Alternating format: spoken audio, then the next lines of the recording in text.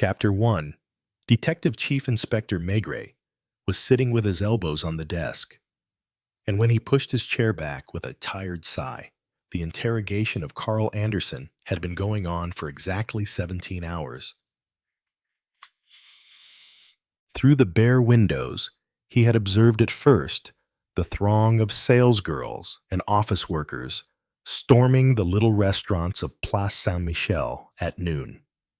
Then the afternoon lull, the mad 6 o'clock rush to the metro and train stations, the relaxed pace of the aperitif hour. The Seine was now shrouded in mist. One last tug had gone past with red and green lights, towing 3 barges, last bus, last metro. At the cinema, they'd taken in the film poster sandwich boards and were closing the metal gates, and the stove in Maigret's office seemed to growl all the louder. On the table, empty beer bottles and the remains of some sandwiches. A fire must have broken out somewhere. They heard the racket of fire engines speeding by. And there was a raid, too. The Black Maria emerged from the prefecture at around 2 o'clock, returning later to drop off its catch at the central lockup. The interrogation was still going on, every hour or every 2 hours. Depending on how tired he was, Maigret would push a button. Sergeant Lucas would awaken from his nap in a nearby office and arrive to take over.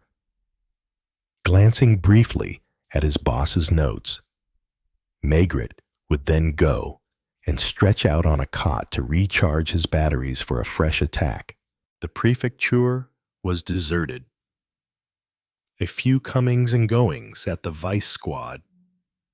Towards 4 in the morning, an inspector hauled in a drug pusher and immediately began grilling him. The Seine wreathed itself in a pale fog that turned white with the breaking day, lighting up the empty quays. Footsteps pattered in the corridors. Telephones rang. Voices called. Doors slammed. Charwomen's brooms swished by. And Maigret, setting his overheated pipe on the table, rose and looked the prisoner up and down with an ill humor not unmixed with admiration. 17 hours of relentless questioning. Before tackling him, they had taken away his shoelaces, detachable collar, tie, and everything in his pockets.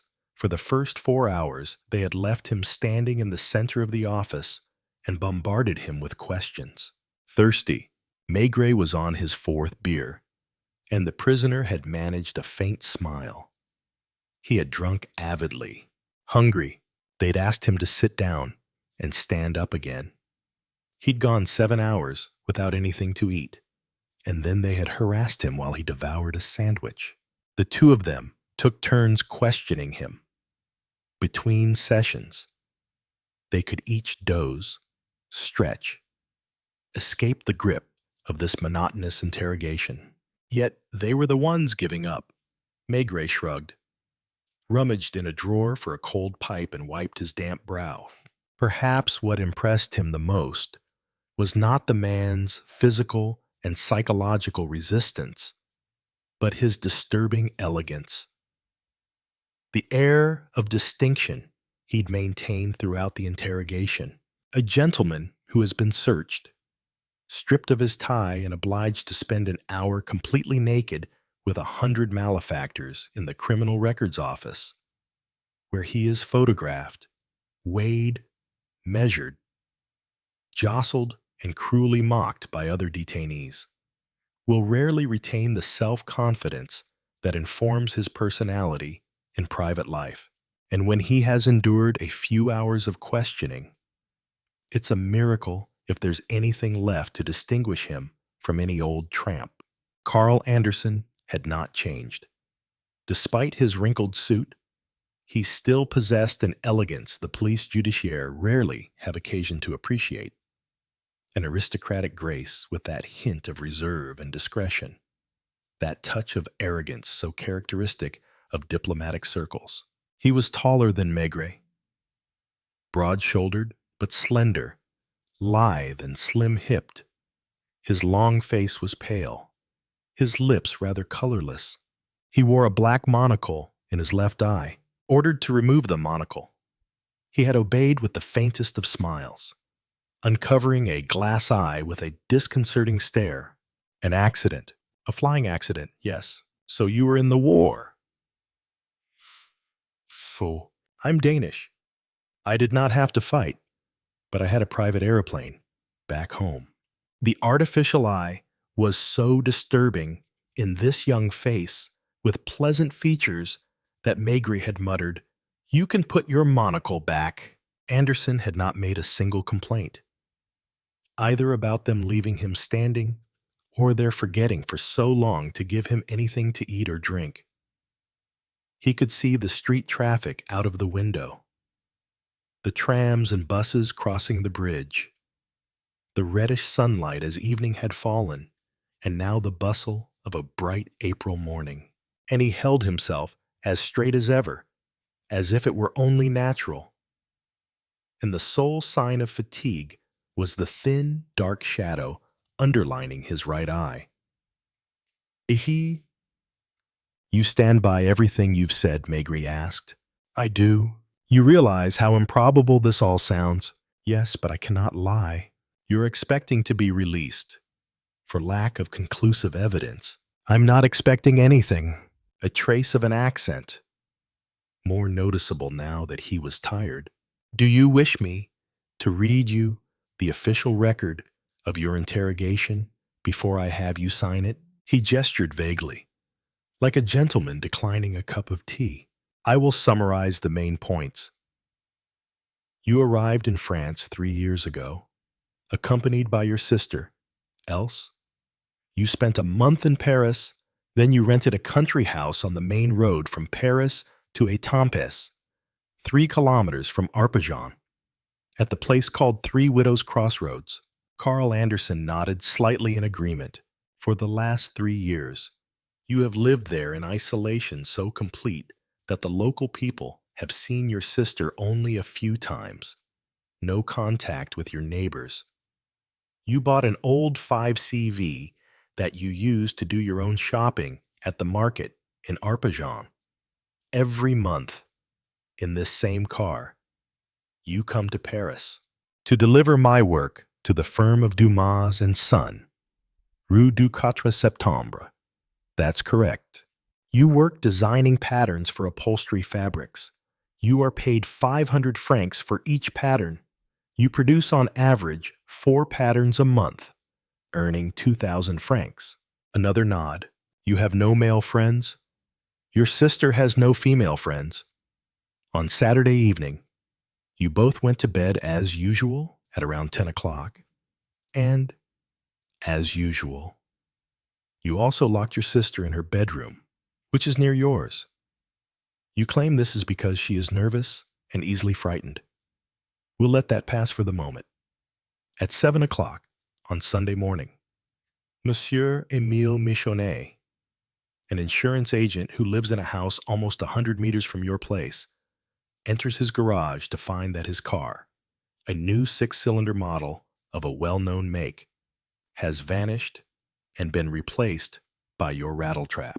Showing no reaction, Anderson reached automatically for the empty pocket in which he must ordinarily have kept his cigarettes. Monsieur Michonnet, who has talked of nothing but his new car ever since he bought it, believes he is the victim of an unpleasant prank. He goes to your house, finds the gate closed, and rings the bell in vain. Half an hour later, he describes his predicament to the local police, who go to your house, where they find neither you nor your sister. They do, however, discover Monsieur Michonnet's car in your garage and in the front seat, draped over the steering wheel. A dead man, shot point blank in the chest. His identity papers have not been stolen. His name is Isaac Goldberg, a diamond merchant from Antwerp. Still talking, Maigret put more fuel in the stove. The police promptly questioned the employees of the station at Arpajon. Who saw you and your sister take the first train for Paris? You are both picked up when you arrive at Gare d'Orsay. You deny everything. I deny having killed anyone at all. You also deny knowing Isaac Goldberg. I saw him for the first time, dead, at the wheel of a car that does not belong to me, in my garage. And instead of phoning the police, you made a run for it with your sister. I was afraid. You have nothing to add. Nothing. And you insist that you never heard anything that Saturday night. I'm a heavy sleeper. It was the 50th time that he had given precisely the same answers, and Maigret, exasperated, rang for Sergeant Lucas, who swiftly appeared. I'll be back in a moment. The discussion between Maigret and Comeliot, the examining magistrate to whom the matter had been referred, lasted about 15 minutes. The magistrate had essentially given up in advance. You'll see. This will be one of those cases we get only once in 10 years, luckily, and which are never completely solved. And it lands in my lap. Nothing about it makes any sense. Why this switching of cars? And why didn't Anderson use the one in his garage to flee instead of walking to Arpajon to take the train? What was that diamond merchant doing at Three Widows Crossroads? Believe me, Maigret, this is the beginning of a whole string of headaches. For you as well as me. Let him go if you want. Perhaps you're right to feel that if he can withstand 17 hours of interrogation, we'll get nothing more out of him. The inspector's eyes were red-rimmed from lack of sleep. Have you seen the sister? No. When they brought me Anderson, the young woman had already been taken back to her house by the local police, who wished to question her at the scene of the incident. She's still there, under surveillance. They shook hands. Maigret returned to his office, where Lucas was idly watching the prisoner, who stood with his forehead pressed against the window pane, waiting patiently. You're free to go, announced Maigret from the doorway, calmly. Anderson gestured towards his bare neck and unlaced shoes. Your personal effects will be returned to you at the clerk's office. You remain, of course, at the disposition of the authorities. At the slightest attempt to flee, I'll have you sent to La Santé prison. My sister, you will find her at home. The Dane must have felt some emotion, after all, as he left the room, for he removed his monocle to pass his hand over what had once been his left eye. Thank you, Chief Inspector. You're welcome. I give you my word of honor that I'm innocent, oh. Don't mention it. Anderson bowed, then waited for Lucas to take him along to the clerk's office, and after witnessing this scene with astonished indignation, a man in the waiting room rushed over to Maigret. What, so you're letting him go? That's not possible, Chief Inspector. It was Monsieur Michonnet, the insurance agent, the owner of the new 6-cylinder car. He walked into Maigret's office as if he owned the place and set his hat down on a table. I am here, above all, about the matter of my car. A small fellow going gray, carefully but unprepossessingly dressed, constantly turning up the ends of his waxed mustache. He spoke with pursed lips, weighing his words and trying to appear imposing. He was the plaintiff. He was the one whom the forces of justice had to protect. Was he not, in some way, a hero? No one was going to intimidate him. Oh no.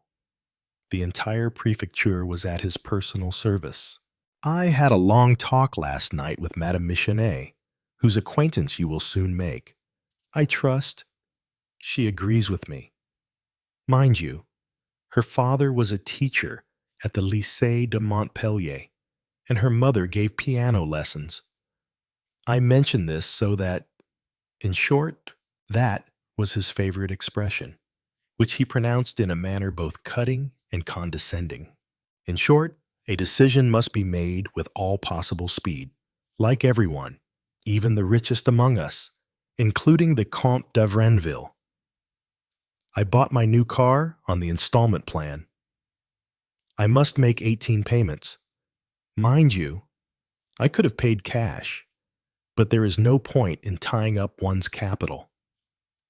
The Comte d'Avranville, of whom I just spoke, purchased his Hispano-Suiza in the same fashion.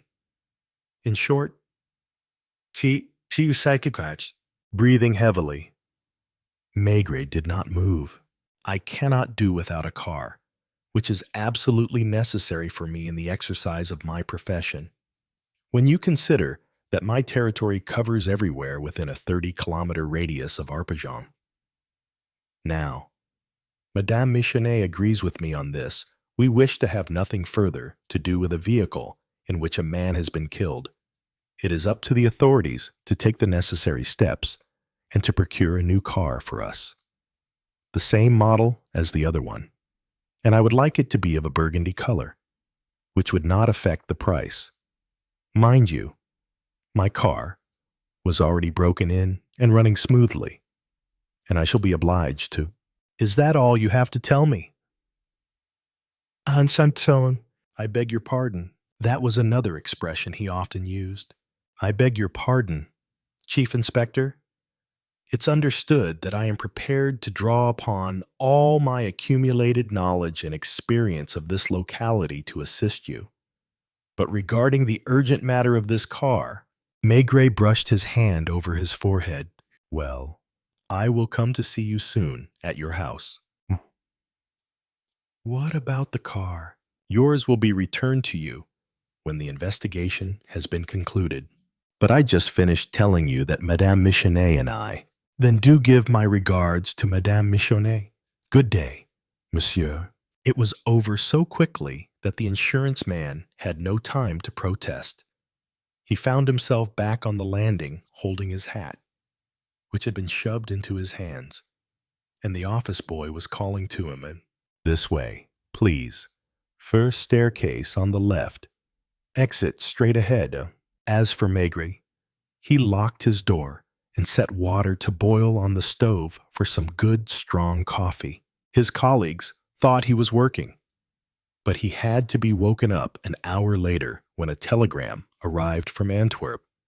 Kim Isaac Goldberg, 45, diamond broker, rather well known in the trade, medium-sized business, good bank references, traveled weekly by train or plane to Amsterdam, London and Paris to solicit orders. Luxurious house, Rue de Campine. Borgerhout. Married. 2 children. And 12. Madame Goldberg, informed, has taken Paris train. At 11 in the morning, the telephone rang. It was Lucas. Hello.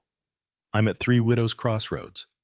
I'm calling you from the garage, a little more than 100 meters from the Andersons' house. The Danish fellow has gone home. The gate's locked again. Nothing much to report. The sister must be inside, but I haven't seen her. Goldberg's body. At the hospital morgue in Arpajon, Maigret went home to his apartment in Boulevard Richard Lenoir. "You look tired," was all his wife said in welcome. "Pack a bag with a suit and a spare pair of shoes. Will you be away long? There was a ragout in the oven."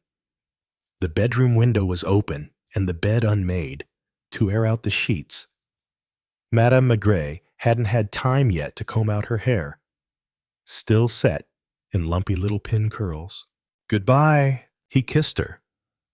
As he left, she remarked, "You're opening the door with your right hand." That was unlike him. He always opened it with his left hand. And Madame Maigret wasn't shy about being superstitious. "What is it, a gang?" "I've no idea." "Are you going far?" "I don't know yet." "You'll be careful, won't you?" But he was already going downstairs and hardly turned around at all to wave to her. Out on the boulevard, he hailed a taxi. "Gare d'Orsay." "Wait. How much to drive to Arpajon?" 300 francs. With the return trip. Let's go. He almost never did this. But he was exhausted. He could barely fight off the drowsiness stinging his eyelids. And wasn't he, just perhaps, a little perplexed? Even uneasy, not so much because of that door he'd opened with his right hand, nor because of that bizarre business of Michonet's stolen car turning up in Anderson's garage with a dead man at the wheel. It was rather the Danish fellow's personality that was bothering him. 17 hours of grilling, hardened criminals, crooks who'd traipsed through all the police stations in Europe hadn't stood up to that ordeal. Maybe that was even why Maigret had let Anderson go. That didn't prevent him from falling asleep in the back of the taxi after they'd gone through Bourg-la-Reine. The driver woke him up at Arpajon, in front of the old market with its thatched roof. What hotel do you want? Take me to Three Widows Crossroads. It was uphill along the oil-slicked paving stones of the main road, lined on both sides by billboards advertising Vichy, Deauville, fancy hotels, brands of automotive fuel. A crossroads? A garage with its 5 fuel pumps, painted red. To the left, the road to Avrainville, marked with a signpost. All around, fields as far as the eye could see. This is it, announced the driver. There were only 3 houses. First, the garage owners, a stuccoed affair hastily erected when business was booming. A big sports car with aluminium coachwork was filling up at the pump. Mechanics were working on a butcher's van. Across the way, a small villa of millstone grit with a narrow garden, surrounded by a 6-foot-high fence. A brass plate Emile Michonet. Insurance. The last house was a good 100 meters away. The wall around the grounds hid all but the second story, a slate roof, and a few handsome trees. This building was at least a century old. It was a fine country residence of times gone by, with a cottage for the gardener, outbuildings, poultry houses, a stable, and a flight of front steps flanked by bronze torchères. A small, concrete pond had dried up. A wisp of smoke rose straight into the air from a carved chimney cap. That was all. Beyond the fields, a belfry, farmhouse roofs, a plow abandoned at the edge of some tilled land. And along the smooth road, cars streamed by in both directions, passing one another and honking their horns. Maigret got out of the taxi with his suitcase and paid the driver, who filled up at the garage before heading back to Paris. Chapter 2. Emerging from the roadside, where some trees had concealed him. Lucas walked over to Maigret, who set his suitcase down by his feet. Just as they were about to shake hands, they heard an increasingly loud whistling sound, and suddenly a racing car whipped past so close to them that the suitcase went flying 3 meters away. There was nothing left to see. The turbocharged car had swung around a hay cart and vanished over the horizon. Maigret made a face. Do many of those go by? That's the first win. And I could have sworn it was aiming at us. It was a gray afternoon. A curtain twitched in a window of the Michonet villa. Is there any place to stay around here? At Arpajon or Avrainville? Arpajon's 3 kilometers away. Avrainville is closer, but has only a country inn. Take my suitcase there and get us some rooms. Anything to report? Not a thing. They're watching us from the villa. It's Madame Michonet. I got a look at her a little while ago. A largish brunette who doesn't appear to be too pleasant. Do you know why this place is called Three Widows Crossroads? I asked. It's because of the Anderson house, which dates from the Revolution. In the old days, it was the only house here. In the end, it seems that 50 years ago, 3 widows lived in it, a mother and 2 daughters. The mother was 90 years old, a helpless invalid. The elder daughter was 67, the other at least 60. 3 old fusspots. So stingy they bought nothing locally and lived off their kitchen garden and poultry yard. The shutters were never opened. Weeks would go by without a glimpse of them. The elder daughter broke her leg at some point, but people learned about it only after she was dead. Quite a strange story. When a long time had passed without anyone hearing the slightest noise from the 3 widows' house, people got to talking. The mayor of Avrenville decided to come and see for himself, and he found all 3 of them dead. They'd been dead for at least 10 days. There was a lot of newspaper coverage at the time. Apparently, a local school teacher, fascinated by this mystery, even wrote a booklet in which he claims that the daughter with the broken leg hated her still active sister so much that she poisoned her, and the mother wound up poisoned as well. The elder sister supposedly starved beside the 2 corpses because she couldn't get herself anything to eat. Maigret stared at what he could see of the house's top story.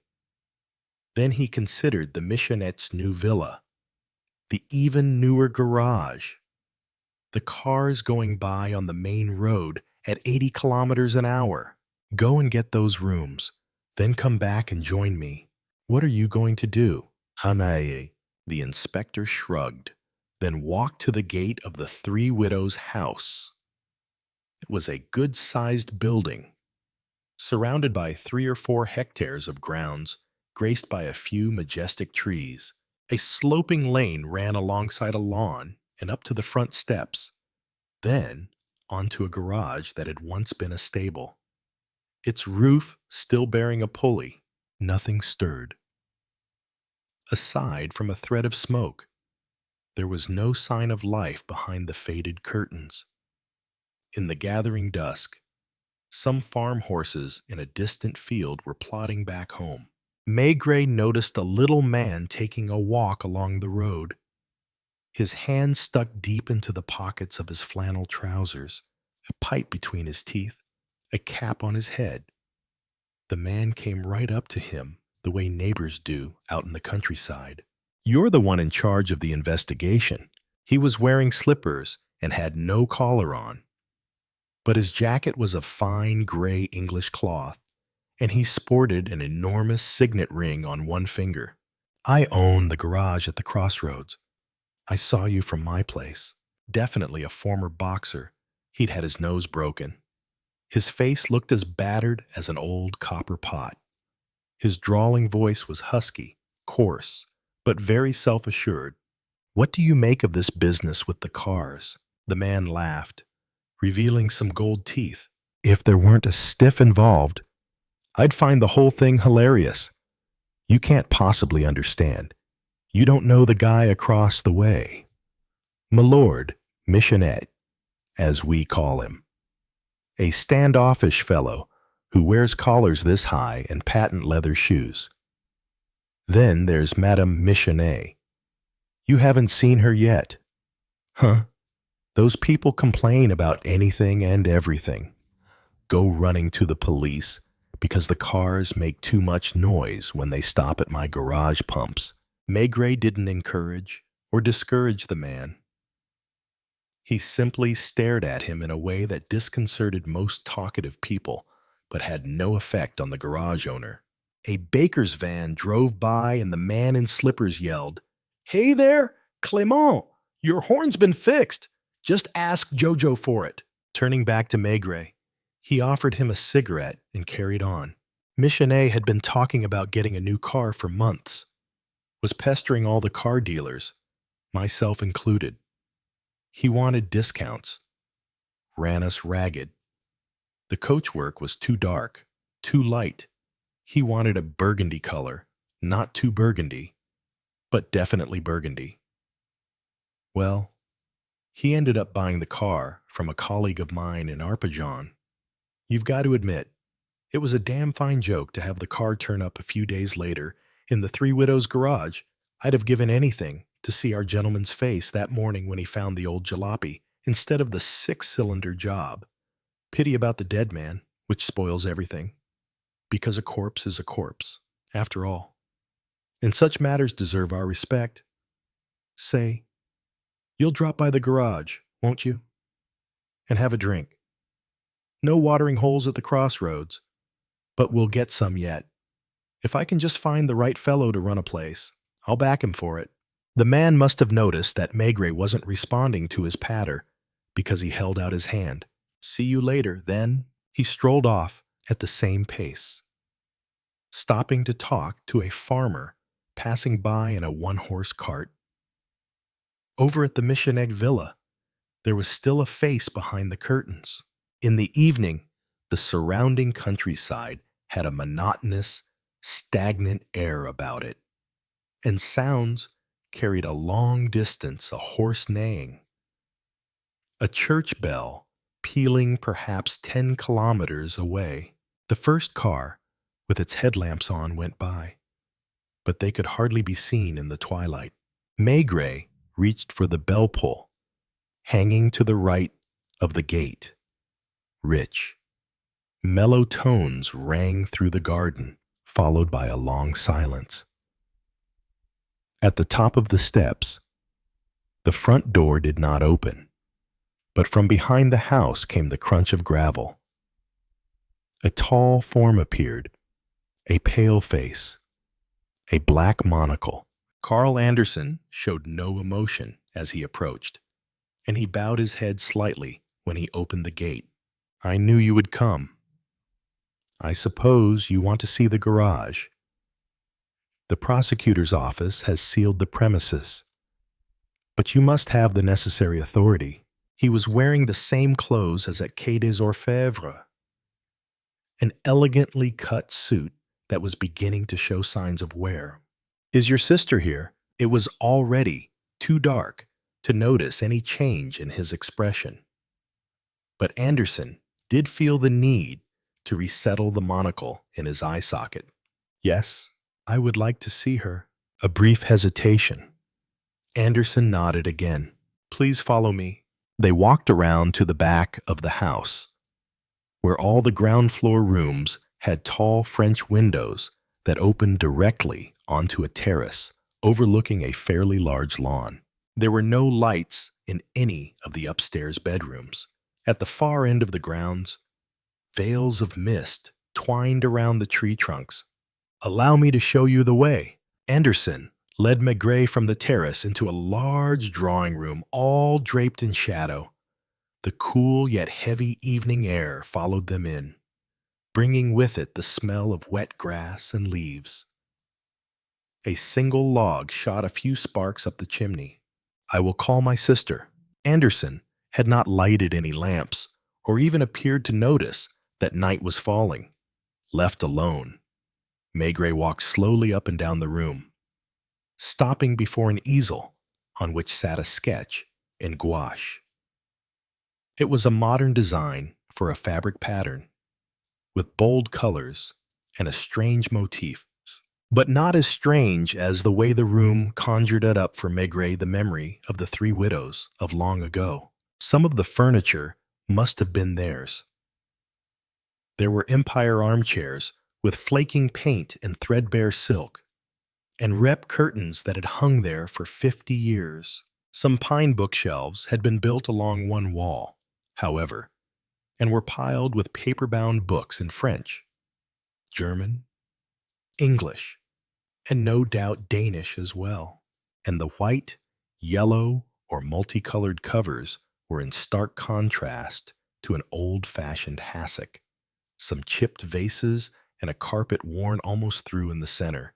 The twilight was darkening. A cow lowed in the distance. From time to time, a faint humming pierced the silence, intensifying until a car whizzed by on the road, and the engine's rumbling at length died away. In the house, nothing. Perhaps just a few creaks or scratching sounds. Perhaps just some tiny, undecipherable noises suggesting the possibility of life. Carl Anderson came in first. His white hands betrayed a certain nervous anxiety. He stood still and mute for a moment by the doors. A faint movement on the stairs. "My sister Elsa," he announced at last us. She stepped forwards, her silhouette slightly blurred in the dim light. She stepped forwards like a film star, or rather, like the perfect woman in an adolescent's dream. Was her dress of black velvet? It was darker than anything else, in any case, and made its deep, magnificent mark on the dusk. And what little light still drifted in the air seemed to settle on her fine blonde hair and matte complexion. "I hear you wish to speak to me, Chief Inspector, but first, please do sit down." Her accent was stronger than Carl's, and her voice melodious, dropping gently at the ends of words. And her brother stood by her as a slave stands near the sovereign he is sworn to protect. Zansoichen. She advanced a few steps, and only when she was quite close did Maigret realize that she was as tall as Carl. Her slim hips emphasized her willowy silhouette. She turned to her brother. "A cigarette." Nervously, clumsily. He hurried to offer one. She picked up a lighter, and the flickering red of the flame fought, for an instant, with the dark blue of her eyes. Afterwards, the darkness weighed more heavily, so heavily that the inspector, feeling uneasy, looked around for a light switch and, finding none, murmured, "May I ask you to light a lamp?" Sauce. He had to call on all his self-possession, for this scene was too theatrical for him. Theatrical, disorienting. Rather, like the perfume that had invaded the room with Elsa's entrance. Above all, a scene too estranged from normal life, perhaps just too strange altogether. That accent, Carl's perfect manners and his black monocle, that mixture of sumptuous luxury and distressing old relics. Even Elsa's dress, which wasn't the sort of dress one sees in the street, at the theater, or in society. Why was that? It had to be the way she wore it, because the style, the cut, was simple. The dress clung to her figure, covering even her neck, revealing only her face and hands. Anderson was leaning over a table, removing the glass chimney from an oil lamp dating back to the Three Old Ladies, with a tall porcelain base decorated with faux bronze. It cast a circle of light 2 meters wide in its corner of the drawing room. The lampshade was orange. "Excuse me, I hadn't noticed that all the chairs have things piled on them." Anderson removed books from the seat of an Empire armchair and set them down in a heap on the carpet.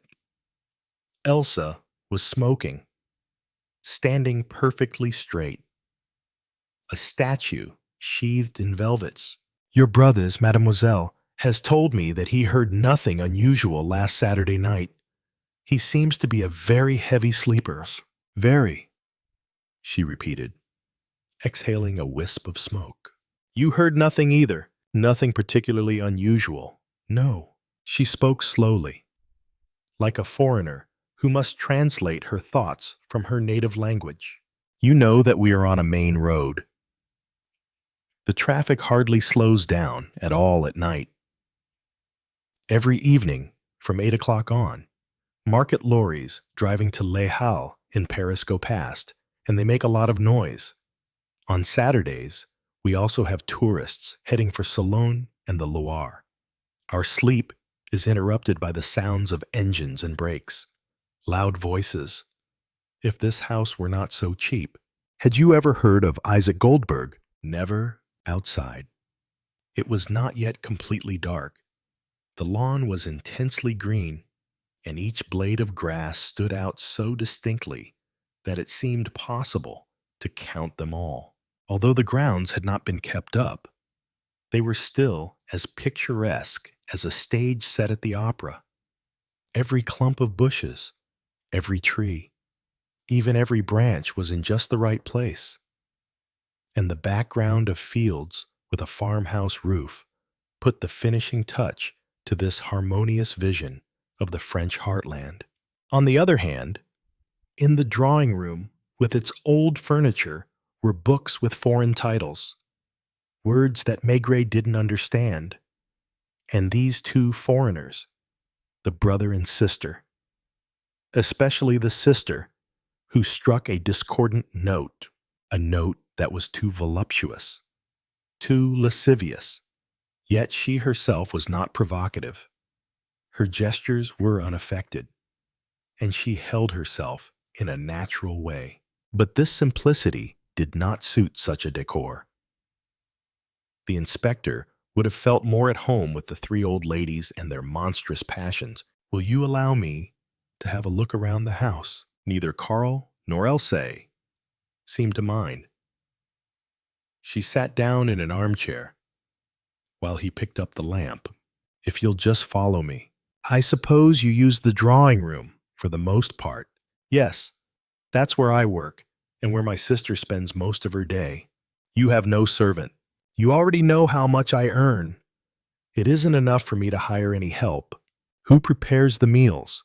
"I do." He said this easily, without any embarrassment or shame, and as the two men entered a corridor, Anderson pushed open a door and held the lamp just inside the kitchen, murmuring, "Please excuse the clutter." The place was worse than cluttered. It was sordid. A spirit stove encrusted with boiled milk, sauces, grease, on a table covered with a scrap of oilcloth, tag ends of bread, the remains of an escalope in a frying pan sitting right on the table, and dirty dishes in the sink. Out in the corridor again, Maigret glanced back at the drawing room, where the only light was now the glow from Elsa's cigarette. "We don't use the dining room or the morning room at the front of the house. Would you like to see them?" The lamp shone on some piled-up furniture and a rather nice parquet floor, on which potatoes lay spread out. The shutters were closed. "Our bedrooms are up there." The staircase was wide. One step creaked. The smell of perfume grew stronger as they went upstairs. "Here is my room," a simple box mattress set on the floor, as a divan, a rudimentary dressing table, a large Louis XV wardrobe, an ashtray overflowing with cigarette butts. "You smoke a lot." "In the morning, in bed, perhaps 30 cigarettes, while I read." In front of the door opposite his, he said quickly, "My sister's bedroom," but he did not open the door. And when Maigret did, Anderson scowled. He was still holding the lamp and did not bring it into the room. The perfume was now so cloying that the inspector almost gagged. The entire house lacked style, order, luxury. A campsite furnished with old odds and ends. But here in the dim light, the inspector had the feeling of a warm, cozy oasis. The floor was completely covered with animal skins, including a splendid tiger pelt serving as a bedside rug. The bed itself was of ebony, covered with black velvet, on which lay some rumpled silk underwear. Anderson was edging down the hall with the lamp, and Maigret followed him. "The 3 other bedrooms are empty, which means that your sister's is the only one overlooking the road." Without answering, Karl pointed out a narrow staircase. "The service staircase. We don't use it, if you'd care to see the garage." They went downstairs single file in the dancing light of the oil lamp. In the drawing room, the red dot of a cigarette remained the only illumination. As Anderson advanced, the lamplight invaded the room, revealing Elsa lounging in an armchair, gazing with indifference at the two men. "You haven't offered the chief inspector any tea, Carl?" "Thank you, but I never drink tea." "Well, I want some. Would you like a whiskey? Or perhaps—" "Carl, please." Carl, self-conscious and a little on edge, set down the lamp and lit a small spirit stove on which sat a silver teapot. "What may I offer you?" Inspector Maigret could not put his finger on what was bothering him. The atmosphere was intimate and yet haphazard. Up on the easel, large flowers with crimson petals were in full bloom.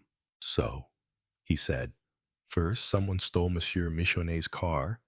Goldberg was murdered in that car, which was then placed in your garage. And your car was driven to the insurance agent's garage. Unbelievable, isn't it?" Else spoke in a soft, lilting voice as she lit another cigarette. "My brother insisted that because the dead man was found at our place, we would be accused. He tried to run away. As for me, I didn't want to. I was sure that people would understand that if we had really killed anyone, it would not have been in our interest to—" She broke off, looking for Carl, who was rummaging around in a corner. "Well, aren't you going to offer the inspector anything?" "Sorry, we don't seem to have any more." "It's always the same with you. You never think of anything. You must excuse us, Monsieur Maigret."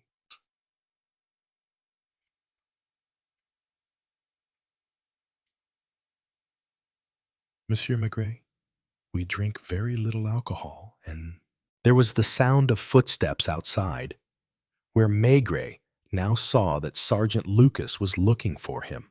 Chapter 3. "What is it, Lucas?" Maigret was standing at the French windows, with the uneasy atmosphere of the drawing room at his back, and, before him, the face of Lucas in the cool shadows of the grounds. "Nothing, Chief. I wanted to know where you were." And a slightly sheepish Lucas tried to see inside the house over the inspector's shoulder. "You booked me a room." "Yes, and there's a telegram for you.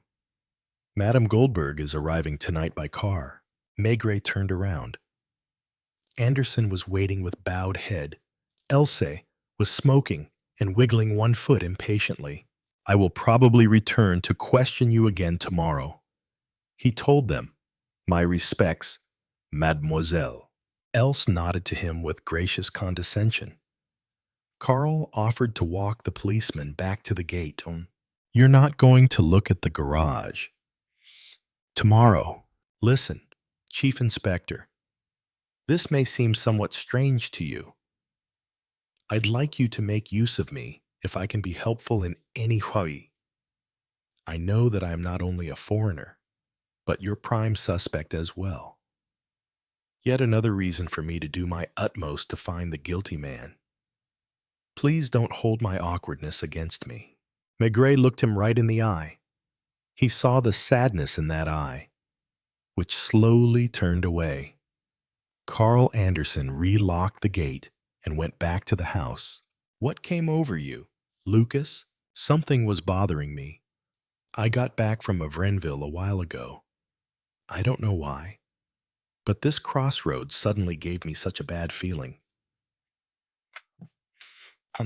The two men were walking in the dark along one side of the road.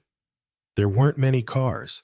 "I've tried to reconstruct the crime in my mind," continued Lucas. "And the more you think about it, the more bewildering it becomes." They were now abreast of the Michonnet villa, which formed one point of a triangle, the other two of which were the garage and the Three Widows' house, all more or less equidistant from one another. Connecting them all, the smooth, shining ribbon of the road, running like a river between two rows of tall trees. No light could be seen over at the Three Widows' house. 2 windows were illuminated at the insurance agent's villa, but dark curtains allowed only a thin streak of light to escape, an uneven line, revealing that someone was peeking through the curtains to look outside.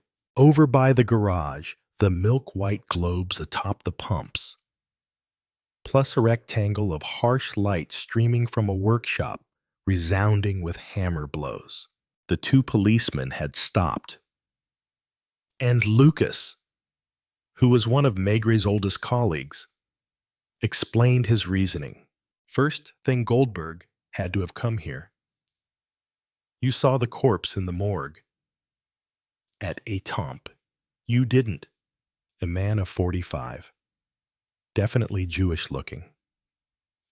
A short, stocky guy with a tough jaw, a stubborn brow, curly hair like sheep's wool, showy suit, nice linen, and monogrammed. Someone used to living well, giving orders, spending freely, no mud, no dust on his patent leather shoes. So even if he came to Arpajon by train, he did not cover the 3 kilometers to get here on foot.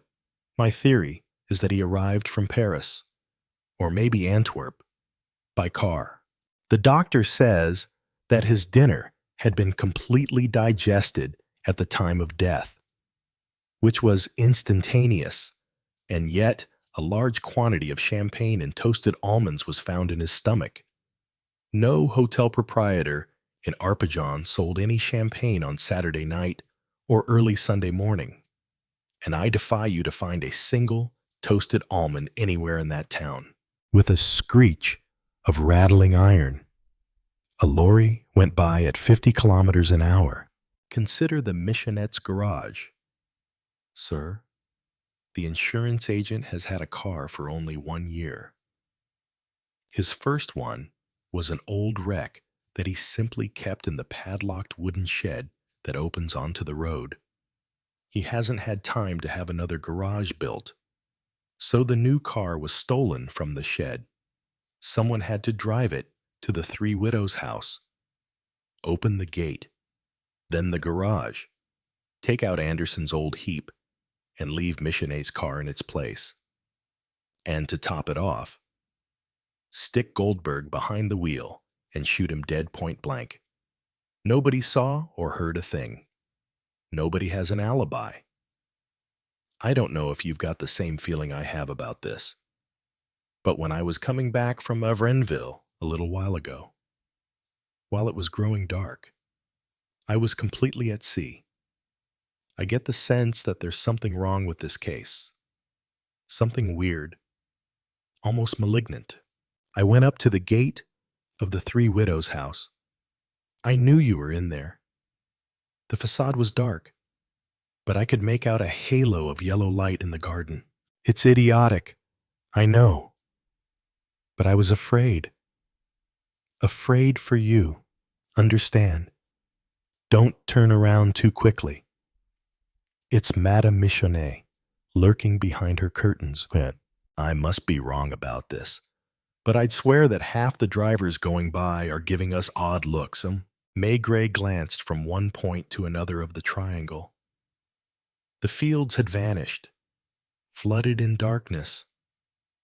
To the right of the main road, across from the garage, the road to Avrainville branched off, not planted with trees like the highway, but lined on one side by a string of telegraph poles, 800 meters away.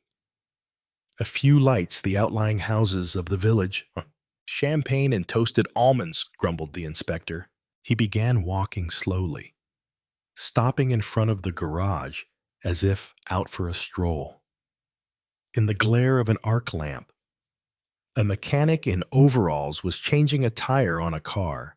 It was more of a repair shop than a garage. About a dozen cars were there, all old models, and one of them, stripped of its wheels and engine, was just a carcass hanging in the chains of a pulley. Let's go and have dinner. When? Is Madame Goldberg due to arrive? I don't know. Sometime this evening. The inn at Avrainville was empty. A zinc counter, a few bottles, a big stove, a small billiard table with rock-hard cushions and torn felt, a dog and cat lying side by side. The proprietor was the waiter. His wife could be seen in the kitchen, cooking escalopes. "What's the name of the garage owner at the Crossroads?" asked Maigret. "Swallowing a sardine served as an appetizer." "Monsieur Oscar," replied the innkeeper. "How long has he been in this area? Maybe 8 years?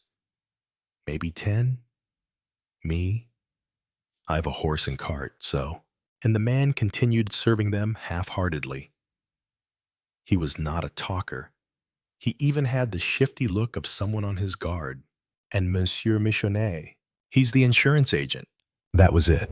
"Will you have red or white?" He spent a long time trying to fish out a piece of cork that had fallen into the bottle, and in the end, just decanted the wine. And the people in the Three Widows' house, I've never seen them. Not the lady. Anyway, since it seems there's one there. The highway's not really part of Avrainville. "Well done," called his wife from the kitchen. Maigret and Lucas fell silent, lost in their own thoughts. At 9 o'clock, after a synthetic Calvados, they went back out to the road, paced up and down for a while, then finally headed for the Crossroads. "She's not coming. I'd like to know what Goldberg was doing out here. Champagne and toasted almonds? Did they find any diamonds in his pockets? No, just a bit over 2,000 francs in his wallet." The garage was still lit up. Maigret noticed that Monsieur Oscar's house was not by the side of the road, but behind the workshop, which meant its windows could not be seen. Dressed in overalls, the mechanic sat eating on the running board of a car. And suddenly, just a few steps away from the policeman, the garage owner himself came out of the darkness on the road. "Good evening, gentlemen. Good evening," grunted Maigret. "A lovely night. If this keeps up, we'll have wonderful weather for Easter." "Tell me," the inspector asked bluntly, "does your place stay open all night?" "Open? No. But there's always a man there who sleeps on a cot. The door's locked. Regular customers ring the bell when they need something." "Do you get much traffic on the road at night?" "Not a lot. No, but it never stops. Lorries on their way to Les Halles. This region's known for its early fruits and vegetables, especially its watercress. The drivers sometimes run out of petrol or need some little repair made. Would you like to join me for a drink?" "No, thanks. Your loss. But I won't insist. So, you haven't sorted out this business with the cars yet. You know, Monsieur Michonnet is going to worry himself sick over it, especially if he isn't issued another 6-cylinder car right away." A headlamp gleamed in the distance, growing larger. A rumbling sound. A shadow went past. "The doctor from Étampes," murmured the garage owner. "He went to see a patient in Arpajon. His colleague must have invited him for dinners. You know every vehicle that goes past here, many of them. Look, those 2 side lamps, that's watercress for Les Halles. Those fellows can never bring themselves to use their headlamps. And they take up the entire road. Evening, Jules." A voice replied from up in the cab of the passing lorry, and then the only thing to see was the small red tail light, which soon dissolved into the night. Somewhere, a train, a glowing caterpillar that stretched out into chaos of the night. The 9:32 Express. "Listen, you're sure you won't have anything? Say, Jojo, when you've finished your supper, check the 3rd pump. It's jammed." More headlamps. But the car went on by. It was not Madame Goldberg. Maigret was smoking constantly, leaving Monsieur Oscar in front of his garage. He began to walk up and down, trailed by Lucas, who kept talking softly to himself. Not a single light in the Three Widows' house. The policeman went past the gate 10 times. Each time, Maigret automatically looked up at the window he knew was Elsa's. Then came the Michenet Villa, brand new, nondescript, with its varnished oak door and silly little garden. Then the garage, the mechanic busy repairing the petrol pump, Monsieur Oscar dispensing advice, both hands stuck in his pockets. A lorry from Étampes on its way to Paris stopped to fill up. Lying asleep atop the heap of vegetables was the relief driver, who made this same journey every night at the same hour. 30 liters. How's it going? Can't complain. Oh. The clutch growled and the lorry moved off, down the hill to Arpajon at 60 kilometers an hour. She won't be coming now, sighed Lucas. Probably decided to spend the night in Paris. After they'd covered the 200 meters up and down from the Crossroads 3 more times, Maigret veered off abruptly towards Avrainville. When they reached the inn, there was only one lamp still burning and no one in the cafe. I think I hear a car. They turned around, and 2 headlamps were indeed shining in the direction of the village. A car was turning slowly in front of the garage. Someone was talking. They're asking for directions.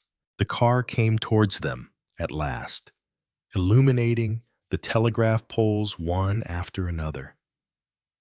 Maigret and Lucas were caught in the light, standing across the road from the inn. The sound of brakes. The driver got out and opened a door to the back seat. Is this the right place? Asked a woman's voice from inside. Yes, madame. This is Avrainville. And there's the traditional branch of Fur over the front door of the inn. A leg sheathed in silk, a foot placed on the ground, an impression of fur. Maigret was about to walk towards the woman. At that moment, there was a loud bang, a cry, and the woman fell headlong, literally crashing to the ground, where she lay curled up in a ball, while one of her legs kicked out spasmodically. Maigret and Lucas looked at each other. Take care of her, Lucas, shouted the inspector. But already a few seconds had been lost. The chauffeur stood stunned, rooted to the spot.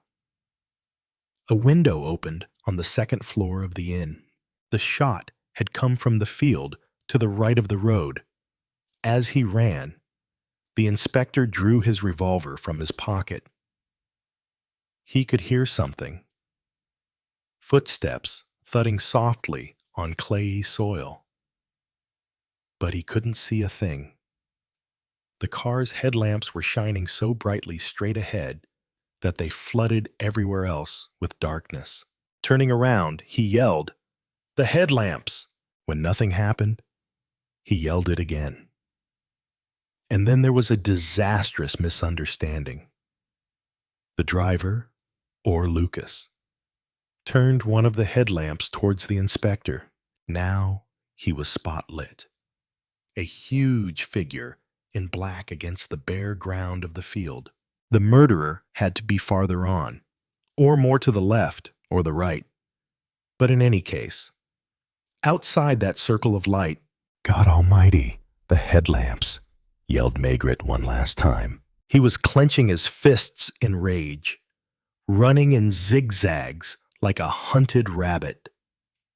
That glare was disrupting even all perception of distance, which is why he suddenly saw the garage's pumps less than 100 meters away. Then there was a human figure, quite close, and a voice saying hoarsely, "What's going on?" Furious and humiliated, Maigret stopped short, looked Monsieur Oscar up and down, and saw there was no mud on his slippers. I. Did you see anyone? Puis ce son?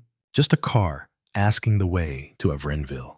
The inspector noticed a red light on the main road heading towards Arpajon. What's that? A lorry for Les Halles. He stopped, long enough to take 20 liters. They could hear the commotion going on over by the inn, and the headlamp was still sweeping the deserted field. Maigret suddenly noticed the Michonnet villa, crossed the road, and rang the bell.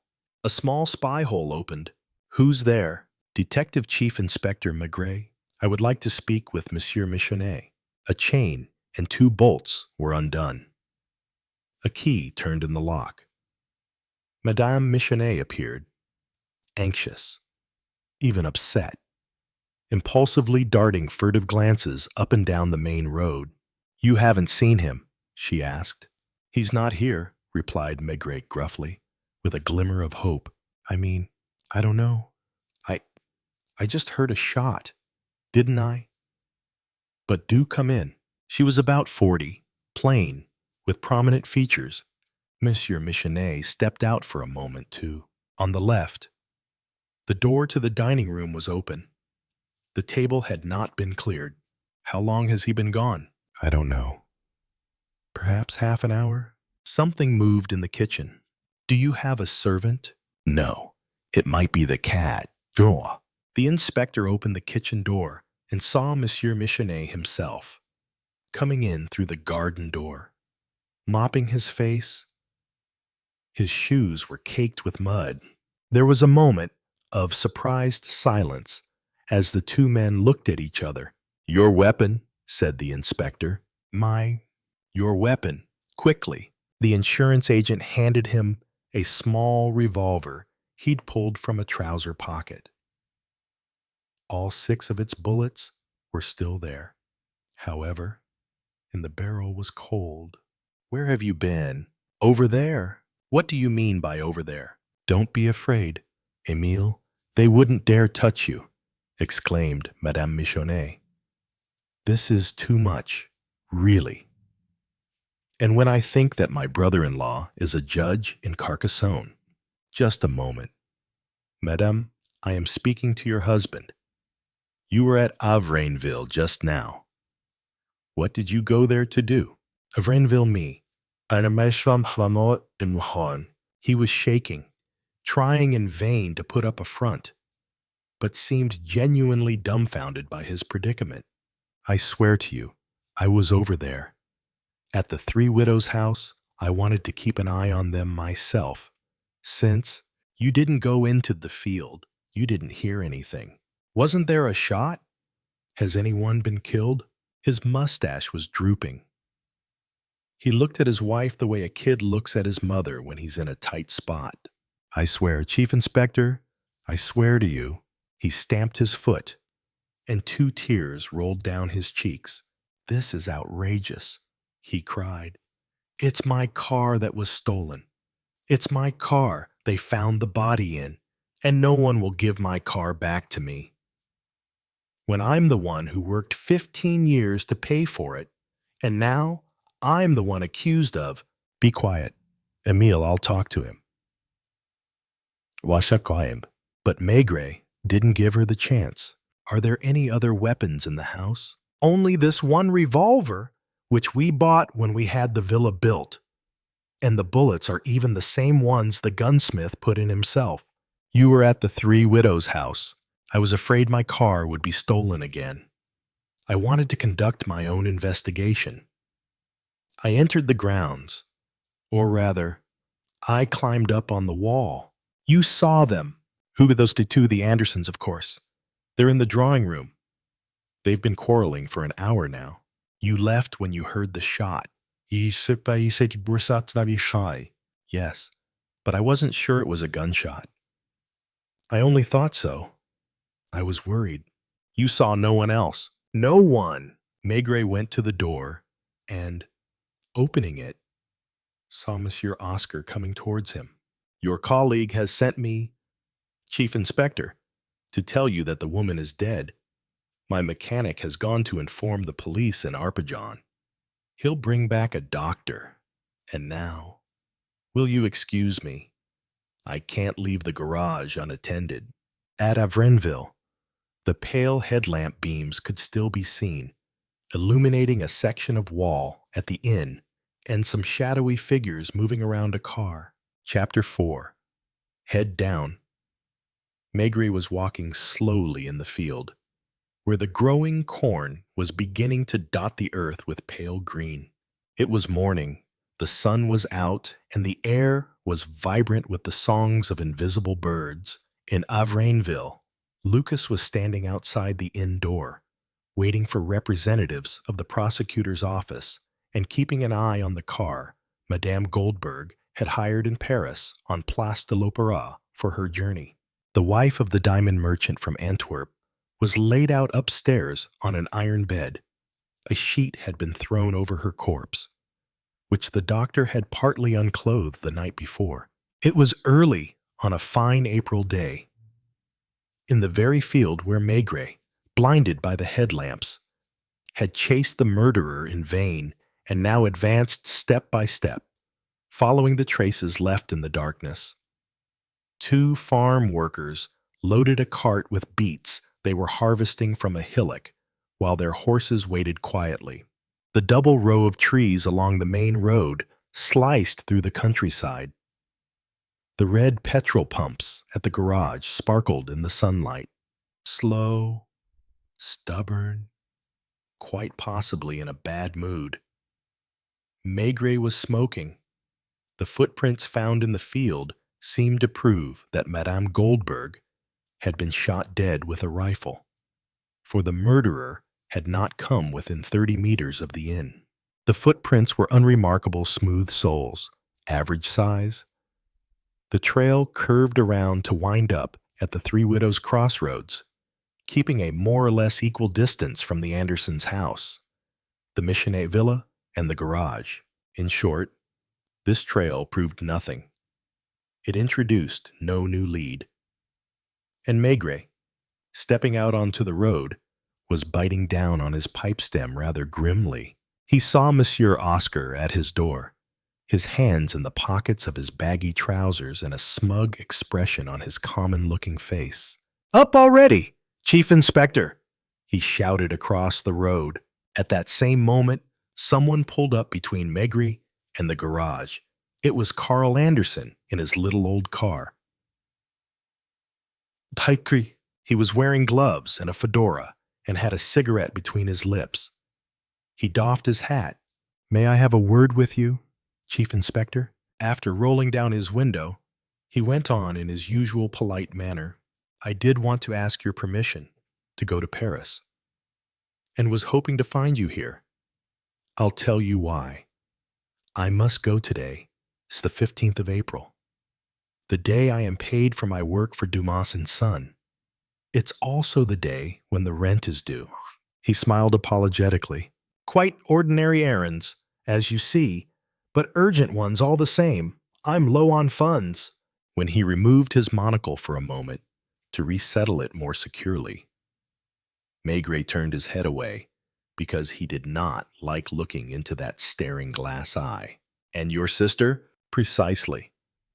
I was about to bring this up.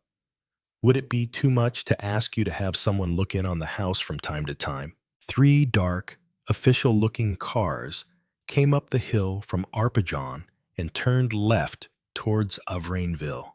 "What's going on?" "They're from the public prosecutor's office. Madame Goldberg was killed last night as she was getting out of a car at the inn." Maigret watched his reaction. Across the street, Monsieur Oscar was strolling idly up and down in front of his garage. "Killed," repeated Carl. Suddenly nervous, he said, "Listen, Chief Inspector, I must get to Paris. I can't stay here without any money, especially on the day when I have to pay all my local bills. But as soon as I get back, I want to help find the murderer. You will allow me to do this, won't you?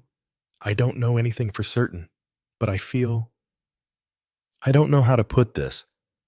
I'm beginning to see some kind of pattern here. He had to pull in closer to the pavement because a lorry driver coming back from Paris was honking his horn to get by. Off you go, then, exclaimed Maigret. Carl tipped his hat and took a moment to light another cigarette before letting in the clutch. Whereupon the jalopy went down the hill and puttered up the next one. Van Ministixton. People were moving around over by the 3 cars that were parked just outside of Rainville. Sure you wouldn't like a little something? Maigret frowned at the smiling garage owner, who just wouldn't stop offering him a drink, filling a pipe. He walked off towards the 3 widows' house, where the tall trees were alive with the fluttering and chirping of birds. The Michonette villa was on his way. The windows were open. Wearing a dust cap, Madame Michonnet was upstairs in the bedroom, shaking out a rug, unshaven, his hair uncombed, wearing no collar.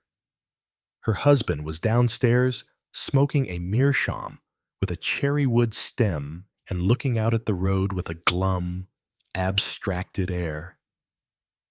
When he noticed the inspector, he avoided greeting him by making a show of cleaning out his pipe. A few minutes later, Maigret was ringing the bell at the Andersons' front gate, where he waited in vain for 10 minutes. All the shutters were closed.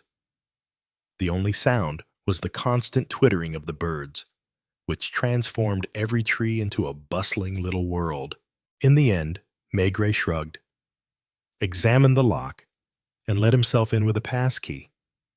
As on the previous day, he walked around the house to the drawing room. He knocked, but again, without success. Then, grumbling and obstinate, he went inside, where his eye fell upon the open phonograph. There was a record on the turntable. Why did he start the machine? He would have been at a loss to explain. The needle was scratchy. An Argentinian orchestra played a tango as the inspector started up the stairs. The door to Carl Anderson's bedroom stood open. Near a wardrobe, Maigret saw a pair of shoes that seemed to have recently been cleaned. For the brush and tin of polish sat beside them, and the floor was dotted with crumbled, dried mud. The inspector had made paper tracings of the footprints found in the field. He compared them with the shoes. A perfect match, and yet he never so much as blinked. He didn't seem the least bit pleased. He went on smoking, as grumpy as he'd been all morning. "Is that you?" a woman's voice inquired. Maigret hesitated. He could not see who was speaking. The voice had come from Elsa's room, but the door was closed. "It's me," he finally replied, as indistinctly as he could.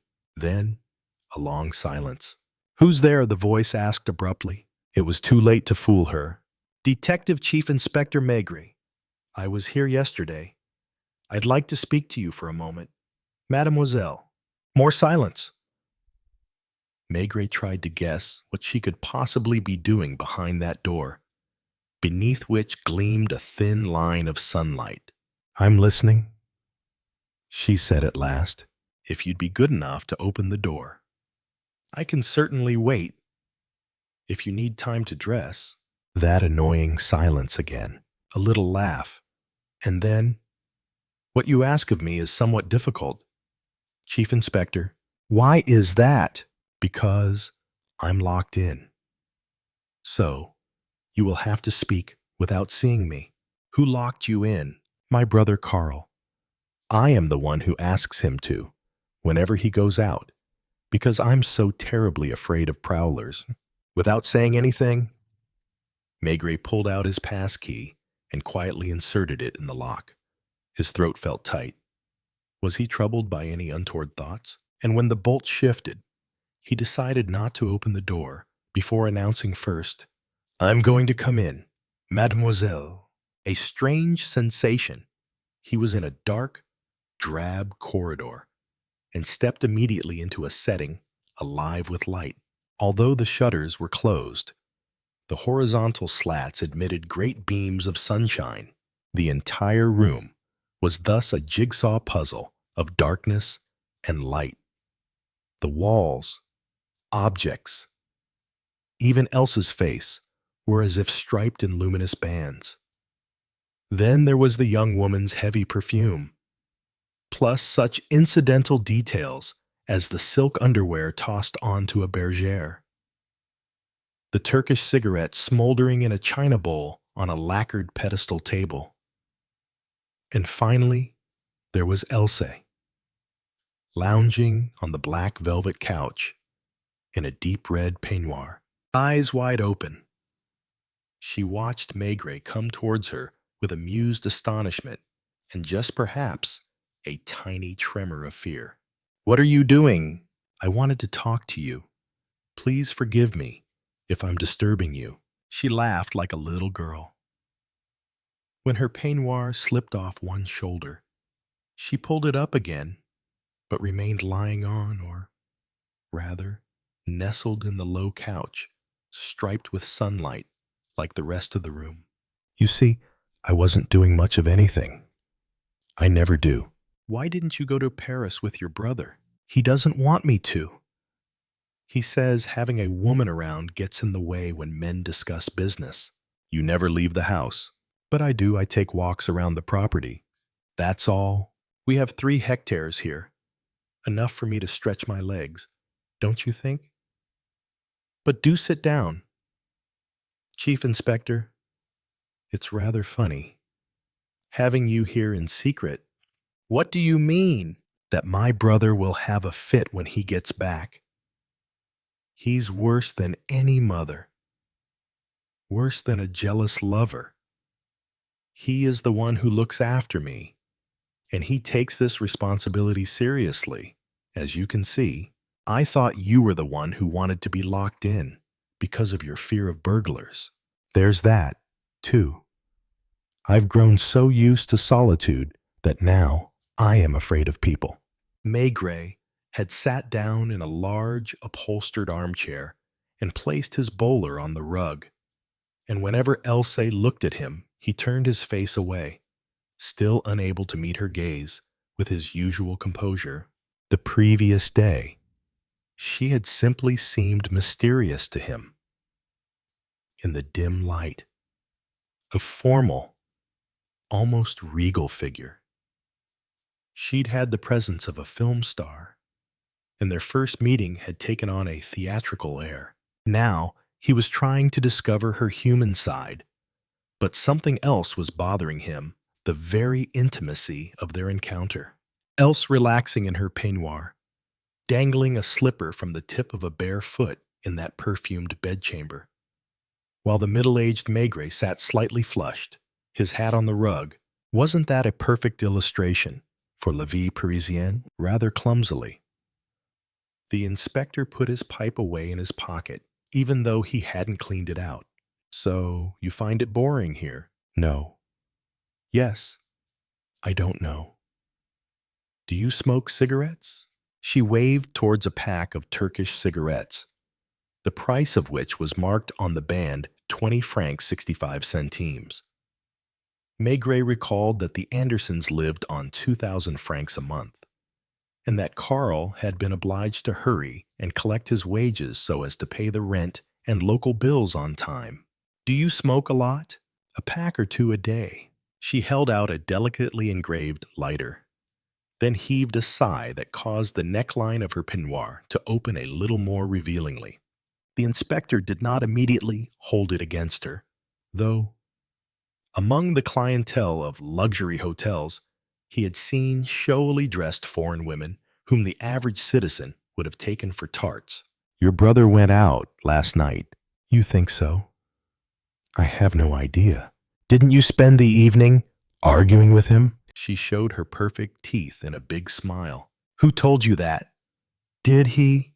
"We sometimes squabble, but nicely. As a matter of fact, I scolded him yesterday for not receiving you properly. He's so unsociable, and he was already like that as a boy." "Did you live in Denmark?" "Yes, in a big castle beside the Baltic.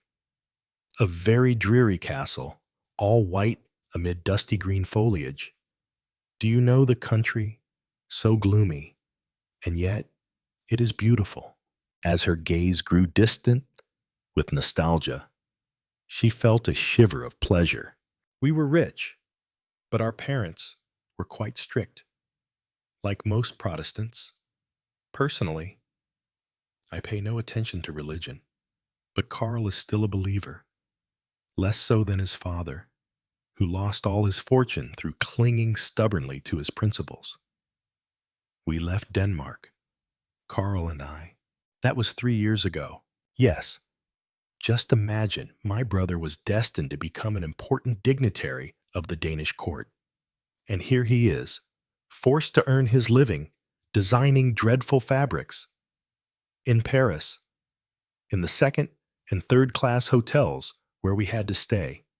He was horribly unhappy. He had the same tutor as our crown prince, but he preferred to bury himself out here and bury you at the same time. Yes, I'm used to it. I was a prisoner in our parents' castle, too. I was kept away from all the girls who might have become my friends, supposedly because they weren't my social equals. Her expression changed with striking abruptness. Birds. Do you think that Karl has become, I'm not sure how to put it, abnormal? And she leaned forwards, as if to hear the inspector's reply, as quickly as possible. You're afraid of, exclaimed Maigret in surprise. I didn't say that I didn't mean anything. Please excuse me. You've started me talking. I don't know why I trust you like this. So, does he behave oddly at times? She shrugged wearily, crossed and uncrossed her legs, then stood up, uncovering for an instant a flash of skin between the folds of the peignoir. What do you want me to say to you? I don't know anymore. Ever since that business with the car. Why would he have killed a man he didn't know? You're sure you have never seen Isaac Goldberg? Yes, as far as I know. You and your brother never went to Antwerp. We stayed there one night, 3 years ago, when we arrived from Copenhagen. No. Karl could not do such a thing. If he has become somewhat strange, I'm sure that his accident is more to blame than our financial ruin. He was handsome. He still is. When he wears his monocle. But otherwise, can you see him kissing a woman without that bit of black glass, that staring eye in its red-rimmed socket? She shuddered. That has to be the main reason my brother hides himself away. But he's keeping you hidden along with him. My, what difference does that make? You're being sacrificed. That's the lot of every woman, especially a sister. It isn't quite the same thing here in France. In our country, as in England, only the eldest male counts in the family, the son who will carry on the name. She was growing agitated, puffing hard on her cigarette. She paced up and down through the patterns of sunshine and shadow in the shuttered room. No, Karl could not have killed him. That was all a mistake. Wasn't it because you realized this that you let him go? Unless? But you would never admit this. I know that when the police haven't enough proof. They sometimes release a suspect so that they can catch him for good later on. That would be despicable. She stubbed out her cigarette in the china bowl. If only we hadn't chosen this awful crossroads. Poor Karl, who wanted to be left alone. But we're less on our own here, Chief Inspector, than in the most crowded neighborhood in Paris. Across the way are those impossible, ridiculous, narrow-minded people who spy on us, especially her, with that white dust cap every morning and her crooked chignon in the afternoon. Then that garage, a little farther on. 3 groups, 3 camps is more like it, and all at about the same distance from one another. Did you ever have any contact with the missionettes? No, The man came once, peddling insurance. Carl showed him the door. And the garage owner, he has never set foot here. Was it your brother who wanted to make a run for it on Sunday morning? She was quiet for a moment, hanging her head, her cheeks pink. No, she sighed at last, almost inaudibly. It was you. Yes, me. I hadn't thought things through. The idea that Carl could have committed a crime almost drove me crazy. I'd seen him in such distress the day before, so I dragged him along after me. Didn't he swear to you he was innocent? Yes. You didn't believe him. Not at first. And now, she took her time, pronouncing each syllable distinctly. I believe that, in spite of all his misfortunes, Carl is incapable of deliberately doing anything evil. But listen, Chief Inspector, he'll probably be getting back home soon, and if he finds you here, God knows what he'll think. And yet, so, there was something almost flirtatious, if not provocative, about her smile. You will defend him, won't you? You'll get him out of all this. I would be so grateful. She held out her hand to him, and, as she did so, the peignoir fell slightly open once again. Goodbye, Chief Inspector. He picked up his hat and sidled from the room. Could you lock the door again, so that he won't notice anything? A few moments later, Maigret was going downstairs, crossing the drawing room with its motley collection of furniture. Stepping out onto the terrace, bathed in sunshine that was already warm. Cars were humming along the road. The front gate did not creak when he locked it behind him. As he passed the garage, a mocking voice called out, "Good for you, you're a brave one. That's for sure." It was Monsieur Oscar, in a jovial, man-of-the-people mood. "Come on," he added. "Take the plunge and have a drop with me. Those fellows from the prosecutor's office have already left. So, you can easily spare a minute." The chief inspector hesitated, wincing as a mechanic scraped his file across a piece of steel clamped in a vise. 10 liters, called a motorist waiting by one of the pumps. "Anyone around?" "In there." Monsieur Michonnet, as yet unshaven and without his shirt collar, was standing in his tiny garden looking over the fence at the road.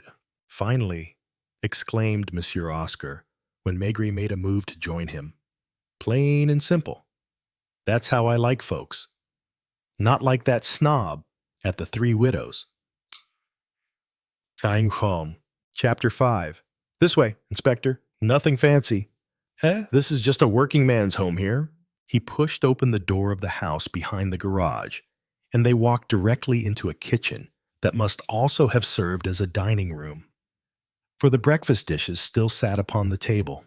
A woman in a pink housecoat of heavy crepe stopped polishing a copper tap. "Come over here, honey, and meet Detective Chief Inspector Maigret. My wife, Inspector. She could afford her own maid. Mind you. But then there'd be nothing left to do, and she'd be bored." The woman was neither ugly nor pretty.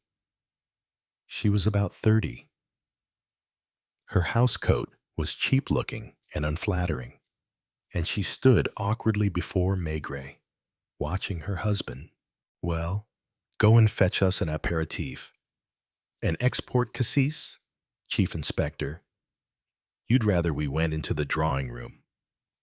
"No, that's fine. I never stand on ceremony." "Myself. Right, honey? No, not those ones. Get some highball glasses." He leaned back in his chair. He was wearing a pink shirt, no waistcoat, and he slipped his hands inside his belt, cradling his ample belly. "Exciting, isn't she? The lady over at the Three Widows' house mustn't make a point of it in front of my wife.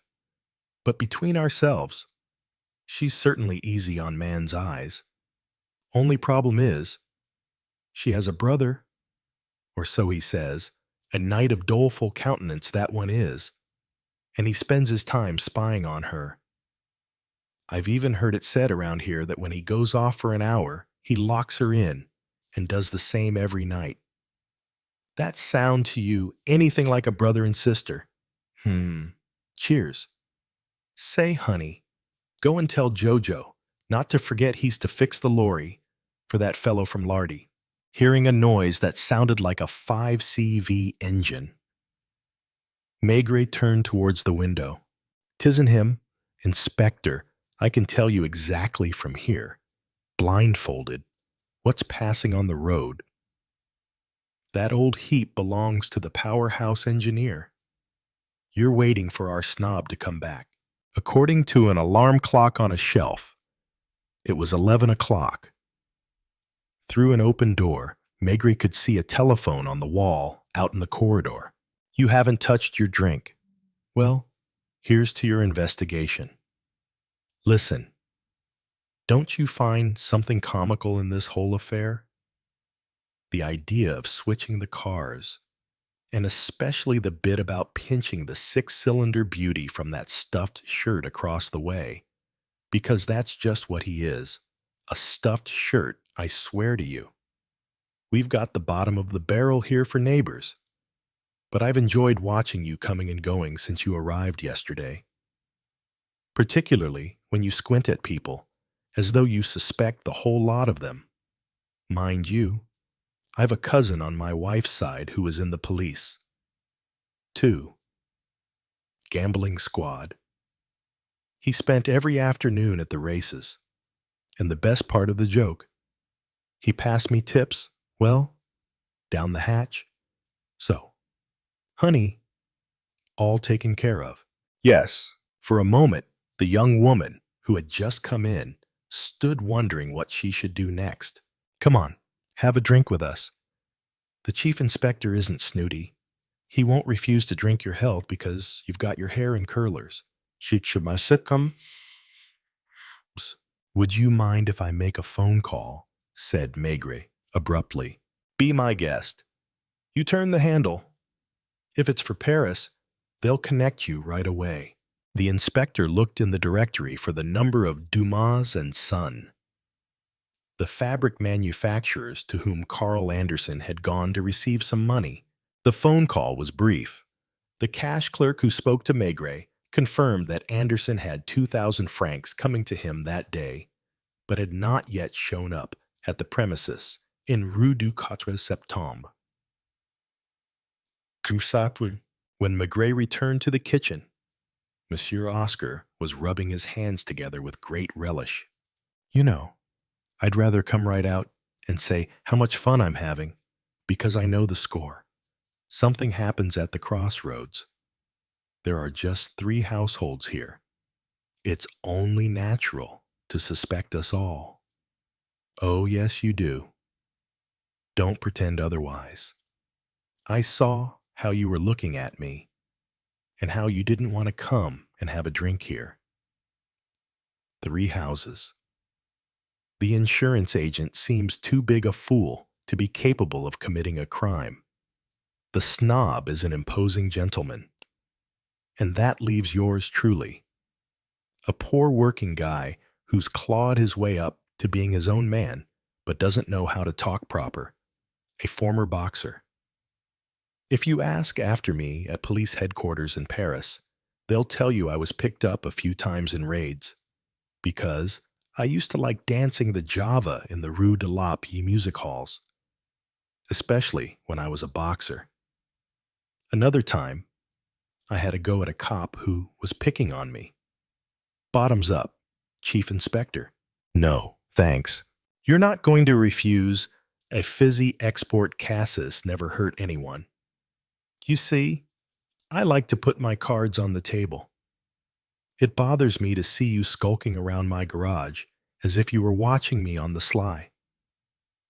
Right, honey, didn't I say so last night? The chief inspector's here. Well then, let him come in. Let him rummage around everywhere. Let him search me. And then admit that I'm a stand-up guy and innocent as a baby.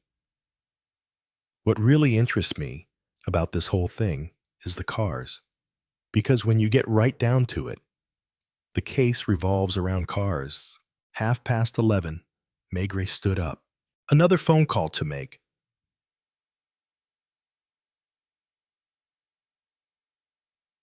With a worried frown, he asked for police headquarters and told an inspector to send the description of Anderson's little car out to all police stations as well as the border posts.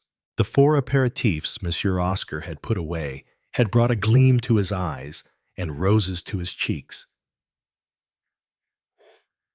Oh, cities. Oh, I know you'll refuse to join us for some veal ragout, especially seeing as we eat in the kitchen here. Here's Gros Lemeau's lorry back from Les Halles. You must excuse me. Chief Inspector? He went outside. Maigret was left alone with the young woman, who was tending to her ragout with a wooden spoon. Quite a card. Your husband. Yes, he's a cheerful sort and gets tough at times, right? He doesn't like being contradicted, but he's a good fellow. Chases a few skirts. No reply. I bet he goes out on the town now and again. Like all men, her voice had turned bitter. They could hear snatches of conversation over by the garage. Put that over there. Good. Yeah. We'll change your back tires tomorrow morning. Monsieur Oscar returned in a fine humor, as if he felt like singing and playing the fool. Come on. Sure you won't tuck into some lunch with us, Chief Inspector? We could bring up a bottle from the cellar. Why are you making that face? Germaine, women moody things, always changing on you. I've got to get back to Avrainville, announced Maigret. Should I drive you back? Wouldn't take a minute. No, thank you. I'd rather walk. Maigret stepped outside into a bath of warm sunshine, and on the road to Avrainville, a yellow butterfly led the way. 100 meters from the inn, he encountered Sergeant Lucas, who had come out to meet him. Well, you called it. The doctor extracted the bullet, which did come from a rifle. Nothing else. Yes, there's information from Paris.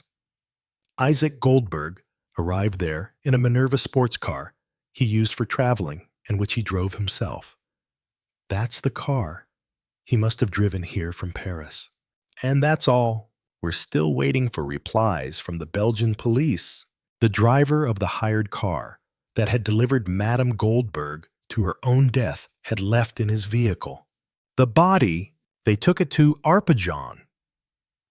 The examining magistrate is worried and asked me to tell you to work quickly. His main concern is that the papers in Brussels and Antwerp might splash this affair all over their front pages. I come. Something. Humming to himself. The inspector went inside the inn and sat down at his assigned table. Do you have a telephone here? Yes, but there is no service between noon and 2 o'clock, and it's now 12:30. The inspector ate in silence. Seeing that he was preoccupied, Lucas tried a few times to strike up a conversation, but in vain. It was one of the first lovely days of spring. After lunch, Maigret dragged his chair into the inn courtyard and sat down by a wall, in the company of the ducks and chickens, where he dozed in the sun for half an hour. At 2 on the dot, however, he was standing at the telephone, clinging to the receiver. Hello, police judiciaire. You haven't located that car we're looking for yet. The inspector began walking around and around the courtyard. 10 minutes later, he was called back to the phone. Quai des Orfèvres was on the line. Detective Chief Inspector Maigret. We have just this moment received a call from Juman. The car has been found there, abandoned across from the train station. We assume that the driver preferred to cross the border on foot or by train. Maigret hung up only for an instant, then asked for the offices of Dumas and Son. He was informed that Carl Anderson had still not shown up to collect his 2,000 francs. When Maigret and Lucas walked past the garage at around 3 o'clock, Monsieur Oscar popped out from behind a car to ask brightly, "How's it going, Chief Inspector?" Maigret merely waved at him and continued on to the Three Widows' house. The doors and windows of the Michonnet villa were shut, but yet again, the policeman noticed the dining room curtains twitching. The garage owner's cheerfulness seemed once more to have aggravated the ill humor of the inspector, who was puffing furiously on his pipe. "Now that Anderson has made a run for it," began Lucas quietly. "Stay here." The inspector entered the grounds and house of the Three Widows' property, just as he had that morning. In the drawing room, he sniffed the air, looked quickly around, and noticed wisps of smoke hovering in the corners of the room, which smelled strongly of freshly smoked tobacco. Without even thinking about it, he grasped the butt of the revolver in his pocket before going upstairs, where he could hear phonograph music and recognize the tango he had played that morning. The music was coming from Elsa's room. When he knocked, it ceased immediately. "Who's there?" "The inspector." A short laugh. "In that case, you know what to do. I can't let you in." The pass key did its job again. The young woman was wearing the same clinging black dress as the day before. "Are you the one who has kept my brother from coming home?" "No, I have not seen him since early this morning." "Then they must not have had his payment ready at Dumas. Sometimes he has to go back there in the afternoon. Your brother has tried to cross the border into Belgium. As far as I know, he has succeeded." She stared at him in astonishment and some disbelief. "Carl?" "Yes?" "This is some kind of test, isn't it? Can you drive?" "Drive what?" "A car." "No, my brother has never been willing to teach me." Maigret had not taken the pipe from his mouth and was still wearing his hat. "Have you left this room?" "Me?" She laughed. A merry, musical laugh. And more than ever, she was wreathed in what American movies portray as sex appeal, for a woman can be lovely without being alluring, while other, less classically beautiful women unfailingly inspire desire or sentimental feelings. Elsa roused both. She was at once woman and child, creating her own aura of voluptuous attraction. And yet, whoever looked into her eyes was astonished to find her gaze as limpid as a little girl's. "I don't understand what you mean. Someone has been smoking downstairs in the drawing room within the last half hour." "But who?" "That's what I'm asking you. And how do you expect me to know that?" "This morning, that phonograph was downstairs." "Impossible. How could that—" "Wait, Inspector, I hope you don't suspect me of anything. You seem different. Strange. Where is Carl?" "I'm telling you. He has left the country." "That's not true. It can't be. Why would he do that? Besides, he would never leave me alone here." "That's crazy. What would happen to me, all on my own?" It was bewildering. Without any warning. Without making grand gestures or even raising her voice. She had become touching, pitiable. It was in her eyes. Dismay beyond words. An expression of helplessness, of supplication. "Tell me the truth. Chief Inspector, tell me Carl isn't guilty. If he were, then it would mean he had gone mad. I refuse to believe that. It frightens me. His family. Do you know of any insanity there?" She turned her head away. "Yes, his grandfather died in a fit of madness, and one of his aunts is in an asylum. But no, not Carl, I know him." "Have you eaten any lunch?"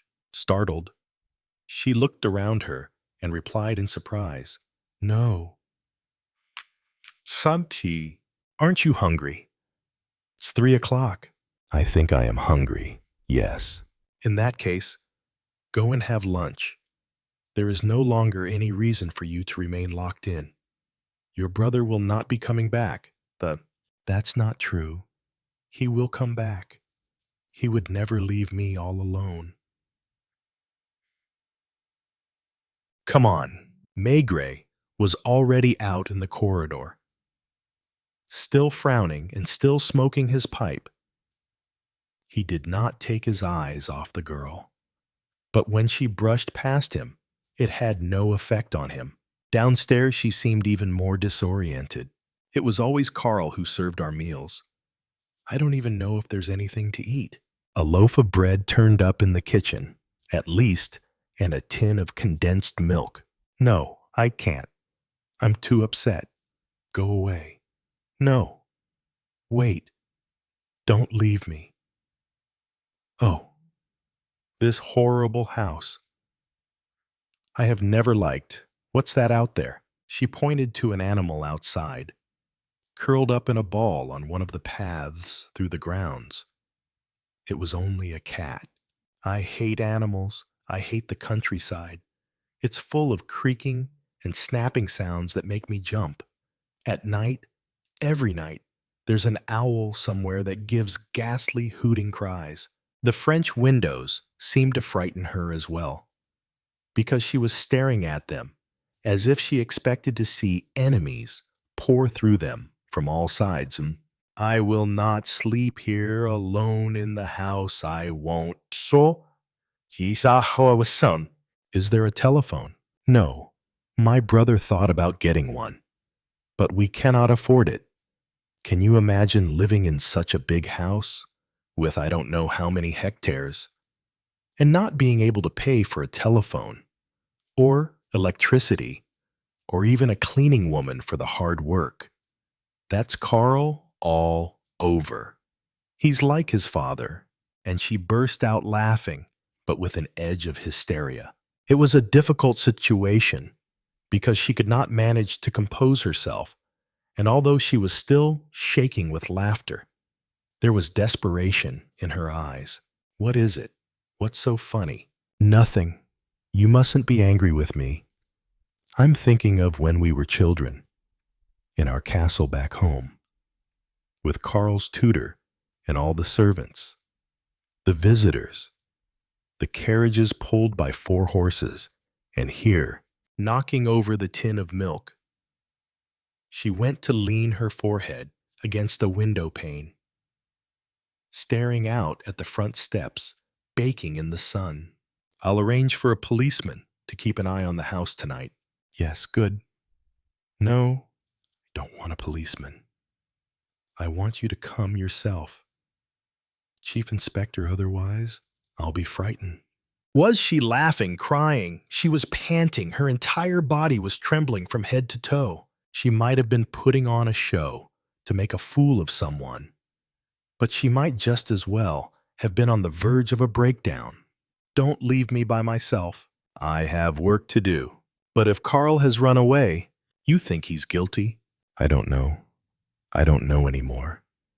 If he has run off." "Do you want me to lock you in your room again?" "No. What I want, as soon as possible, tomorrow morning, is to get away from this house, from this crossroads. I want to go to Paris, where the streets are full of people, where life goes on. The countryside scares me. I just don't know." And suddenly, will they arrest Carl in Belgium? There will be a warrant for his extradition. It's unbelievable. When I think that only 3 days ago, she clasped her head in both hands, mussing her blonde hair. Maigret stood outside on the front steps. "I will see you later today, mademoiselle." He strode off with relief, and yet he was sorry to leave her. Lucas was walking up and down the road. "Anything new?" "Nothing. The insurance agent came over to ask me if he was going to get a car back soon." Monsieur Michenet had chosen to ask Lucas rather than Maigret, and they could see him in his little garden, watching them. He has nothing to keep himself busy. He claims he can't visit his clients out in the country without a car. He's talking about suing us for damages. A van and a touring car, carrying an entire family, were waiting by the pumps at the garage. "One fellow who's not working himself to death," remarked the sergeant. "Is that Monsieur Oscar? He seems to earn money hand over fist. That place is hopping day and night. Have you got any tobacco?" The spring sunshine, bathing the countryside, was surprisingly strong, and Maigret mopped his brow. "I'm going to nap for an hour," he murmured. "We'll see what happens tonight." Monsieur Oscar called out to him as he walked by. "Take a drop. Chief Inspector, just a quick one, since you're in the neighborhood. Some other time." Judging from the loud voices coming from the Millstone Villa, Michenet was arguing with his wife. Chapter 6. It was 5 that afternoon when Maigret was awakened by Lucas bringing him a telegram from the Belgian police. Isaac Goldberg, under surveillance for several months as standard of living, exceeded visible income. Stop suspected trafficking mainly stolen jewels. Stop. No proof. Stop. Trip to France coincided theft. 2,000 in jewels. London 2 weeks ago. Stop. Anonymous. Letter affirms jewels surfaced. Antwerp, where 2 international thieves seen spending freely. Stop believe Goldberg bought jewels, then entered France to fence. Stop. Request. Description. Jewels. Scotland Yard. Stop. Still half asleep. Maigret stuffed the telegram into his pocket and asked, "Anything else?" "No. I've kept an eye on the Crossroads. When I saw the garage owner all dressed up, I asked him where he was going. Seems he and his wife visit Paris once a week for dinner and a show. On those evenings, they stay over in a hotel and return the next day." "Has he left?" "By this time, he must have." "Yes. You asked him which restaurant he was going to." "L'Escargot, Rue de la Bastille. Then he's off to the Théâtre de l'Ambigu and will stay at the Hôtel Rambuteau, Rue de Rivoli." "That about covers it," muttered the inspector, who was combing his hair. "The insurance fellow had his wife tell me that he'd like to talk to you. Or rather, have a chat with you, as he put it." "Nothing else?" Maigret went into the kitchen, where the innkeeper's wife was preparing the evening meal.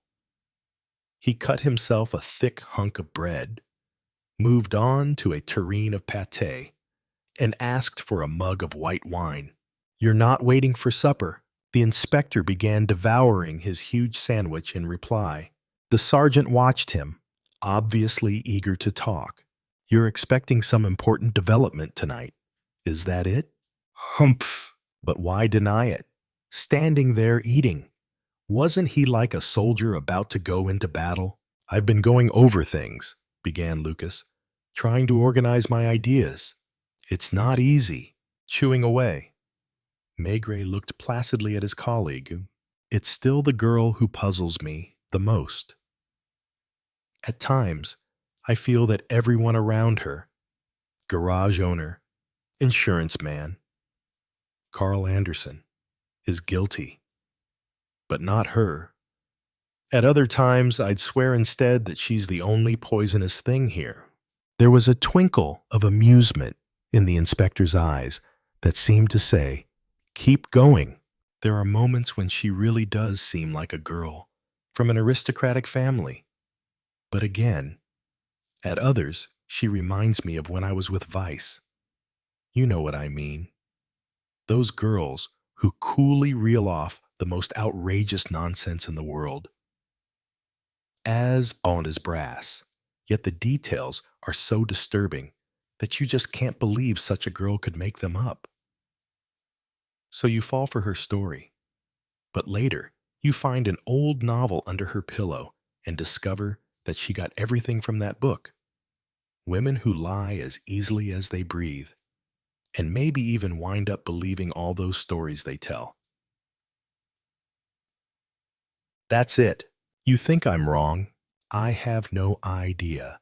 Remember, I believe different things at different times. And mostly, it's Carl Anderson who worries me. Imagine an intelligent, cultivated, well-bred man like him, running a gang. We'll see him tonight. Him. But he's crossed the border. Well, you think that this business is a whole lot more complicated than you imagine, Lucas, and that we'd be better off concentrating on a few important elements instead of getting lost in details. For instance, continued Maigret, Monsieur Michonnet was the first person to file a complaint, and he's the one who wants me to go and see him this evening.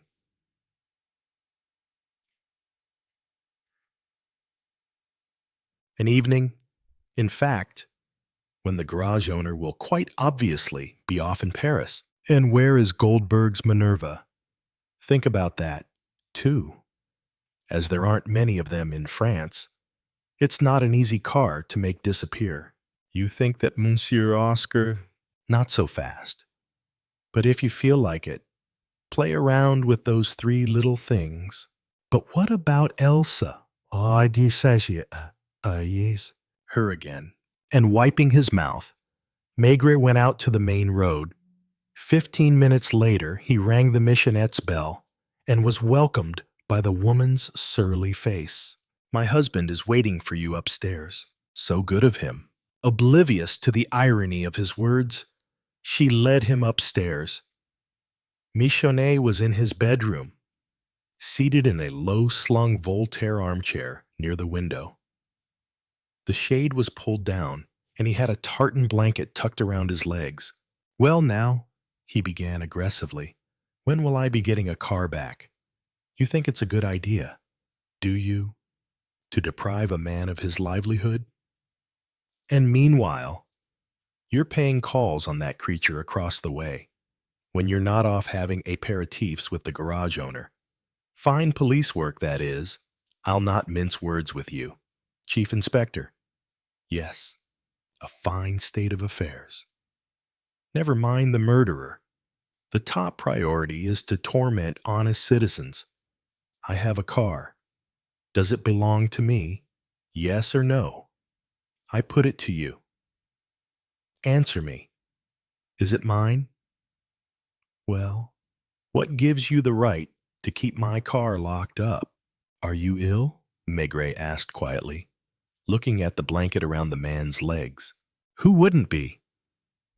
I'm fretting myself into an attack of gout. It always goes to my legs. I'm looking at 2 or 3 nights, sitting sleepless in this chair. I asked you here to tell you this look at the state I'm in. You can see for yourself that I'm unable to work, especially without a car. Enough. I will call you as a witness when I sue for damages, and now I bid you good night. Monsieur, Ambapish, sir. He had made his speech with the exaggerated bravado of a small-minded prig, confident of being in the right. But while you seem to be skulking around spying on us, added Madame Michonnet, the murderer himself is still out there. That's our justice, attacking ordinary folks, but leaving the big shots free. Is that all you have to say to me? Michonnet glared and sat back in his armchair while his wife led the way to the door. The interior of the house was of a piece with its facade spotless suites of furniture, gleaming with polish, but seemingly frozen in place. Unused. Out in the corridor, Maigret stopped at an old-fashioned wall telephone and promptly turned the crank, as Madame Michonnet looked on in outrage. Hello, operator. This is the police judiciaire. Can you tell me if there have been any calls this afternoon for the Three Widows Crossroads? There are 2 numbers, you say. The garage and the Michonnet villa. Good. And when? A call for the garage from Paris. at around 1 o'clock and another towards 5. And the other number. Only one call. From Paris at 5 past 5. Thank you, mademoiselle. His eyes alight with mischief. He bowed to Madame Michonnet. I wish you a pleasant evening, madame. He opened the gate of the Three Widows' house with practiced ease, walked around the back to the drawing room and on upstairs. Else Anderson met him in a state of great agitation. I'm sorry to make such demands of you, Chief Inspector. You'll think I'm presumptuous, but I am so restless, on edge. I'm frightened, and I don't know why. Ever since our conversation this morning, I've felt that you are the only one who can protect me from harm. You now know this sinister crossroads as well as I do. These three houses that seem to defy one another. Do you believe in premonitions? I do, like all women, and I sense that something bad will happen before this night is over, and you're asking me again to watch over you. It's too much to ask, isn't it? But I can't help being afraid. Maigret's eye had been caught for a moment by a painting of a snowy landscape, which hung crookedly on a wall, but he turned immediately to the girl, who stood waiting for his reply. Aren't you afraid for your reputation? What does that matter to someone who's frightened? In that case, I will return in 1 hour. A few orders to give. Really? You'll come back? That's a promise. Besides, I have all sorts of things to tell you. Things I've remembered only in bits and pieces. About my brother. But they may not be important. Well, for example, I remember, after that plane crash, the doctor taking care of him told father that he could vouch for his patient's physical health, but not his mental health. I'd never really thought about what he meant. And other things. His insistence on living far from any city, hiding away. I'll tell you about all that when you return. She smiled at him with gratitude and only a flicker of lingering fear. Walking past the Millstone Villa, Maigret looked up automatically at the first-floor window, which shone bright yellow in the darkness.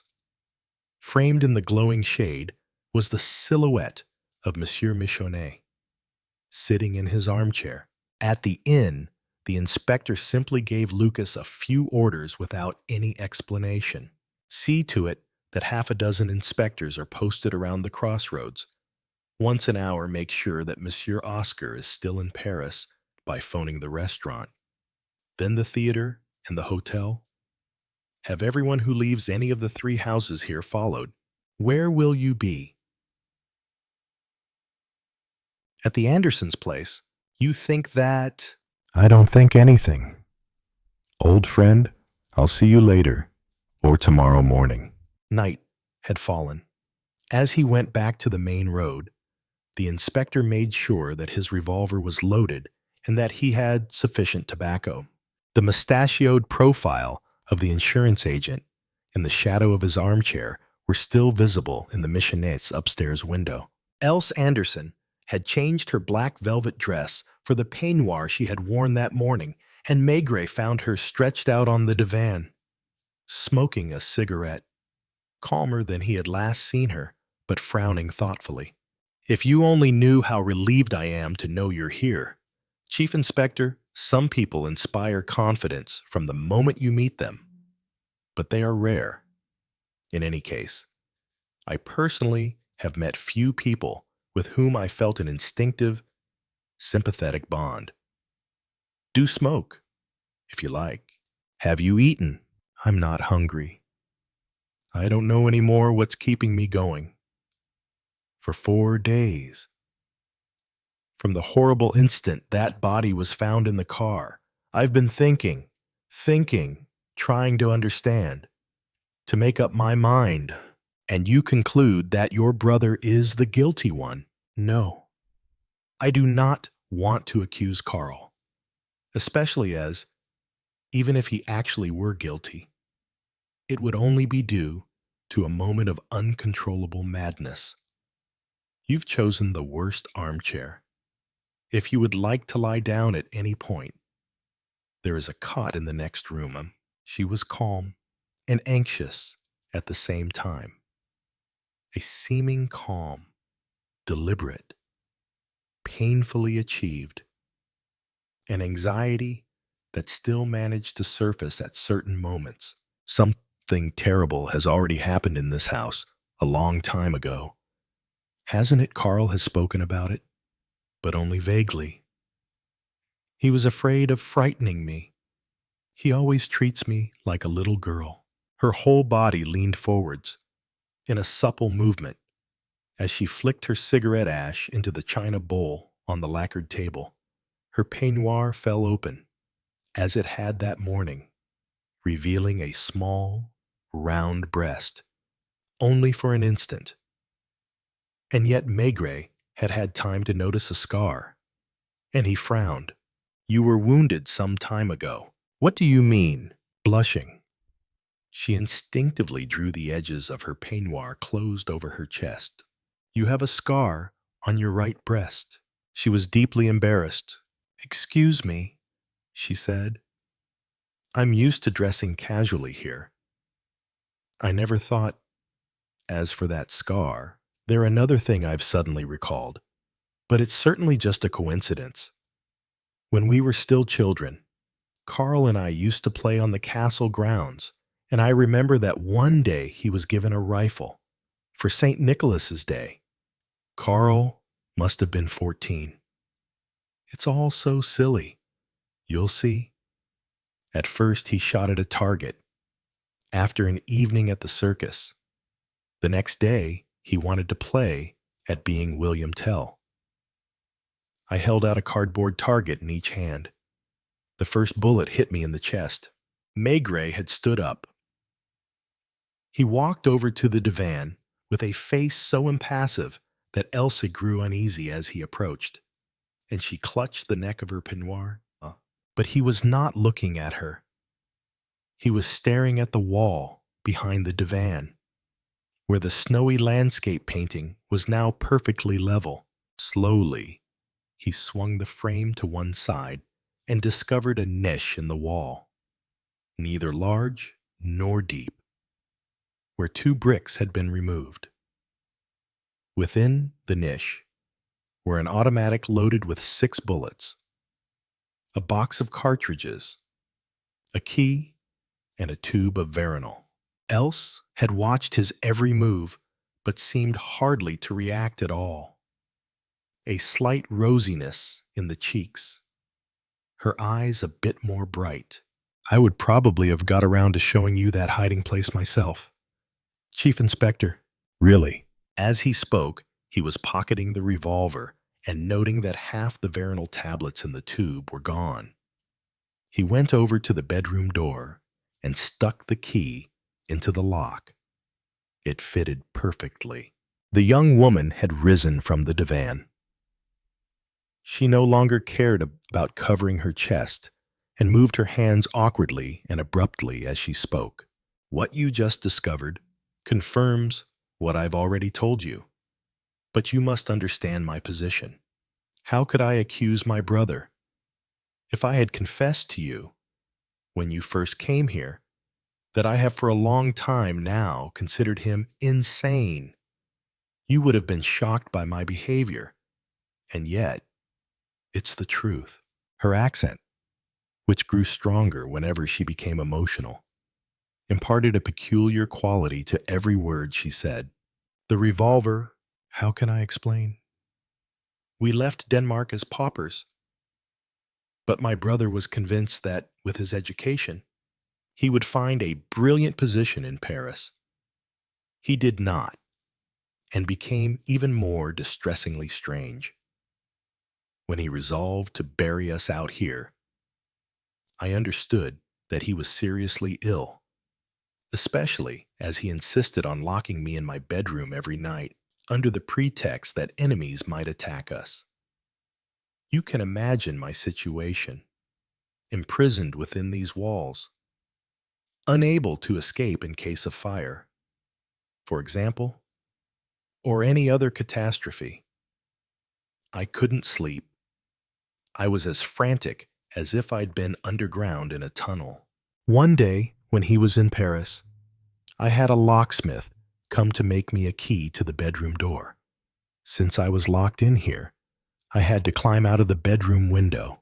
Now, I could move around freely. But it wasn't enough. There were days when Carl was half mad. He often talked about destroying us both to avoid complete ruin. I bought a revolver in Arpajon on another day when my brother was in Paris. And as I was sleeping poorly, I got myself some Veronal. You see how simple it is. He's so distrustful. No one is more wary than a deranged man who's still lucid enough to realize that he is disturbed. I made this hiding place one night. Is that it? She was surprised by his brutal bluntness. Fouaz, don't you believe me? Without answering, he went to the window, opened it, then the shutters, and was bathed in the cool freshness of the night. The road below was like a stream of ink that shone as if by moonlight whenever cars went by. The headlamps would gleam in the distance, perhaps 10 kilometers away. Then suddenly, there'd be a sort of cyclone, a roaring whoosh of air, a single red tail light fading into the darkness. The petrol pumps were lit up. In the Michonnet's villa, one light still outlined the silhouette of the insurance agent in his armchair on the pale blind upstairs.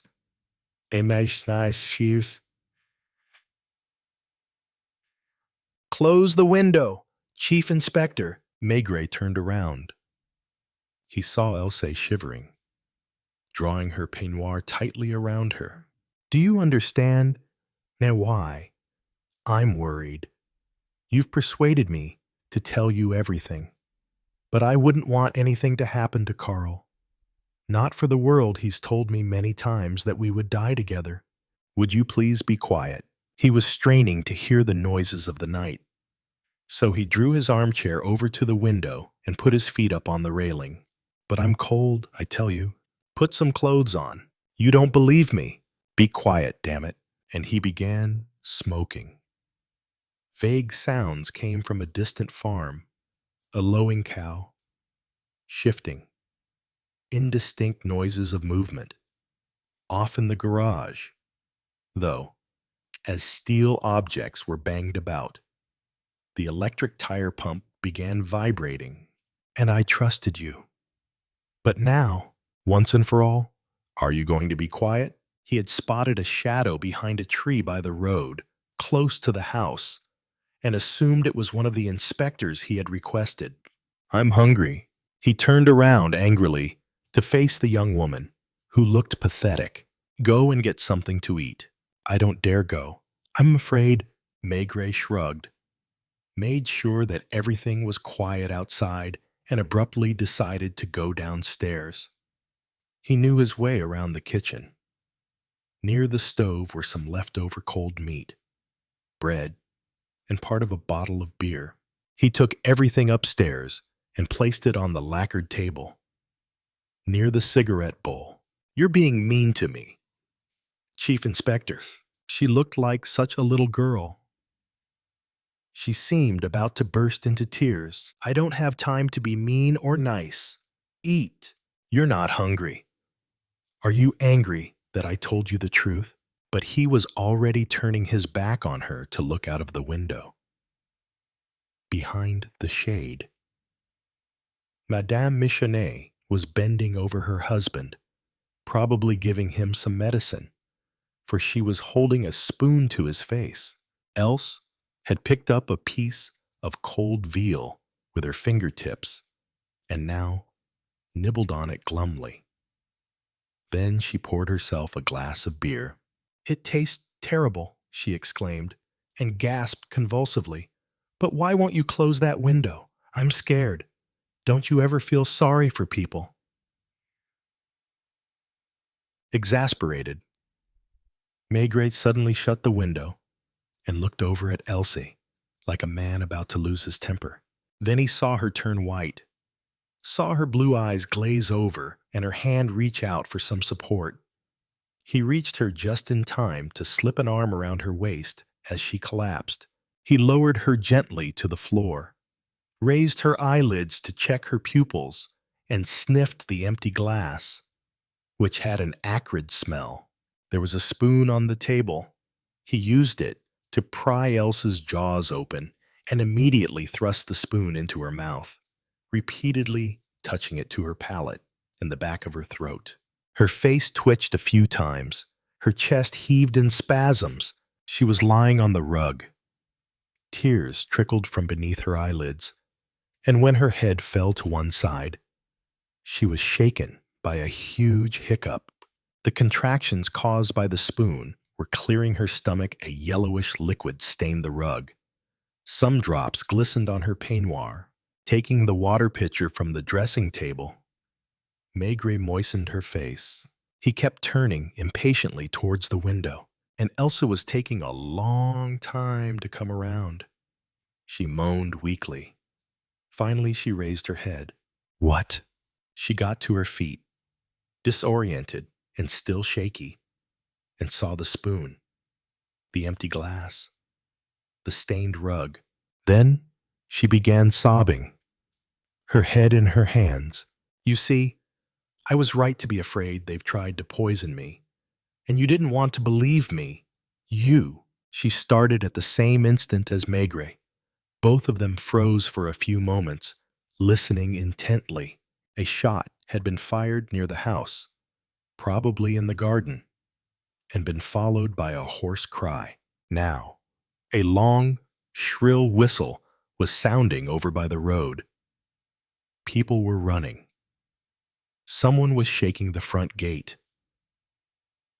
Through the window, Maigret could see his inspector's flashlights searching in the darkness.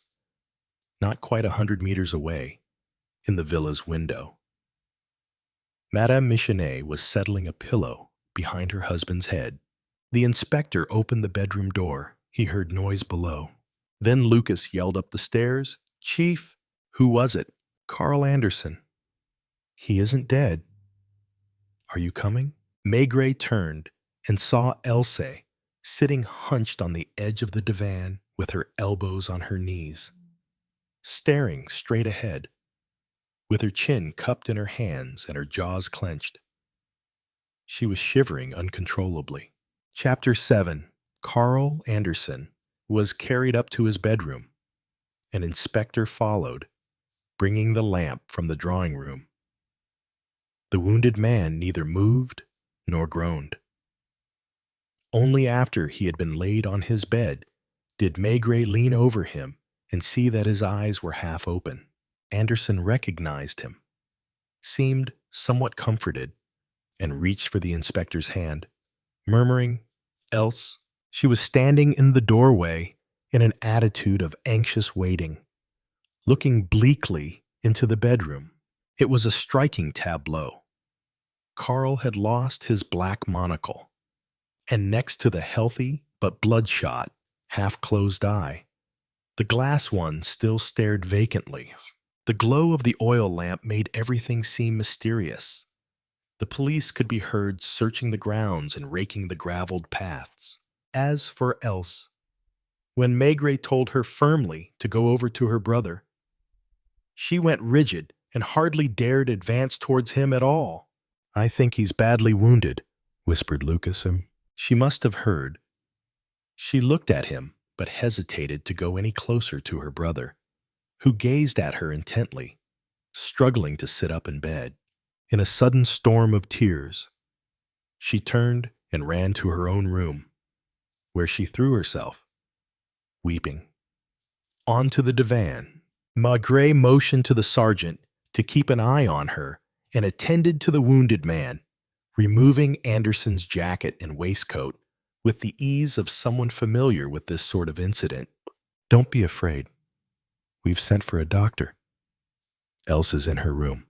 Anderson was silent, like someone crushed by some mysterious misgiving. He looked around him, as if he were anxious to resolve an enigma or discover a solemn secret. Later on, I will question you. But, examining the man's bare torso, the inspector frowned. You've been shot twice. This wound in your back is far from fresh, and it was a terrible injury. 10 square centimeters of skin had been torn away. The flesh was literally cut up, burned, swollen, encrusted with scabs of dried blood. This wound had stopped bleeding, which showed that it was a few hours old, whereas the latest bullet had fractured the left shoulder blade. As Maigret was cleaning the wound, the deformed bullet spilled out of it. He picked it up.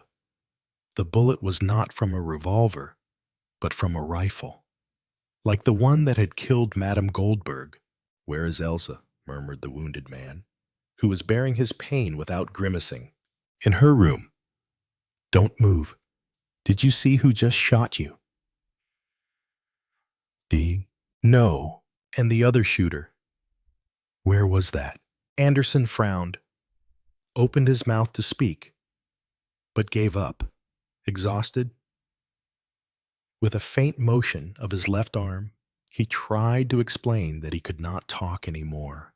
Well, doctor, it was irritating trying to function in the semi-darkness. There were only 2 oil lamps in the house, one currently in the wounded man's bedroom, the other in Elsa's, downstairs. One candle burned, without lighting even a quarter of the drawing room. Unless there are unexpected complications, he'll pull through. The first wound is the more serious one. He must have received it early in the afternoon, if not late this morning. A bullet from a Browning fired point blank into the back. Absolutely point blank. I even think it possible that the muzzle of the weapon was right against the flesh. The victim made a sudden movement, deflecting the shot, so the ribs are basically all that were hit. Bruises on the shoulder, the arms, some scratches on the hands and knees. These must have occurred at the same time. And the other bullet, the shoulder blade is shattered. He must be seen to by a surgeon tomorrow. I can give you the address of a clinic in Paris. There is one in the area, but if the wounded man can afford it, I recommend Paris. Was he able to get about after the first incident? Probably. No vital organ was hit. It would have been a question of stamina, of willpower, although I do fear that he'll have a stiff shoulder for the rest of his life. The police had found nothing out in the grounds, but they had taken up positions so as to be ready for a thorough search at first light. Maigret then went to check on Anderson, who was relieved to see him.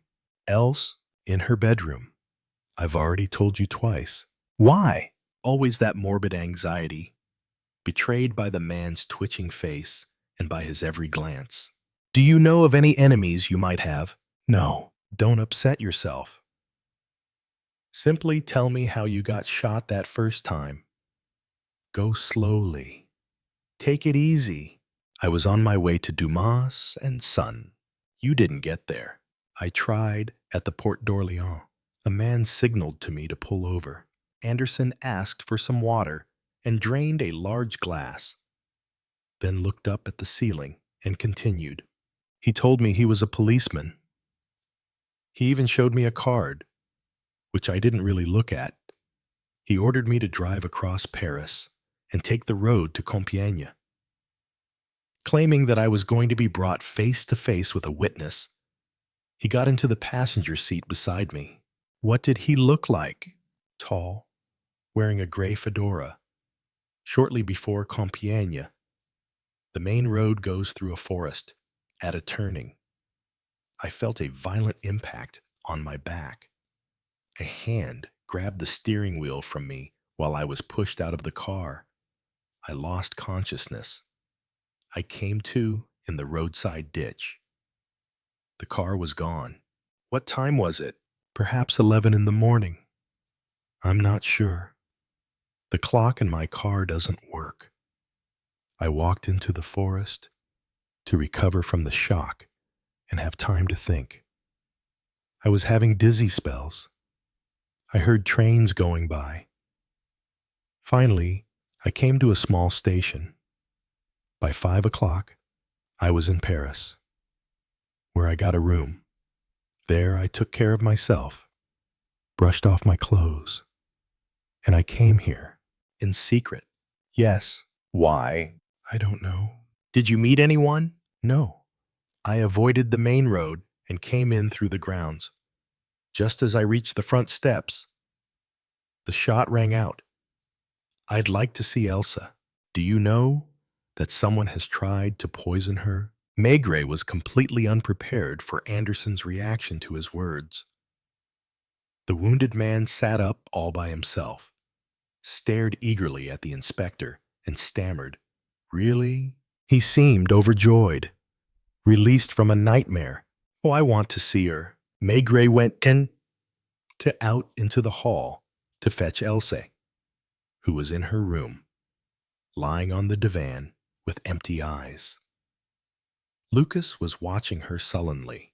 "Would you come with me?" What did he say? She was still frightened, uncertain.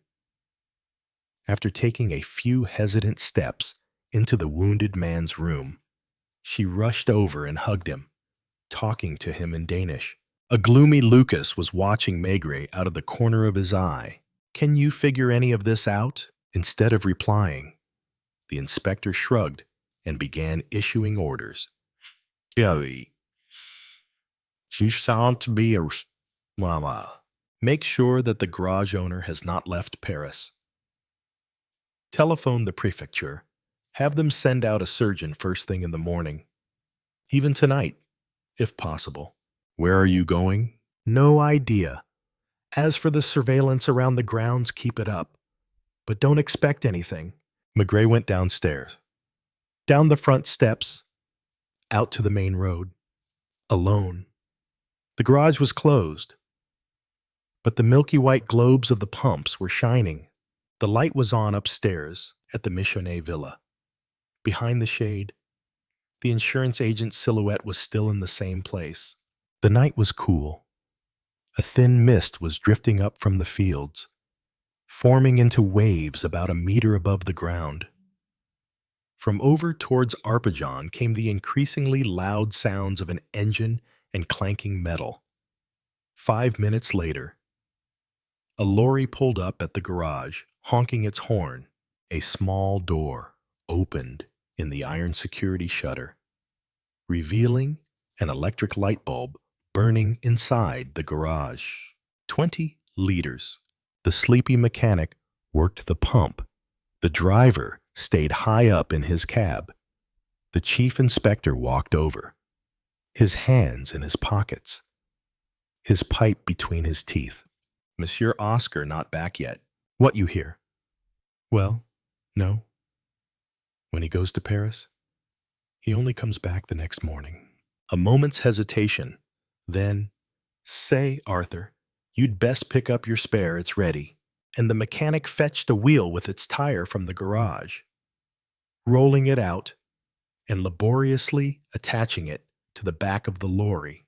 The vehicle drove off. Its red tail light dwindled into the distance. The mechanic yawned and sighed, still looking for the murderer. At this hour? Well, me. If I could just snooze my fill. I swear I wouldn't care one way or the other. A bell tower struck 2 o'clock. A train trailed sparks along the horizon. "You coming in or not?" And the man stretched, impatient to get back to sleep. Maigret went inside, looked at the whitewashed walls, where red inner tubes and tires of every brand, most of them in bad shape, were hanging from nails. "Tell me, what's he going to do with the wheel you gave him?" "Huh, why?" "Put it on his lorry, of course." "You think so? It'll drive lopsided, his lorry, because that wheel hasn't the same diameter as the others." The mechanic began to look worried. "Just a minute now." Maybe I mistook the wheel. Did I go and give him the one from Old Man Matthew's van? There was a loud explosion. Maigret had just shot at one of the inner tubes hanging on the wall.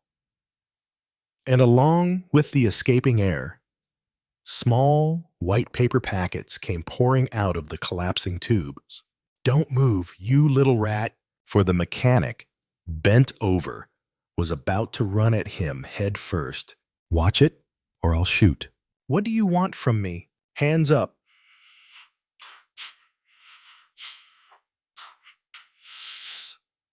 "Now." He stepped smartly over to Jojo, patted his pockets, and confiscated a fully loaded revolver. "Go and lie down on your cot." Maigret pushed the door shut with his foot. One look at the mechanic's freckled face was enough to tell him that the fellow would not give up easily. "Lie down." Glancing around, he saw no rope, but spotted a coil of electric wire. "Your hands," realizing that Maigret would have to put down his revolver. The mechanic tensed for action, but got punched right in the face. His nose bled. His lips swelled up. The man growled in rage. Then his hands were tied, and soon his feet as well. "How old are you?" 21. "Released from where?" Silence. All Maigret had to do was make a fist. "The reformatory at Montpellier." "That's better." "And do you know what's in those little packets?" The reply was a snarl. "Drugs." The mechanic was flexing his muscles, trying to snap the wire bonds. "What was in the spare tire?" "Don't know." "Then why did you give it to that driver rather than another?" "I'm not talking anymore." "Too bad for you." 5 inner tubes were punctured, one after another. But they did not all contain cocaine. Under a patch that had covered a long slit in one tube, Maigret found silverware stamped with the coronet of a marquis. Another tube held lace and some antique jewelry. There were 10 cars in the garage. Maigret tried to start each engine, but only one would work. So, armed with a monkey wrench backed up by a hammer, he got busy taking apart engines and cutting open petrol tanks. The mechanic watched him with a mocking smile. "Can't say we're short on the goods," he sneered. The tank, in a 4-horsepower car, was crammed full of bearer bonds worth at least 300,000 francs.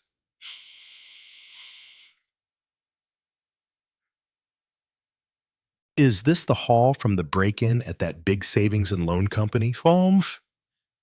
Sometimes." "Could be. And these old coins?" "Dunno." There was more variety than in the back room of a second-hand shop. Everything imaginable: pearls, banknotes, American currency, official stamps and seals that must have been used to forge passports. Maigret was unable to search everywhere, but when he tore open the worn-out cushions of a sedan, he found still more silver florins, which convinced him that everything in that garage was more than met the eye. A lorry swept past on the main road. 15 minutes later, another went by without stopping, and the inspector frowned. He was beginning to see how the business was run. The garage was a no-account place along the main road, 50 kilometers from Paris, not far from some big provincial cities such as Chartres, Orléans, Le Mans, Châteaudun. No neighbors. Aside from those living in the Three Widows house and the Michonette villa, what could they see? 1,000 cars going by every day. At least 100 of them stopped at the petrol pumps. A few would go in for repairs. The garage sold or changed tires and wheels. Cans of oil and drums of diesel oil came and went. One detail was especially interesting. Big lorries headed for Paris drove by every evening, delivering vegetables to Les Halles later that night or in the morning. They came back empty. Empty. Weren't they the ones ferrying stolen merchandise in the baskets and crates of produce? The enterprise could well be a regular, even daily event. A single tire, the one concealing cocaine, was enough to show the extent of the trafficking, because that drug shipment was worth over 200,000 francs. What's more, didn't the garage repaint and disguise stolen cars? No witnesses. Monsieur Oscar in the doorway, hands in his pockets. Mechanics working with monkey wrenches or blowtorches. The 5 red and white petrol pumps providing an innocent front. The butcher, the baker, the tourists, didn't they stop by here like everyone else? A bell rang in the distance. Maigret checked his watch. It was 3:30. "Who's your boss?" he asked, without looking at his prisoner. The man just smiled. "You know you'll wind up talking." "Is it Monsieur Oscar?" "What's his real name?" "Oscar." The mechanic was practically giggling. "Did Monsieur Goldberg come here?" "Who's that?" "You'd know better than I, the Belgian who was murdered." "No kidding. Whose job was it to knock off the Danish fellow on the Compiègne road?" "Somebody got knocked off. No doubt about it." Maigret's first impression was panning out. He was up against a well-organized professional gang, and he soon had more proof. He heard a car coming, then a screech of brakes as it stopped outside the iron shutter. The horn sounded urgently. Maigret rushed to the door, but before he could open it, the car sped away so fast he could not even guess its model. Clenching his fists, he went back to the mechanic. "How did you warn him off?" "Me." And the fellow chuckled, holding up his wrists in their wire bonds. "Talk. Must be that it smells fishy here and that driver's got a good nose." Now, Maigret was worried. He overturned the cot roughly, sending Jojo sprawling, and looked for a possible switch for a warning signal outside. He found nothing under the bed. However, he left the man lying on the floor, went outside, and saw the 5 pumps lit up as usual. He was beginning to get really angry. "There's no phone in the garage. Gemeinde. Go and take a look." "You do know you'll talk in the end." "I can't hear you." There was nothing more to be got from Jojo. A perfect example of a confident, experienced criminal. For a quarter of an hour, Maigret walked up and down 50 meters of the main road, searching without success for some possible signal. The upstairs light at the Michenet villa had been turned off. Only the 3 widows' house was still lit, and the presence of the policemen surrounding the property was discreetly felt. A limousine barreled past. "What kind of car does your boss have?" "To the east." Dawn announced itself with a whitish haze that barely cleared the horizon. Maigret studied the mechanic's hands. They were not touching anything that might have sent a signal. A current of cool air came in through the little door, standing open in the corrugated iron shutter over the garage. Hearing the sound of an engine, Maigret started to go out to the road, but just as he noticed the approach of an open 4-seater touring car, which wasn't doing more than 30 kilometers an hour and seemed about to pull in, the car exploded with gunfire. Several men were shooting, and bullets were rattling against the iron shutter. Nothing could be seen except the glare of the headlights and the immobile shadows, heads, rather, just showing above the body of the car. Then came the roar of the accelerator. Some broken windows on the upper floor of the 3 widows' house. The men in the car had kept shooting as they'd gone past. Maigret had thrown himself flat on the ground and now stood up, his mouth dry, his pipe gone out. He was certain Monsieur Oscar had been driving the car that had just plunged back into the darkness. Chapter 8. Before the chief inspector even had time to get out onto the road, a taxi raced up and slammed on its brakes in front of the petrol pumps. A man jumped out and collided with Maigret. "Grandjean?" exclaimed the chief inspector. "Petrol, quicken!" The taxi driver was a nervous wreck because he'd been speeding at over 100 kilometers an hour in a car meant to do 80 at most. Grandjean belonged to the highway patrol. There were 2 other inspectors in the taxi with him, and each man gripped a revolver in both fists. The petrol tank was filled with feverish haste. "How far ahead are they?" "About 5 kilometers. The driver was waiting to take off again." "You stay here," Maigret ordered Grandjean. "The other 2 will continue on without you." "Don't take any risks," he advised them. "No matter what happens, we've got them. Tail them. That's all." The taxi set out. A sagging mudguard made a racket all down the road. "Let's hear it." Grandjean, and Maigret heard him out, all the while keeping an eye on Jojo and the 3 houses and listening intently to the noises of the night. "It was Lucas who telephoned me, told me to watch the owner of this place, Monsieur Oscar. I began following him at Port d'Orléans. They had a big dinner at L'Escargot, where they spoke to no one, then went on to l'Ambigu. Until then, nothing to report. At midnight, they come out of the theater, and I see them head for the Chope Saint-Martin. You know the place, in the little dining room upstairs. There are always a few tough guys. So Monsieur Oscar walks in like he owns the joint. The waiters welcome him. The proprietor shakes his hand, asks him how business is going. As for the wife, she's right at home there too. They sit down at a table where there were already 3 guys and a tart. I recognized one of the guys. He owns a bar, somewhere around République. The second had a junk shop, Rue du Temple.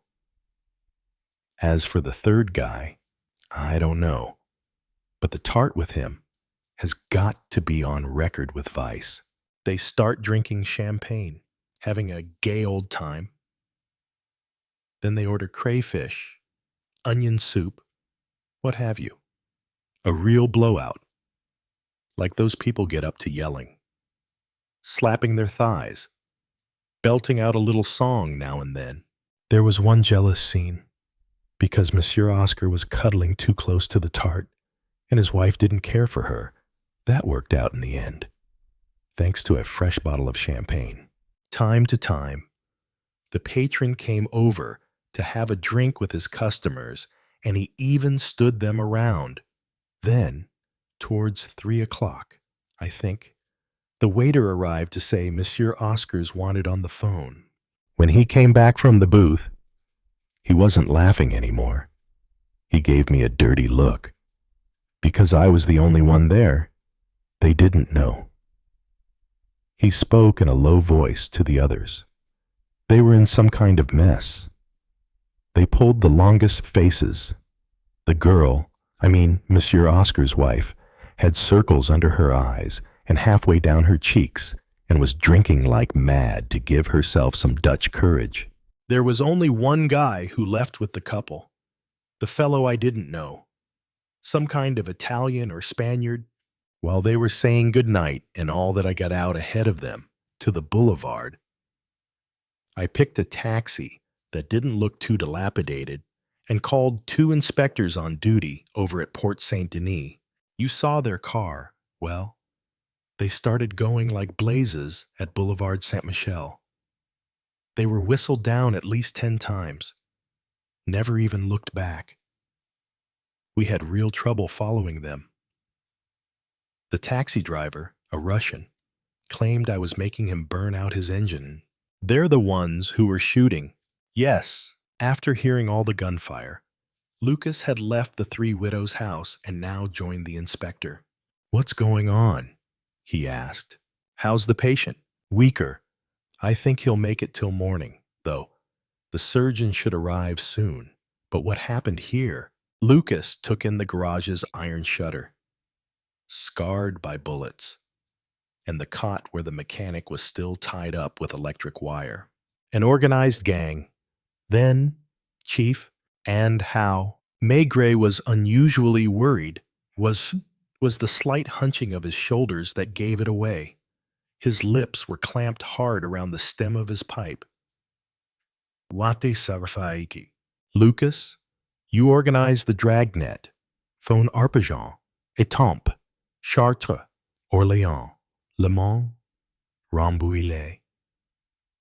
You'd best take a look at the map. I want every police station on alert. Get the roadblock chains up outside the towns. Oh, we've got them. This bunch. What's else Anderson doing? I don't know. I left her in her room. She's very depressed. You don't say, barked Maigret with surprising sarcasm. They were still standing out in the road. Where should I call from? There's a phone in the hall of the garage owner's house. Start with Orléans, because they've probably gone through Étampes by now. A light came on in an isolated farmhouse surrounded by fields. The family was getting up. A lantern disappeared around the end of a wall, and then the windows of a stable lit up. 5 o'clock. They're beginning to milk the cows. Lucas went off to force open the door of Monsieur Oscar's house with a crowbar from the garage. As for Grandjean, he followed Maigret around without really understanding what was happening. The latest incidents are as clear as day, grumbled the inspector. All we need to find out is what started it all. Look, up there is a citizen who sent for me specifically to show me that he couldn't walk. He's been sitting in the same place for hours, without moving a muscle, not one muscle. Aha, Michonette's windows are lit up, aren't they? And there I was, just now, looking for the signal. You can't understand the problem now. The traffic was going on by without stopping, but all that time. The bedroom window was completely dark. Maigret laughed, like someone tickled pink, and suddenly his colleague saw him pull a revolver from his pocket and aim it at an unbroken upstairs window, at the shadow of a head leaning back in an armchair. The report was as sharp as a whip crack. Then came the shattering of the window and a shower of glass shards into the garden. Yet nothing moved in the bedroom. The shadow was intact behind the linen shade. What have you done? Break down the door? No. Ring the bell instead. I'd be surprised if someone didn't open up, but no one did. The house was completely silent. Break it down. Grandjean was a big, burly man. He reared back and threw himself 3 times at the door, which finally gave way, ripped off its hinges. Careful, easy does it. They each had a weapon out. The first light they turned on was in the dining room. On the table, still sitting on the red check cloth, were dirty dinner dishes and a carafe with some white wine left in it. Maigret finished it off, right from the carafe. There was nothing in the drawing room. Dust covers on furniture. The musty atmosphere of a room no one ever uses. A cat was the only creature to run out of the white-tiled kitchen. Grandjean kept looking uneasily at Maigret. They soon went upstairs to the landing and its 3 closed doors. The inspector opened the one to the front bedroom. The shade was stirring in a draft from the broken window. They saw a ridiculous object leaning against the armchair, a broom with a round turban of rags around the top, which stuck up over the back of the chair so it would look like a head in the shadow seen from outside.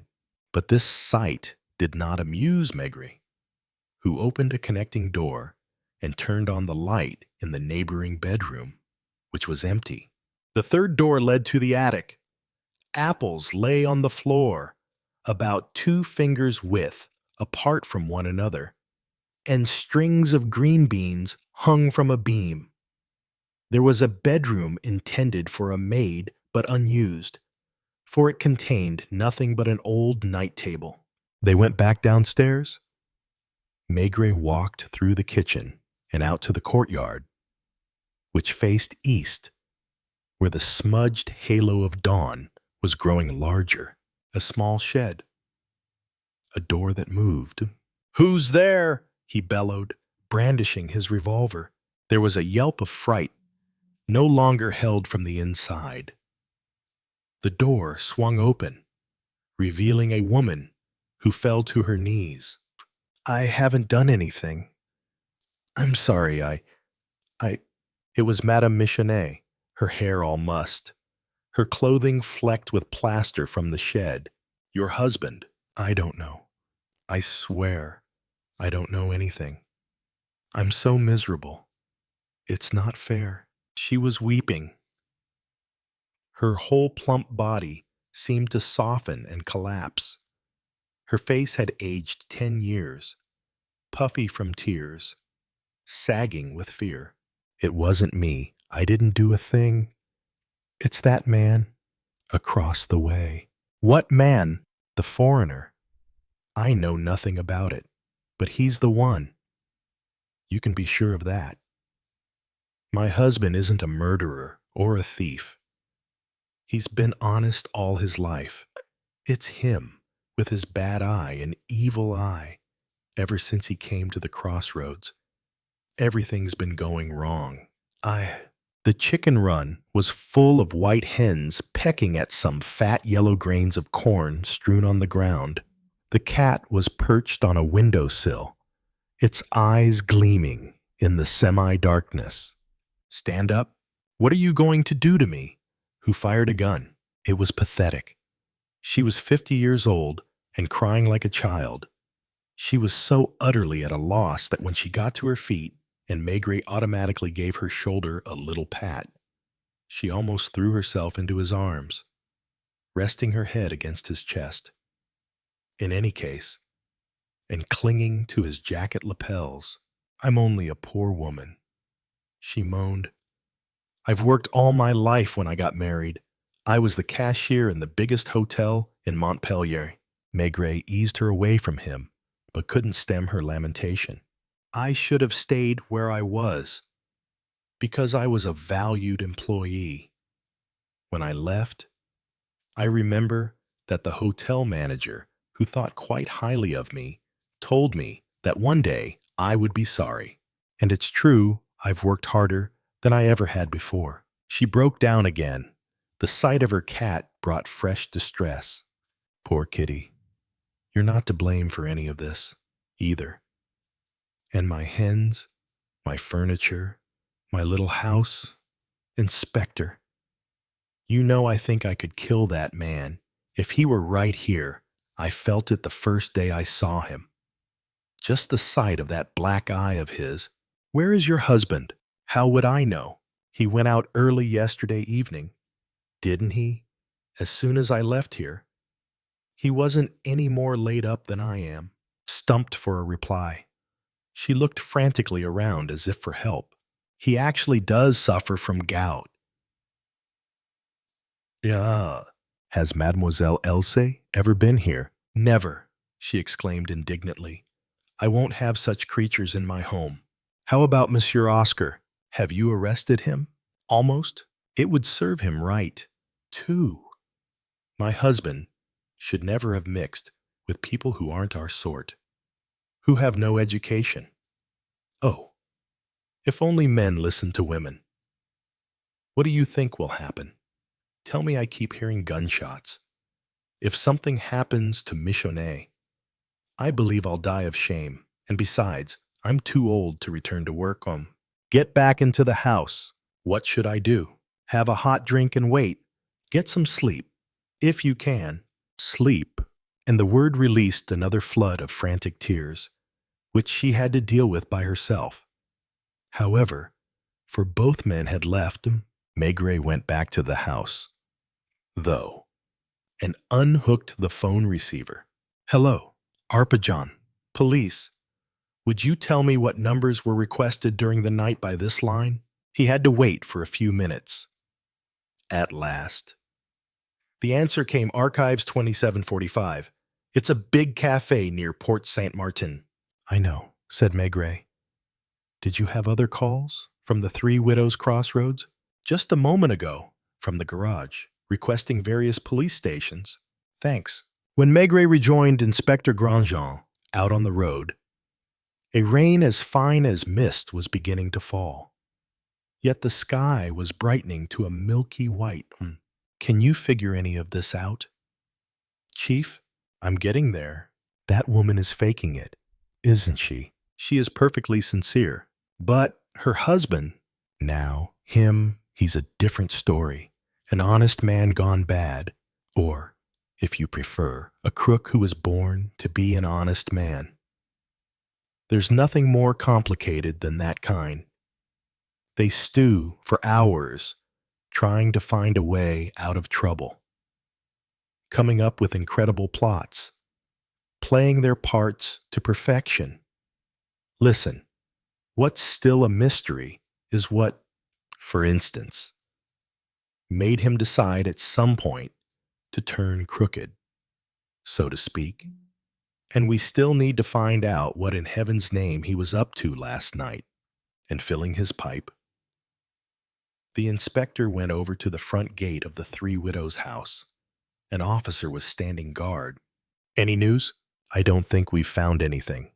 We've surrounded the grounds. No one's been spotted, though. Maigret and Grandjean walked around the house, which was recovering its yellow color in the half-light, its architectural details just beginning to emerge from the gloom. The drawing room had not changed at all. From Maigret's first visit, the easel still held the sketch of a fabric design with large crimson flowers. Two symmetrical reflections in the shape of an hourglass gleamed on a record on the phonograph. The dawning day was filtering into the room like wisps of fog. The same step creaked on the staircase. In his room, Carl Anderson had been groaning before the inspector appeared, but fell silent when he saw him. Mastering his pain, if not his anxiety, he stammered, "Where is Elsa?" "In her room." "Ah," seemingly reassured. He sighed and felt his shoulder, frowning thoughtfully. "I don't think I'm going to die from this." It was his glass eye that was most painful to see, because it played no part in the life of his face, remaining separate, clear, and wide open while all the facial muscles were moving. "I'd rather she did not see me like this. Do you think my shoulder will recover? Will a good surgeon be coming?" Like Madame Michonnet, he was reduced to a child in his anguish. His eyes were pleading. He was asking to be reassured. What seemed to concern him the most, however, was the damage that his injuries might do to his appearance. On the other hand, he was displaying extraordinary willpower, a remarkable capacity for rising above his suffering. Maigret, who had seen his two wounds, knew what he was going through. "Tell Elsa you don't want to see her." "No, I had better not. But tell her that I am here, that I will recover, that I am perfectly lucid, that she should have confidence, have faith. Repeat that word to her, Faith. Tell her to read a few verses in the Bible, the story of Job, for example.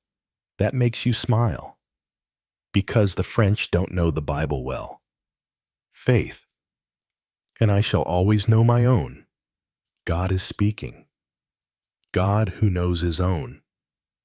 Tell her that also there will be more joy in heaven over one sinner. She'll understand. And the just man is tested 9 times in a day." It was astonishing. Wounded, in pain, bedridden under police guard, he was serenely quoting Holy Scripture. "Faith, you will tell her, won't you? Because the only true example is innocence." He scolded. He had caught a fleeting smile on Grandjean's face, and between his teeth, He muttered to himself, Franzos, Frenchman. In other words, unbeliever skeptic, freethinker, recreant, apostate, discouraged. He turned his face to the wall and stared at it with his one good eye. Tell her, except that when Maigret and his colleague pushed open the door of Elsa's room, no one was there. A hothouse atmosphere, an opaque cloud of aromatic tobacco smoke, and a feminine presence overwhelming enough to infatuate a schoolboy or even a grown man, but not a living soul. The window was closed. Else had not left that way. The painting, hiding the niche in the wall. The tube of veronal. The key and the revolver was in its place. Maigret slid it to one side. The revolver was missing. Stop looking at me like that. Damn it, exclaimed Maigret, glaring angrily at Grandjean, who was standing at his heels, gazing at him in beatific admiration. Then the inspector bit down on his pipe so hard that he snapped the stem and sent the bowl rolling along the rug. She's run off? Shut up. He was furious, out of line, shocked. Grandjean did his best to stand perfectly still. Day had not yet broken. That gray mist still drifted along the ground, but brought no light. The baker's car drove by on the road, an old Ford with front wheels that wobbled along the asphalt. Suddenly, Maigret dashed to the hallway and down the stairs, and at the very moment when he reached the drawing room, where the French windows were standing open to the grounds, there was a ghastly cry, a death cry, the wavering howl of a beast in agony. It was a woman crying out, her voice half stifled in some mysterious way. It was far away, or quite close by. It could have come from the eaves. It could have come from beneath the ground, and it spread such anguish that the man on guard at the gate came running up. His face haggard. Chief Inspector, did you hear that? Silence, damn it all, shouted Maigret, at the absolute end of his tether. Before he'd even finished speaking, a shot was fired. But the report was so muffled that no one could tell whether it had come from the left, the right, the grounds, the house, the woods, or the road. Then they heard footsteps on the stairs. Carl Anderson was coming down them, stiffly, a hand clamped to his chest, and he was yelling like a madman. It's her! He was panting. His glass eye never moved. No one could tell at whom he was staring so wildly with the other one. Chapter 9. For a few seconds, about as long as it took the last echoes of the shot to die away, nothing happened. They were all waiting for another. Carl Anderson walked outside and over to a gravel path. It was one of the policemen stationed in the grounds who dashed towards the kitchen garden, in the middle of which stood a raised well, topped by a pulley. He leaned over it, but quickly jerked back and blew his whistle. Take him away, by force if you have to, Maigret shouted to Lucas, pointing to the tottering Anderson in the thin light of dawn. Now, everything happened at once. Lucas signaled to one of his men. The two of them approached the wounded man, spoke with him briefly, and, as he would not cooperate, tipped him over and carried him away, struggling and protesting hoarsely. Meanwhile, Maigret was approaching the well, but stopped in his tracks when the policeman yelled, "Watch out!" And another bullet whistled through the air as the underground report reverberated in long, echoing waves. Who's down there? Ah, the girl and a man. They're fighting hand to hand. The inspector went over cautiously, but could see almost nothing down the well. Your flashlight, He had time to get only the briefest impression of what was happening before a bullet almost hit the flashlight. The man was Michonnet. The well was not deep. It was wide, however, and completely dry. There were two of them down there, locked in a struggle. As far as Maigret could tell, the insurance agent had a hand around Elsa's throat as if to strangle her. She had a revolver in one fist, but Michonnet's other hand was around hers, controlling where the gun was aimed. "What are we going to do?" asked the appalled policeman. They could hear occasional groans. It was Elsa, suffocating, battling ferociously. "Michonnet, give yourself up," Maigret called out clearly. As a matter of form, without a word, the other man fired the revolver into the air, and the inspector did not hesitate any longer. The well was 3 meters deep. Maigret suddenly jumped in, landing literally on Michonnet's back and pinning down one of Elsa's legs as well. It was total chaos. One more shot went off, grazing the wall of the well before vanishing into the blue, while Maigret punched Michonnet's skull with both fists, just to be on the safe side.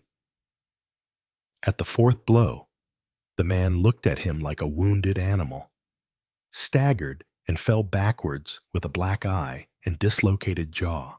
Else, who was holding her throat with both hands, was gasping for breath. It was both tragic and absurd. This battle in the murky light at the bottom of a well smelling of saltpeter and slime. The epilogue was even more absurd. Michonnet was hauled up by the pulley rope, limp and groaning. Elsa, whom Maigret held up to the policeman, was filthy, her black velvet dress blotched with big smears of greenish moss. Neither she nor her adversary had completely lost consciousness. They were exhausted and sore, however, like clowns after a fake boxing match who lie collapsed in a disheartened heap together, still swinging feebly at nothing. Maigret had picked up the revolver. It was Elsa's, the one taken from the niche in her bedroom. There was one bullet left. Arriving from the house, Lucas looked worried and sighed as he took in the scene. "I had to tie him to his bed." The policeman had moistened a handkerchief with water and was dabbing the girl's forehead. "Dean, and where'd these two come from?" the sergeant continued. Suddenly, Michonnet, despite not having even enough strength left to stand up, threw himself at Elsie. His face convulsed with fury. He never reached her, for Maigret gave him a kick that sent him tumbling a good 2 meters away. "That's enough of this farce," he bellowed. Then he laughed almost to tears. The look on Michonnet's face was so funny. He was like one of those infuriated kids you carry off under your arm, spanking them as you go. Yet they keep wriggling, howling, crying, lashing out and trying to bite, refusing to accept that they're helpless. For Michonnet was crying and grimacing miserably. He was even shaking his fist. Else was finally back on her feet, rubbing her hand over her forehead. "I really thought I was done for," she sighed, smiling weakly. He was squeezing so hard.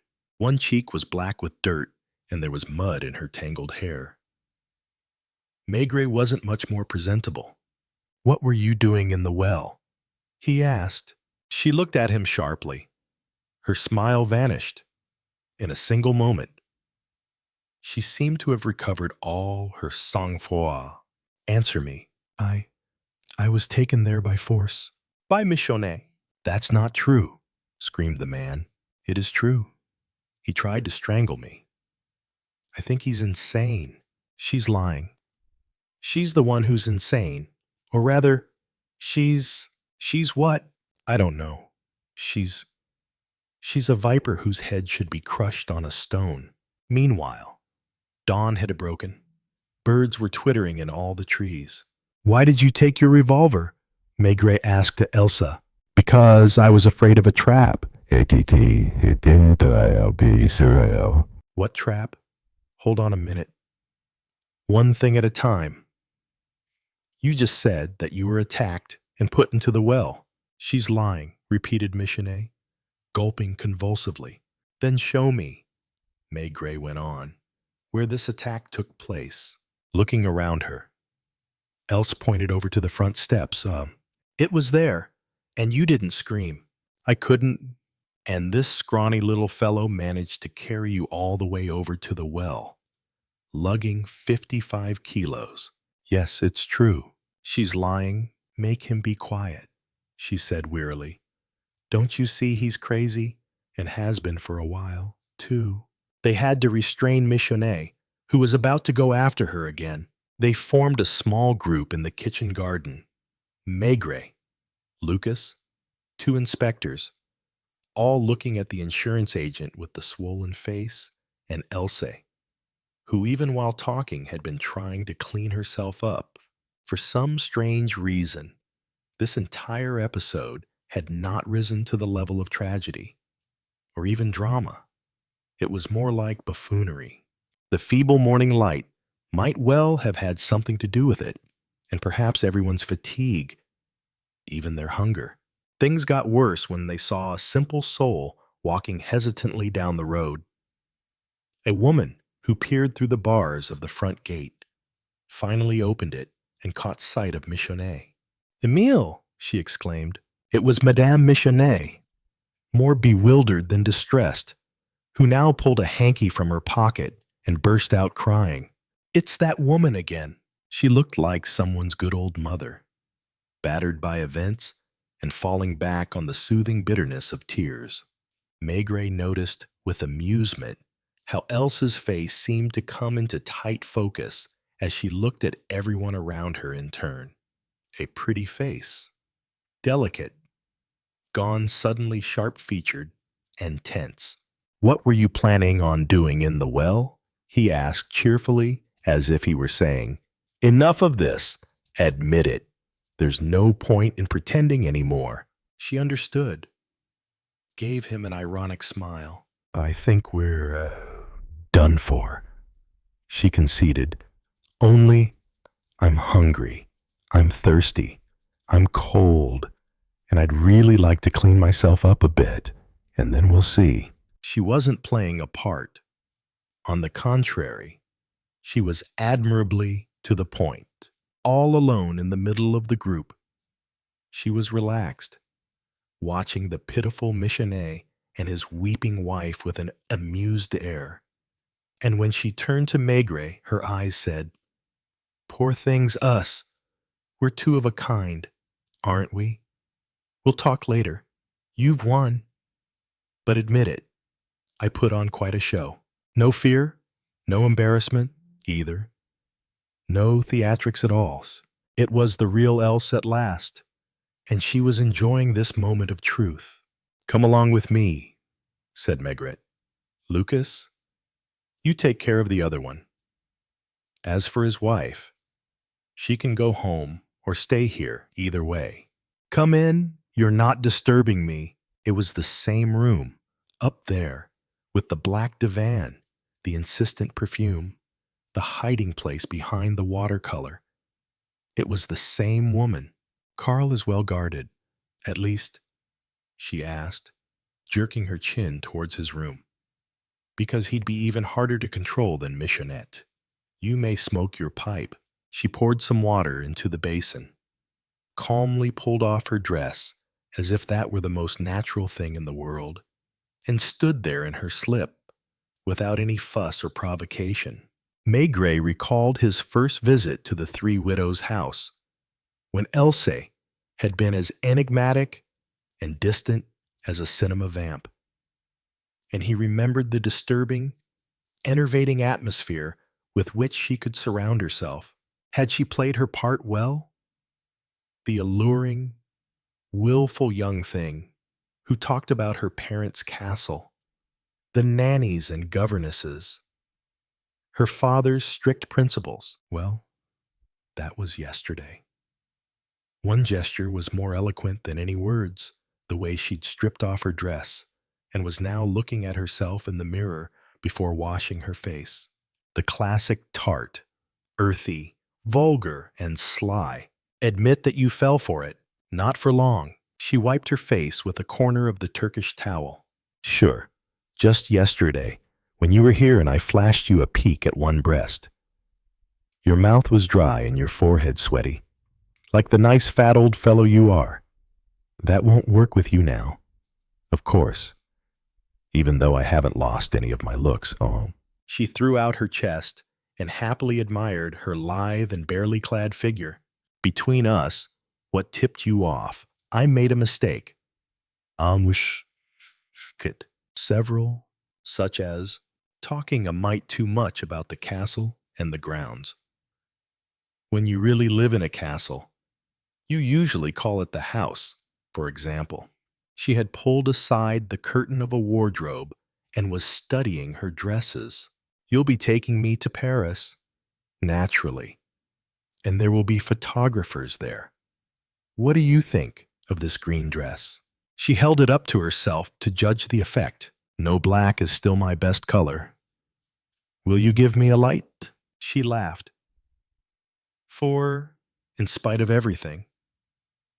Maigret was slightly affected by the subtle eroticism she managed to instill in the atmosphere, especially when she went over for him to light her cigarette. Well, time to get dressed.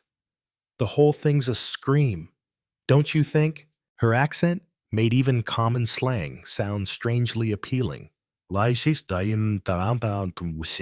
How long have you been Carl Anderson's mistress? I am not his mistress. I am his wife. She ran a mascara wand along her eyelashes, freshened the pink in her cheeks. Oh. Were you married in Denmark? You see, you still don't know a thing, and don't count on me to talk. I'm no snitch. Anyway, you won't hold me for long. How soon after I'm arrested do I get booked? Right away. Too bad for you. Because they'll find out that my real name is Bertha Kroll, and that for just over 3 years now, the Copenhagen police have had a warrant out for my arrest. The Danish government will ask for extradition. There, I'm ready. Now, if you'll allow me, I'd like a bite to eat. Don't you think it smells musty in here? She went over to open the window, then came back to the door. Maigret left the bedroom first. She then slammed the door shut, slid the bolt, and he could hear her running to the window. Had Maigret been 10 kilos lighter, she would probably have got away. The bolt had only just gone home when, without losing a second, he hurled himself full tilt against the door, and it gave way at once, falling flat with its lock and hinges ripped off. Else was sitting astride the windowsill. She hesitated. Too late, he said. She turned around, breathing a touch heavily, her forehead slightly damp.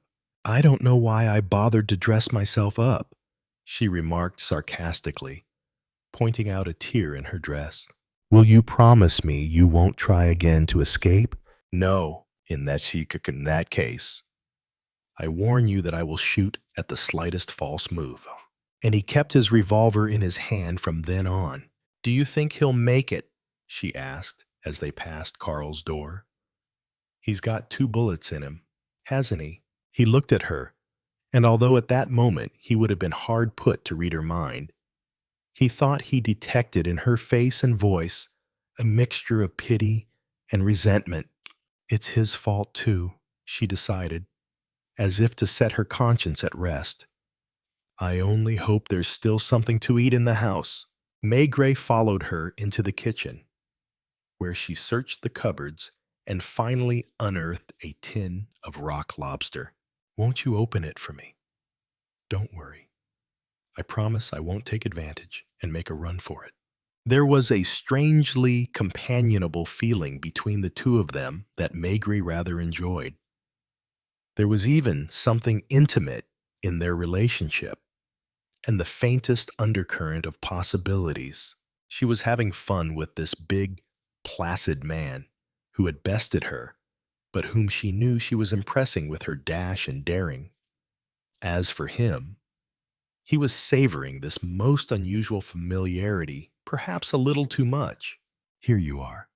Eat quickly. We're leaving already. I've no idea. Just between us. Exactly what have you found out? Doesn't matter. Are you carting off Michenet as well? That idiot still. He's the one who scared me the most. Back in the well, I really thought I'd had it. His eyes were bulging out of his head. He was squeezing my throat with everything he had. Were you his mistress? She shrugged. The kind of girl for whom such details have almost no importance. And Monsieur Oscar, he added. What about him? Another lover. You'll have to find all that out by yourself. Me. I know exactly what's waiting for me. I've got 5 years to do in Denmark, accessory to armed robbery, and resisting arrest. That's when I caught this bullet. And she pointed to her right breast. As for the rest, this lot here will cope on their own. Where did you meet Isaac Goldberg? I've got nothing to say. You'll have to talk at some point. And just how do you think you can make me? She was answering while eating some rock lobster without any bread, because there was none left in the kitchen. They could hear a policeman walking up and down in the drawing room while he kept an eye on Michenet, slumped in an armchair. 2 cars pulled up at the same time outside the front gate, which was opened to allow them to come up the drive and around to the front steps. In the first car sat an inspector, 2 gendarmes, Monsieur Oscar and his wife. The other car was the taxi from Paris, in which an inspector was guarding a third person. The 3 prisoners were wearing handcuffs, but they kept up a good front, except for the garage owner's wife, whose eyes were red. Maigret took Elsie into the drawing room, where Michenet tried yet again to rush towards her. The prisoners were brought inside. Monsieur Oscar behaved almost as casually as an ordinary visitor. But he did wince when he saw Elsie and Michenet. The other man, who might have been an Italian, decided to brazen it out. Great, a family reunion. Are we having a wedding or reading a will? Luckily, we brought them in without any trouble. The officer explained to Maigret. On the way through Étampes, we picked up 2 gendarmes who had been informed of the situation and seen the car go past without being able to stop it. 50 kilometers from Orléans, the fugitives had a flat tire, halted in the middle of the road, and trained their revolvers on us. The garage owner was the first one to think better of it. Otherwise, we'd have had quite a gun battle. We started towards them. The Italian did fire at us twice with his Browning, but missed. Well, now, observed Monsieur Oscar, in my house, I served you a drink. So allow me to point out that it's rather parched around here. Maigret had had the mechanic fetched from the garage and seemed to be counting heads. All of you go and line up against the wall, he ordered. At the other end, Michenet, no use trying to get near Elsa. The little man glared at him and went to stand at the end of the line. With his drooping mustache and his eye still swelling from all those punches. Next came the mechanic, whose wrists were still bound by the electric wire. Then the garage owner's wife, thin and woebegone. And the garage owner himself, who was much annoyed at being unable to put his hands into the pockets of his baggy trousers. Finally, Else and the Italian, who must have been the ladies' man of the gang and had a naked woman tattooed on the back of one hand. Maigret looked them over slowly, one by one, with a satisfied little smile, then filled his spare pipe, strode over to the front steps to open the French windows, and called out, Take their surnames, given names, occupations, and addresses. Lucas, let me know when you're done." The 6 of them stood, all lined up. Pointing to Elsie, Lucas asked, "Should I cuff her as well?" "Why not?" At which Else responded hotly, "That's really rotten of you, Inspector." The grounds were brimming with sunshine. Thousands of birds were singing.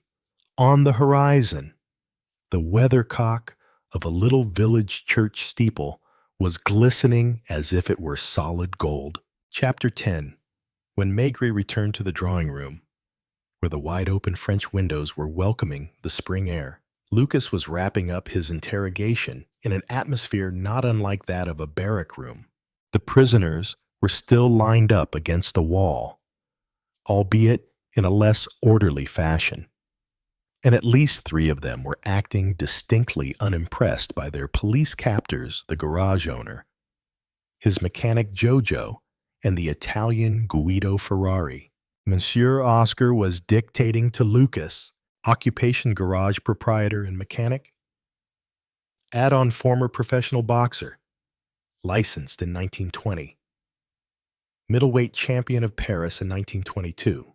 Some officers brought in 2 new recruits, garage employees who'd just shown up as usual for work.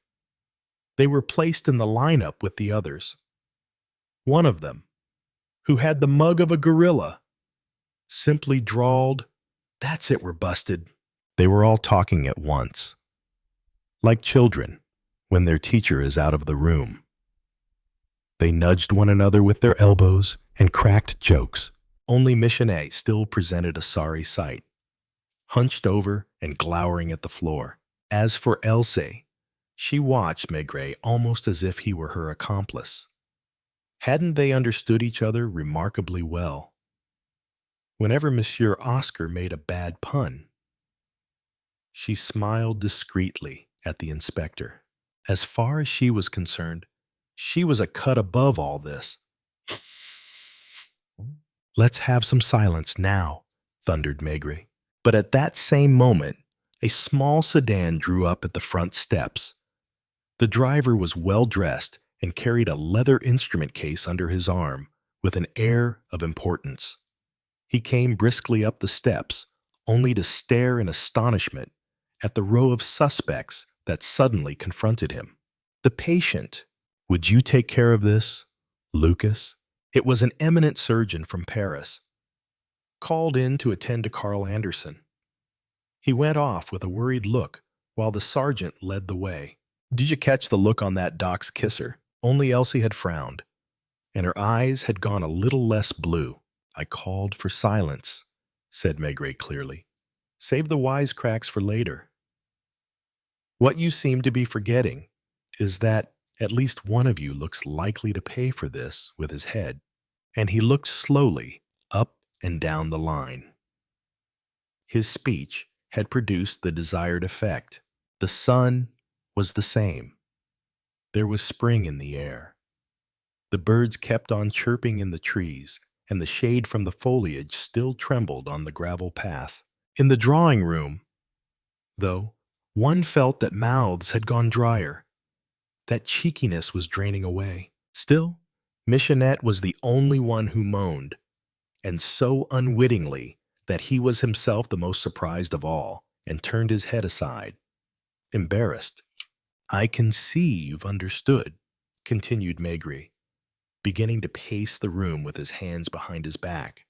"We'll try to save time. If we're unsuccessful here, we'll keep going at Quai des Orfèvres. You must know the place. Right good. First crime, Isaac Goldberg, is shot at point-blank range. Who brought Goldberg to the Three Widows Crossroads?" They were silent, all looking at one another with no love lost, while over their heads the surgeon could be heard moving around. "I'm waiting. I repeat, we'll continue this at police headquarters, and there, you'll be grilled one by one. Goldberg was in Antwerp. There was about 2 million in diamonds to unload. Who got the ball rolling?" "Yachon, kid." "I did," said Elsa. I'd met Goldberg in Copenhagen. I knew stolen jewels were his specialty. When I read about the burglary in London in the papers, said the diamonds had to be in Antwerp, I assumed Goldberg was in on it. I talked to Oscar about it. Thanks a lot, muttered the garage owner. Who wrote the letter to Goldberg? She did. Let's keep going. He arrives during the night. Who's at the garage at that point? And most importantly, whose job is it to kill him? Silence. The sound of Lucas coming downstairs to speak to an officer. Hop it to Arpajon, he told the officer, and bring back the first doctor you can find to help the professor, along with some camphorated oil. Got that. Lucas headed back upstairs while Maigret, his brow furrowed, studied his flock. We'll jump back a little in time. I think that will be simpler. When did you become a fence? Come on. He was looking hard at the garage owner, who seemed to find this question less prickly than the previous ones. That's it. Now you're talking. You admit yourself that I'm nothing but a fence, and maybe not even that. He was an incredible ham. He looked from one to another of the others, trying to make them smile. My wife and I, we're practically honest folks. Right, honey. It's quite simple. I was a boxer. I lost my title in 1925, and all I got offered was a job at the Foire du Trône fairgrounds in Paris. Not nearly enough for me. We had some friends who were legit and some who weren't. One guy, he was arrested 2 years later, was raking it in at the time, selling stuff he'd got on credit. I thought I'd try that, but since I'd been a mechanic when I was younger, I decided to start with garages, thinking I'd get my hands on cars, tires, spare parts, sell it all on the quiet and clear off. I was counting on making 400,000 or so. Trouble was, I was late out of the gate. The big places were thinking twice before letting the goods leave home on credit. I got brought a stolen car to freshen up. A guy I'd met in a bar near the Bastille. You can't imagine how easy it is. Word got around in Paris. I was in a cushy spot. Seeing as I'd hardly any neighbors, I turned 10 or 20 cars around. Then one turned up. I can still see it today, full of silverware, stolen from a villa around Bougival. We squirreled that lot away, got in touch with second-hand dealers in Étampes, Orléans, and even farther away. We got used to this routine. A sweet racket. Has he found out about the tires yet? He asked, turning towards Jojo, who sighed. He sure has.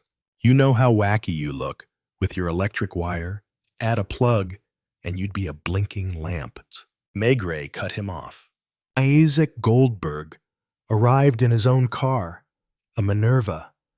There was a welcoming party, because the idea wasn't to buy his diamonds, even on the cheap, but to steal them, and to do that, you had to bump him off. So there was a bunch of you in the garage, that's to say, in the house behind it. Absolute silence. This was the sore spot. Once again, Maigret looked them all in the face one by one, and saw a few drops of sweat on the Italian's forehead. You're the killer, right? No. It's... Who? It's them. He's lying, yelled Monsieur Oscar, who got the nod. Shrugging cockily, the garage owner said, The guy upstairs? So there... Say that again. The guy upstairs. But he didn't sound as sure of himself this time around. Else, come over here. Maigret pointed to Elsa. With the confidence of a conductor, with the most diverse instruments at his command, who knows his motley orchestra will still perform in perfect harmony. You were born in Copenhagen. If you keep using my name, Chief Inspector, everyone will think we slept together. Answer me. Hamburg. Entahern. What was your father's occupation? Docker. He's still alive. Her whole body shuddered. She looked at her companions with a sort of uneasy pride. They cut his head off. In Dusseldorf. Your mother. A drunkum? What were you doing in Copenhagen? I was a sailor's girl. Hans, a handsome fellow I'd met in Hamburg. He took me along with him. He belonged to a gang. One day, we decided to knock over a bank. Had it all set up. We were supposed to get millions in a single night. I was the lookout. But someone snitched on us. Because just when the men started in on the safes, the cops surrounded us. It was at night. You couldn't see a thing. We were scattered. There were shots, people yelling, chasing us. I got hit in the chest and began to run. 2 policemen grabbed me. I bit one of them, kicked the other in the stomach, and he let me go. But I was still being chased. And then I saw a wall. I hauled myself up. I literally fell off the other side, and when I came to, there was a tall young man, very chic, upper class, looking at me with bewilderment and pity. Anderson, that isn't his real name. He'll tell you that only if it suits him to. It's a well-known name. They're people with entree to the royal court, who spend half the year in one of the most lovely castles in Denmark, and the other half in a great mansion with grounds as large as an entire city neighborhood. Suddenly, an officer arrived, accompanied by a short, flushed, pop-eyed man. It was the doctor requested by the surgeon. He stopped short before the strange gathering, especially at the sight of handcuffs on almost everyone's hands, but he was hustled on up to the first floor. After that, Monsieur Oscar snickered. Else gave him a fierce, almost venomous look. They can't understand, she murmured. Carl hid me in his parents' mansion and took care of me himself, with a friend who was studying medicine.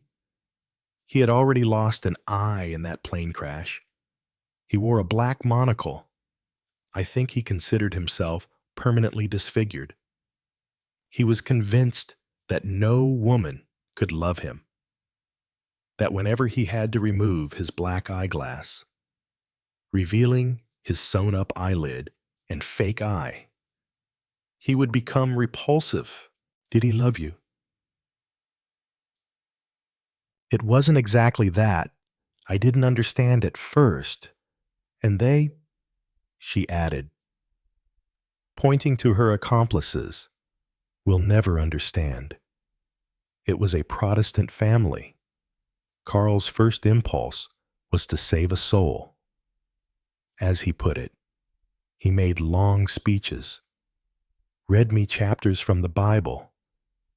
Yet at the same time, Carl was afraid of his parents. Then one day, when I was almost well again, he suddenly kissed me on the mouth and ran away. I didn't see him for almost a week. Well, I was able to watch him from the dormer window of a servant's room where I was kept hidden. He walked for hours in the garden with his head hanging, visibly unhappy. Monsieur Oscar was actually slapping his thighs in delight. It's just like a novel, he exclaimed. Keep going, honey bunch. That's all there is. When he came to see me again, he said he wanted to marry me, that he couldn't do that in his country, that we were going abroad. He claimed that he had understood at last what life was all about, that he had found his reason for living and would no longer be a useless human being, and stuff like that.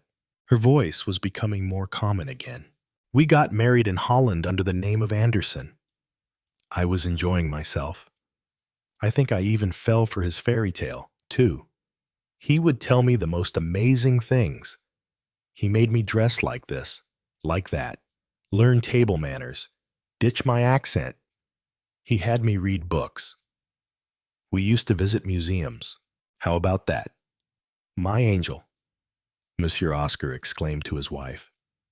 When we're sprung from the big house, we'll go and visit museums too, won't we? And hold hands, making sheep's eyes at the Mona Lisa. We came to live out here, Else went on quickly, because Carl was always afraid of running into one of my old accomplices. He had to work because he'd renounced his parents' fortune. As a precaution, he passed me off as his sister, but he still worried. Whenever anyone rang at the front gate, it made him jump, because Hans managed to escape from prison, and no one knows what happened to him. Carl loves me, that's for sure. And yet, said Maigret thoughtfully, I'd like to see what you'd have done here, snapped Elsa. Alone, always alone, with nothing but talk about goodness, beauty, the salvation of the soul, human destiny, and being worthy of the Lord. And those lessons in deportment. And when he went anywhere, he locked me in, supposedly to save me from temptation. The truth is, he was ferociously possessive and passionate, too. Now no one can say, I don't know a good thing when I see it, crowed Monsieur Oscar. And what did you do? Maigret asked him. I spotted her. For God's sake. It was easy I could tell she was putting on all those fancy manners. For a while I even wondered if the Danish fellow wasn't a fake as well. But I didn't trust him. I preferred to sniff around the tart. Oh. Now, honey, don't get upset. You know I've always come back to you in the end. The other stuff is just business. Anyway, I used to prowl around that dump when old One-Eye wasn't there. We started talking one day, her at the window. Being as the bird was in a cage, she saw right away how matters stood. I tossed her a ball of wax to take an impression of her lock. The next month we met at the far end of the grounds to talk shop. No magic needed. She was sick of that blue blood of hers. She had a hankering for her old life is all. And since then, said Maigret slowly to Elsa, you've been regularly slipping Veronal into Carl Anderson's food at night. Yes, and you would go to meet Oscar. The garage owner's wife had red eyes, but was holding back her tears. They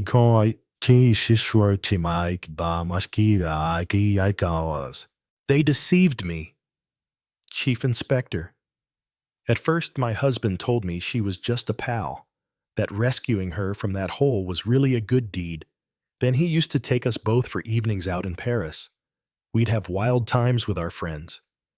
I never suspected a thing until the day I found them. And so, what all men aren't monks. She was wasting away. Poor dear, Else was quiet. There was a sad look in her eyes, and she seemed uneasy. Suddenly, Lucas came back downstairs. Are there any methylated spirits in the house? What for? To disinfect the instruments. It was Elsa who rushed to the kitchen and looked through all the bottles. I found it. Are they going to save him? Is he in any pain? Filthy bitch, growled Michonette, who had been dead to the world since the beginning of this interrogation. Looking Michonette straight in the eye, Maigret asked the garage owner, and this one, you haven't figured that out yet. Just about. There are 3 houses at the Crossroads. Every night was suspiciously full of comings and goings. The vegetable lorries, coming back unloaded from Paris, were bringing in the stolen goods. The 3 widows' house posed no threat. But the villa, not to mention that we needed someone respectable to sell certain items out in the countryside. So Elsa was assigned to rope in Michonnet. Why waste a pretty girl? He was swept off his feet. She brought him along one night, and we reeled him in with champagne.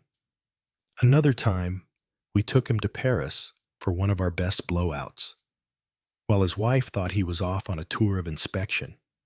He was done for. Take it or leave it, we told him. The best part was that he thought she'd fallen for him. and he turned as jealous as a schoolboy. Isn't that the limit? And him with the mug of a department store cashier? There was some kind of noise upstairs, and Maigret saw Elsie go dead white. From then on, she ignored the interrogation and listened intently to the proceedings overhead. They heard the surgeon's voice. Hold him. Outside, two sparrows were hopping around on the white gravel path, filling a pipe. Maigret reviewed the prisoners once again. Now, all we need to know is who the killer was. Quiet. In my case, for fencing, I shouldn't get more than... The inspector silenced Monsieur Oscar with an impatient glare. Else learns from the papers that the jewelry stolen in London and valued at 2 million must be in the possession of Isaac Goldberg, whom she met when she belonged to the gang in Copenhagen. She writes to him to set up a meeting at the garage, with a promise to purchase the diamonds at a good price. Goldberg, who remembers her from before, does not suspect trouble and arrives in his car. Champagne is served in the house. Reinforcements have been called in. In other words, you are all there. The problem is getting rid of the corpse. Once the murder has been committed, Michonnet must be nervous because, for the first time, he'll be involved in a real crime. But he is probably given more champagne than the others. Oscar's probably for dumping the body in a ditch someplace far away. It's Else who comes up with an idea. Quiet. She's had enough of living locked in during the day and having to hide at night. She's had enough of the speeches about virtue, goodness, and beauty. She's also had enough of her boring life and of counting each sou. She's come to hate Carl Anderson, but she knows he loves her enough to kill her rather than lose her. She's drinking. She's flying high. She has a bold, exciting idea to pin the crime on Carl. On Carl, who is so blinded by love that he will never even suspect her. Isn't that so? Else, for the first time, she turned her head away. The Minerva, disguised by Oscar's crew, will be sent far away to be sold or abandoned. The real culprits must be placed beyond suspicion. And Michonnet is the most afraid his car will therefore be stolen, which is the best way to camouflage him. He'll be the one to complain first to the police, fretting about the disappearance of his 6-cylinder car. But the police must also go looking for the corpse over at Carl's place. And that's when someone has the bright idea of switching the cars. The corpse is installed at the wheel of Michonnet's car. Anderson, as usual, has been drugged and is fast asleep. The car is driven into his garage. The little jalopy is placed inside Michonnet's. The police will be flummoxed, and even better, this aloof Danish fellow passes among the locals for half mad. The country folk are spooked by his black monocle. Suspicion will fall on him. And everything about this case is so bizarre that it will fit his appearance and reputation like a glove. Besides, after his arrest, won't he kill himself to avoid the scandal that might reflect upon his family if his true identity were ever discovered? The little doctor from Arpajon poked his head around the half-open door. Another man to hold him. We're having trouble putting him to sleep, and the doctor was flushed, impatient. There was an officer out in the garden. Hugo, Maigret shouted to him. And at that same moment received an unexpected blow to the chest. Chapter 11. It was Elsie, who had flung herself on him, sobbing convulsively, pleading with him. I don't want him to die. She stammered, please, I This is awful. The moment was so gripping, and she seemed so truly sincere that the others, those sinister men lined up against the wall, neither sneered nor even smiled. Let me go upstairs. I'm begging you.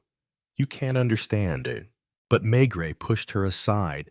She went to collapse on the dark divan where he'd seen her that first time, an enigmatic figure in her high-necked black velvet dress.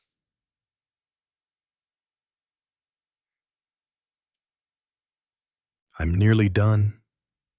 Michenet played his part perfectly, and all the more believably in that he had to act like a ridiculous little fellow caught up in a bloody crime who thinks only of his car. The police investigation begins. Carl Anderson is arrested, and it just so happens that he does not commit suicide and is even released. And not for a moment has he suspected his wife. He will never suspect her. He would defend her even against all evidence. But now we learn that Madame Goldberg, who might know and reveal who drew her husband into this trap, is coming here. The same man who shot the diamond merchant lies in wait for her. The chief inspector looked at his audience one by one, then pressed on, as if in a hurry to be done with it. The murderer has put on Carl's shoes, which will be found here covered in mud from the field.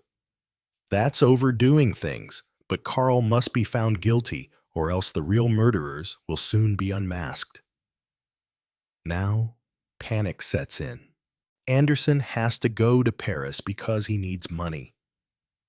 The same man who committed the first two crimes waits for him along his route and, posing as a policeman, gets into his car beside him. It isn't Else who came up with that. I have the feeling it's Oscar. Does he talk to Anderson about escorting him to the border or confronting him with some witness in a town up north? Anderson is made to drive across Paris. The Compiègne road goes through dense woods. The murderer shoots, again at point-blank range. No doubt he hears another car behind them, and in a rush, he pushes the body out into the roadside ditch. On the way back, he'll conceal the body more carefully.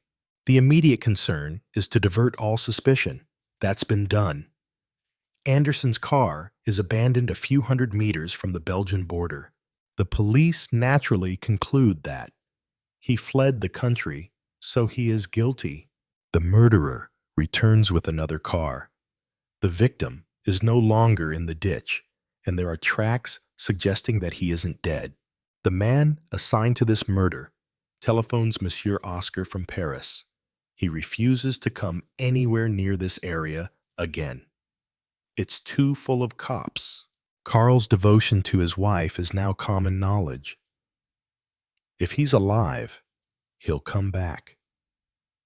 If he comes back, he might talk, and they have to finish the job. No one feels up to it.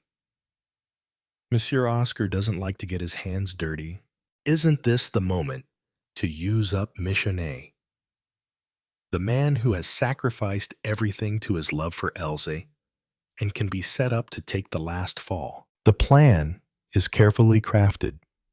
Monsieur Oscar and his wife go off to Paris, very publicly, describing their intentions in detail. Monsieur Michenet sends for me and shows that he is immobilized in his armchair by gout. He has probably read some crime novels. He uses tricks now, just as he does in his insurance dealings.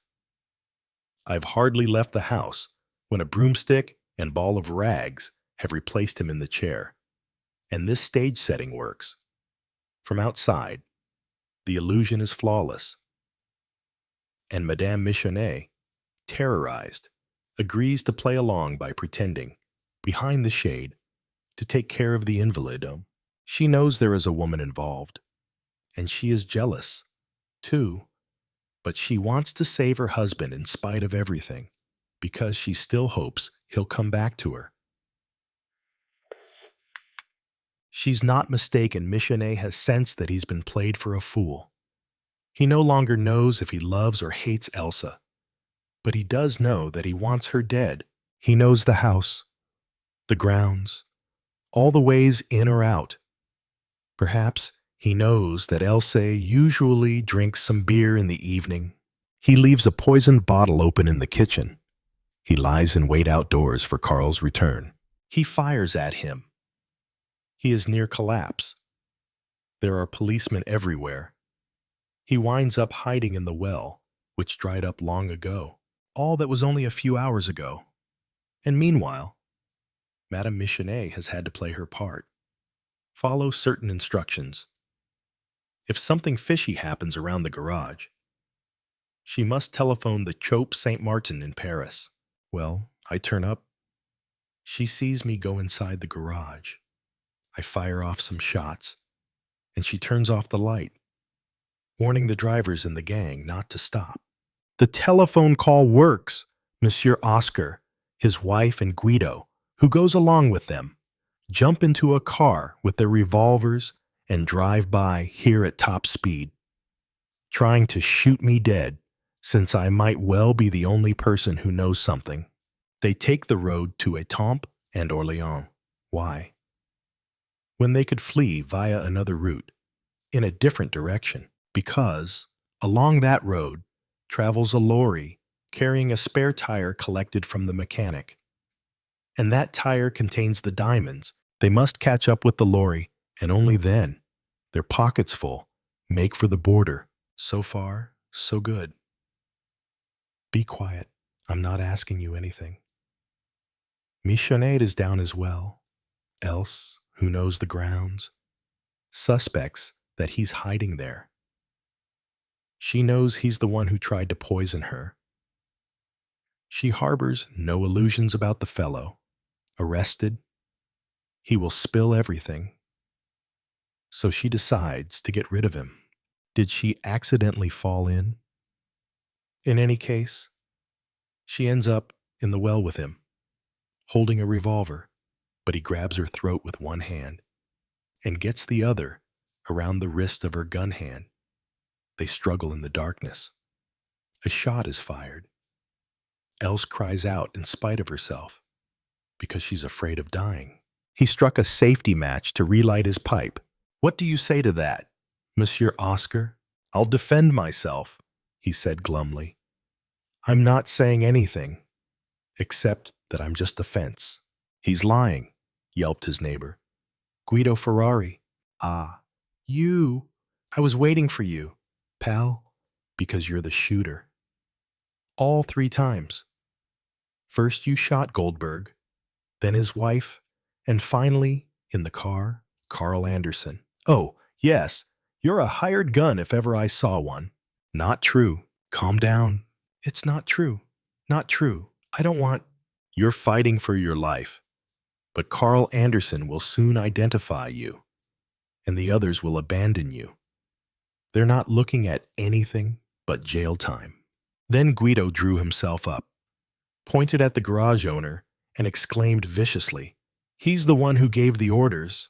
God damn you. And before Maigret could step in, Monsieur Oscar had slammed his handcuffed fist down on the Italian's skull, yelling, You scum, you'll pay for that. They must have lost their balance because they wound up on the floor, still thrashing around grimly. But the handcuffs made them clumsy. That was the moment the surgeon chose to come downstairs. He was wearing a light gray hat and gloves to match.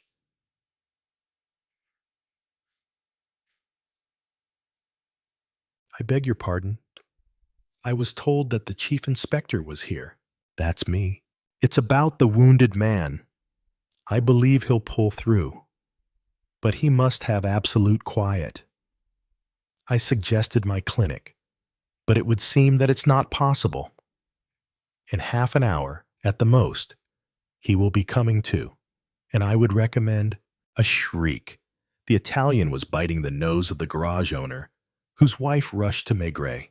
Quick, see what? The 2 men were kicked apart while the surgeon, aloof, lips pursed in disgust, walked out to his car and started the engine. Michenet was crying quietly in his corner, refusing to look around him.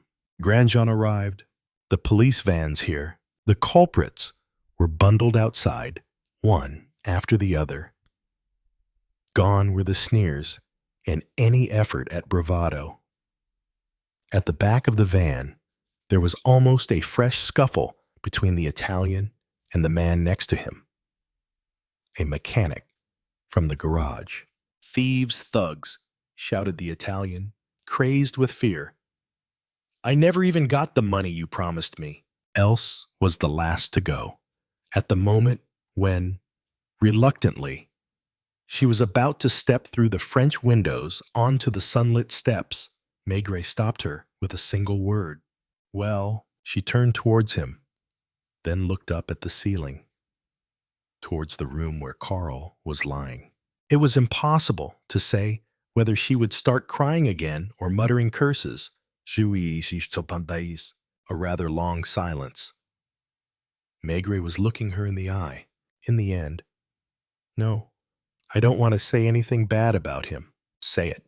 "You know, it's his own fault he's half mad. He was intrigued when he learned that my father was a thief, that I was part of a gang. That's the only reason he loved me. And if I'd become the well-behaved young woman he tried to make of me, he would quickly have lost interest and ditched me." She turned her face away to add in a soft voice, almost bashfully, "Still, I wouldn't like anything bad to happen to him. How can I put it? He's a nice guy." And slightly cracked, and she smiled. "I suppose I'll be seeing you." It was Guido who did the killing, right? He'd gone too far. Her expression hardened again. "I'm no squealer." Maigret followed her with his eyes until she climbed into the police van.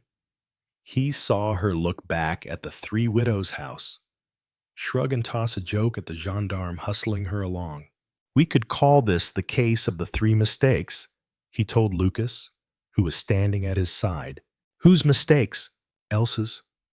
First of all, when she straightened the snowy landscape, smoked downstairs, brought the phonograph up to her bedroom, where she was supposedly locked in, and when she felt she was in danger, she accused Carl while pretending to defend him. The insurance agent's mistake, when he sent for me to show that he would be spending the night at his window. Jojo, the mechanic's mistake, when he saw me suddenly turn up and, fearing I might discover everything, sent a driver away with a spare wheel full of diamonds that was too small for the lorry. Otherwise, well, when a woman like Else lies with such perfection that she winds up believing her own story. I told you so. Yes, she could have become something extraordinary if that fire inside her hadn't flared back up at times, as though that criminal underworld were calling to her. Carl Anderson hung for almost a month between life and death. Learning of his condition, his family seized their chance to bring him back to Denmark, where they placed him in a convalescent home that bore a strong resemblance to a lunatic asylum. He did not, therefore, appear in Paris as a witness at the trial. To everyone's surprise, the request for Elsa's extradition was refused. She had first to spend 3 years in the women's prison of Saint-Lazare in Paris. It was in the visiting room there that Maigret found Anderson arguing with the prison warden 3 months later, presenting his marriage license and demanding permission to see the prisoner. He had hardly changed at all. He still wore his black monocle, but his right shoulder was now a little stiffer, catching sight of the inspector. He became flustered and turned his face away. "Your parents let you leave again. My mother died. I received an inheritance. It was his. That limousine parked 50 meters from the prison, with a chauffeur and a fancy uniform behind the wheel. And you're still trying, in spite of everything. I'm moving to Paris to come and visit her. She is my wife." And his single eye searched Maigret's face in dread of finding irony or pity there. The inspector simply shook his hand. "At the prison, in Melun. Two women would arrive together for their visits like inseparable friends. "He's not a bad fellow," Oscar's wife would say. "He's even too kind, too generous. He gives 20-franc tips to cafe waiters. That's what did him in." That and women. Before he met that woman, Monsieur Michonnet would never have filched a single sou from a client. But he swore to me last week that he never even thinks of her now. On death row.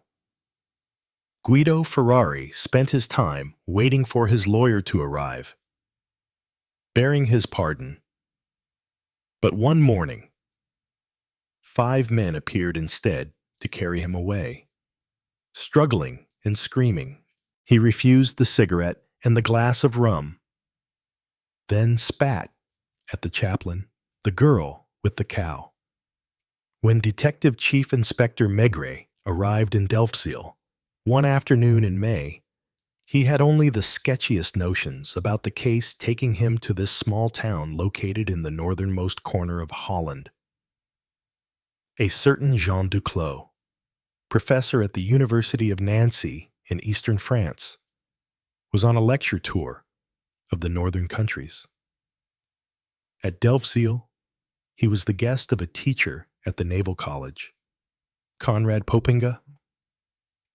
But Popinga had been murdered, and while no one was formally charging the French professor, he was being requested not to leave the town and to remain answerable to the Dutch authorities. And that was all. Or almost. Jean Duclos had contacted the University of Nancy, which had asked police headquarters in Paris to send someone to Delfzijl to investigate. The task had fallen to Maigret. It was more unofficial than official, and he had made it less official still by omitting to alert his Dutch colleagues on his arrival. On the initiative of Jean Duclos, he had received a rather confused report, followed by a list of people more or less closely involved in the case. This was the list which he consulted. Shortly before arriving at Delfzijl station, Conrad Popinga, the victim, aged 42, former long-haul captain, latterly a lecturer at the Delfzijl Naval College, married, no children, had spoken English and German fluently and French quite well. Lisbeth Popinga, his wife, daughter of a high school headmaster in Amsterdam, a very cultured woman, excellent knowledge of French.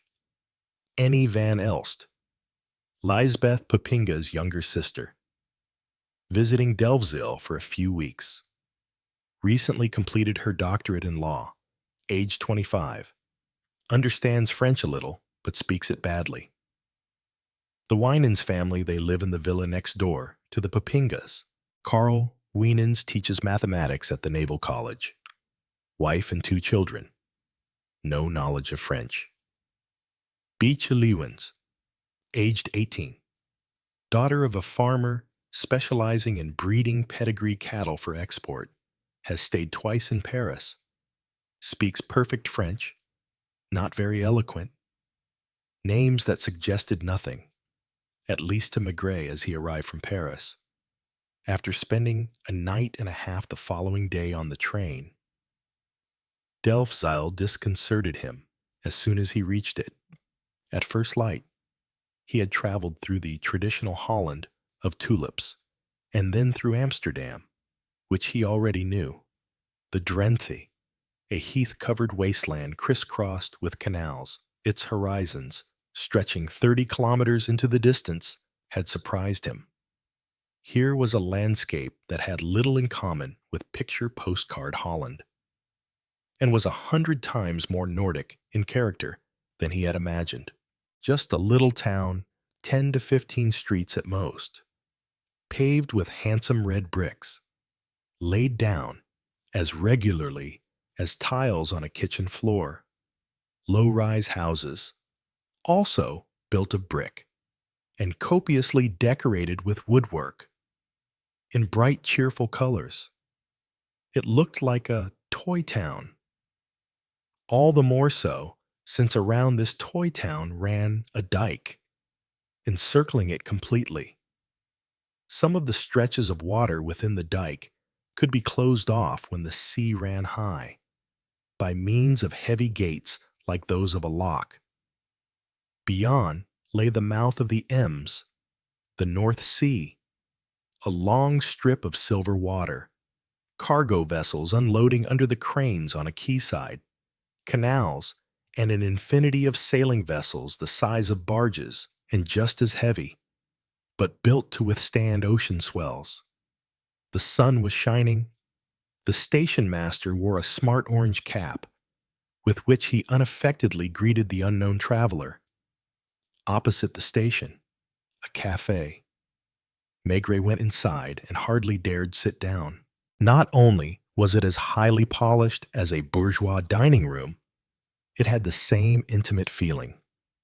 A single table, with all the daily papers set out on brass rods.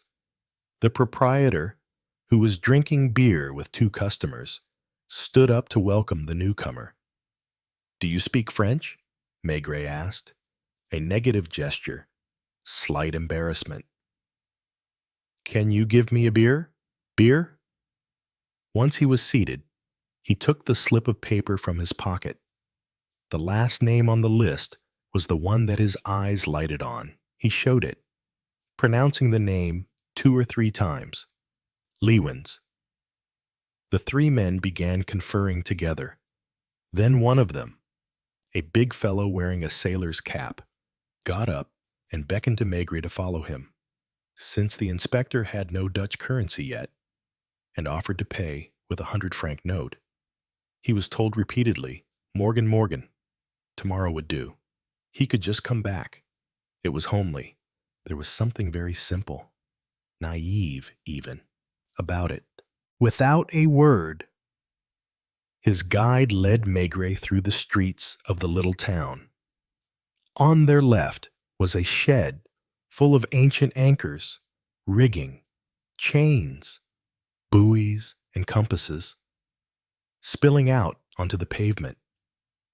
Further along, a sailmaker was working in his doorway, and the window of the confectioner's shop displayed a bewildering choice of chocolates and elaborate sweetmeats. No speak English. Maigret shook his head. Deutsch. Same reply. And the man resigned himself to silence. At the end of one street, they were already in the countryside green fields, a canal in which floating logs from Scandinavia took up almost the whole width, ready to be hauled through Holland. At some distance appeared a large roof of varnished tiles. Lewins, Dag, mine here, and Maigret went on, alone, after vainly trying to thank this man who, without knowing him from Adam, had walked with him for a quarter of an hour to do him a favor. The sky was clear, the air of astonishing limpidity. The inspector walked past a timber yard where planks of oak, mahogany, and teak were stacked in piles as tall as houses. A boat was moored alongside. Some children were playing. Then came a kilometer with no outstanding features. Floating tree trunks covered the surface of the canal. All the way, white fences surrounded fields dotted with magnificent cows. Another clash between reality and his preconceived ideas. The word farm, for Maigret, conjured up a thatched roof, a dunghill, a bustle of barnyard fowls, and he found himself facing a fine, newly built structure, surrounded by a garden full of flowers. Moored in the canal in front of the house was an elegant mahogany skiff, and propped against the gate, a lady's bicycle, gleaming with nickel. He looked in vain for a bell. He called, without getting any reply. A dog came and rubbed against his legs. To the left of the house ran a long, low building, with regularly spaced windows, but no curtains. which could have been an ordinary shed but for the quality of the materials and especially its bright, fresh paintwork.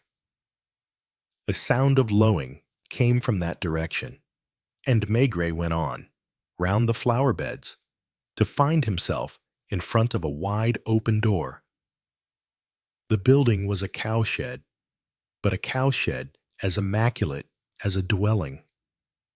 Red brick everywhere, giving a warm, almost sumptuous luminosity to the atmosphere.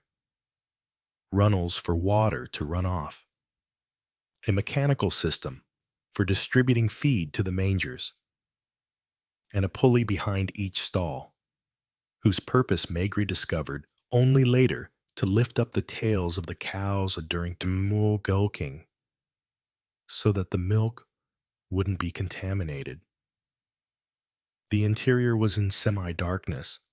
The cattle were all outside, except for one cow lying on its side in the first stall, and a girl in her late teens was approaching the visitor, speaking to him at first in Dutch. Mademoiselle Lewins. Yes, you're French. As she spoke, she kept her eyes on the cow.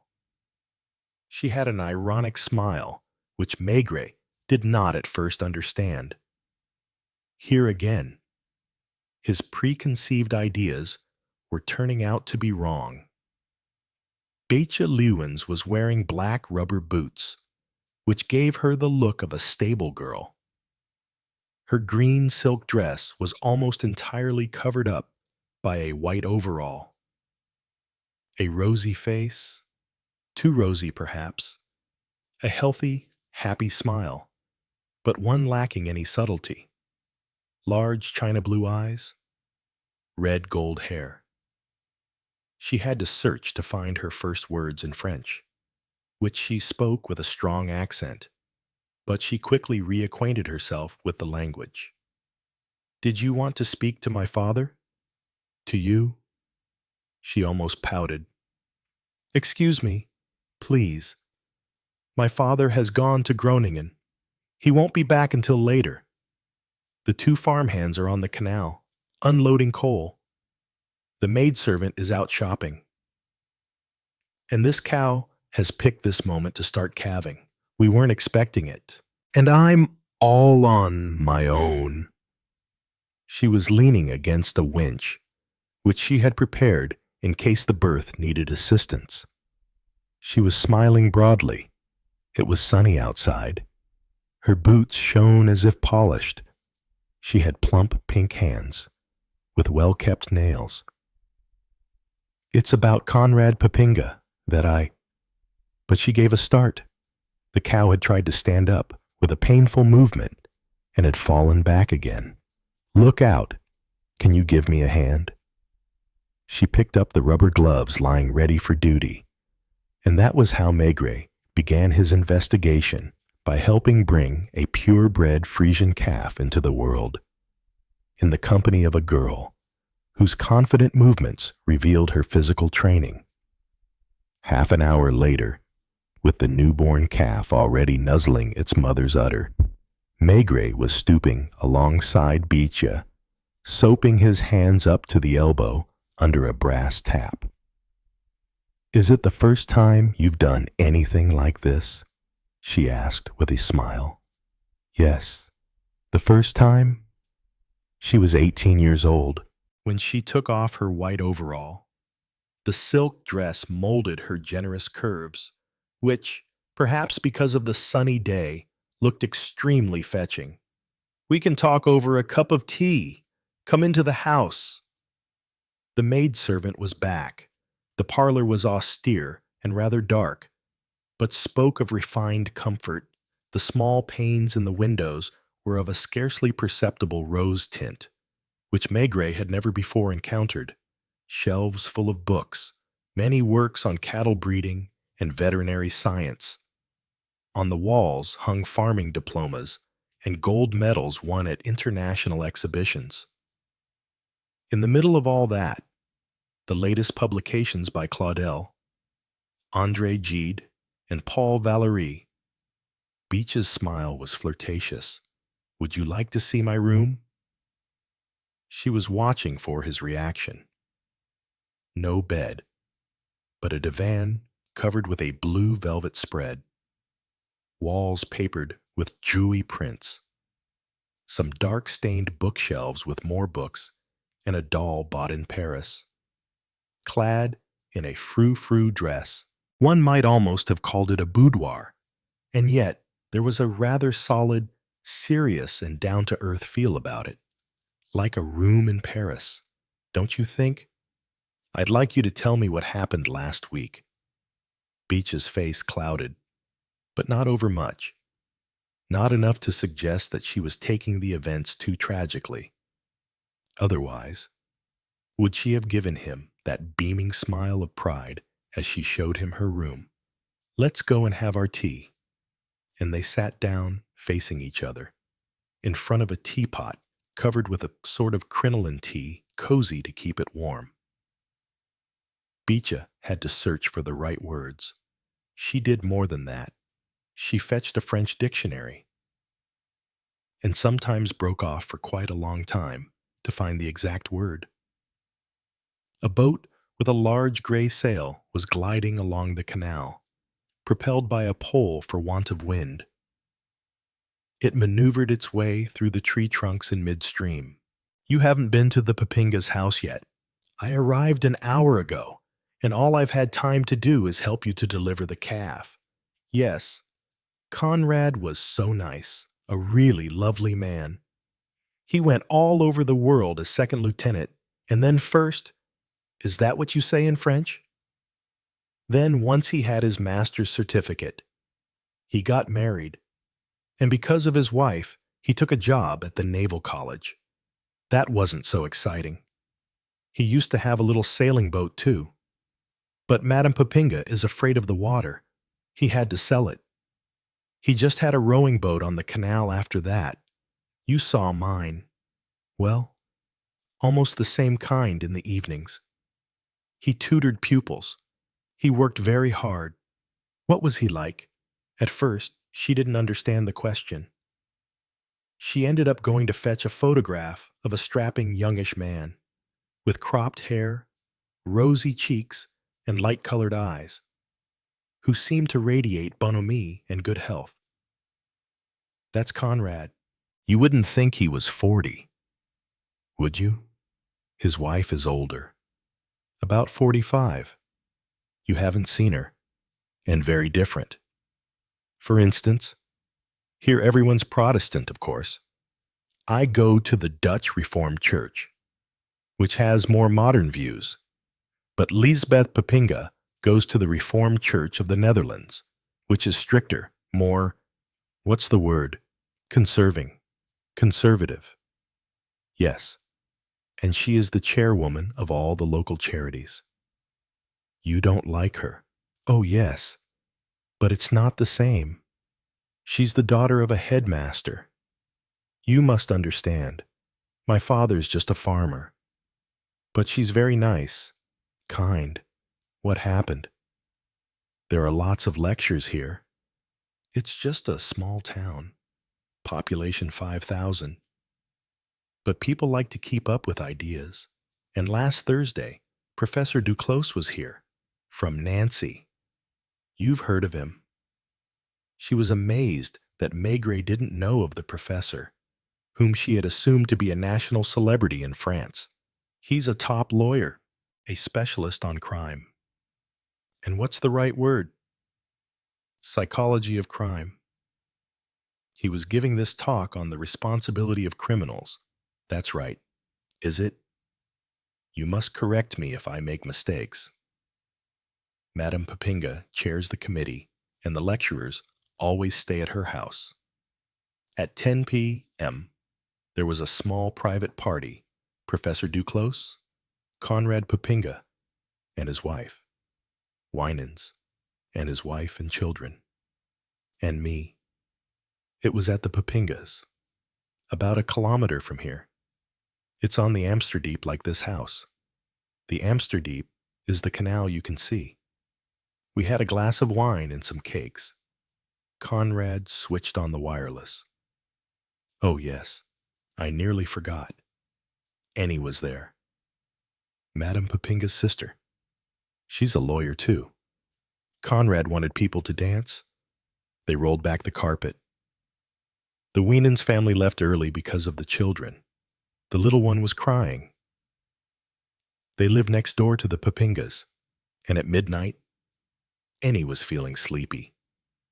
I had my bike. Conrad saw me back home.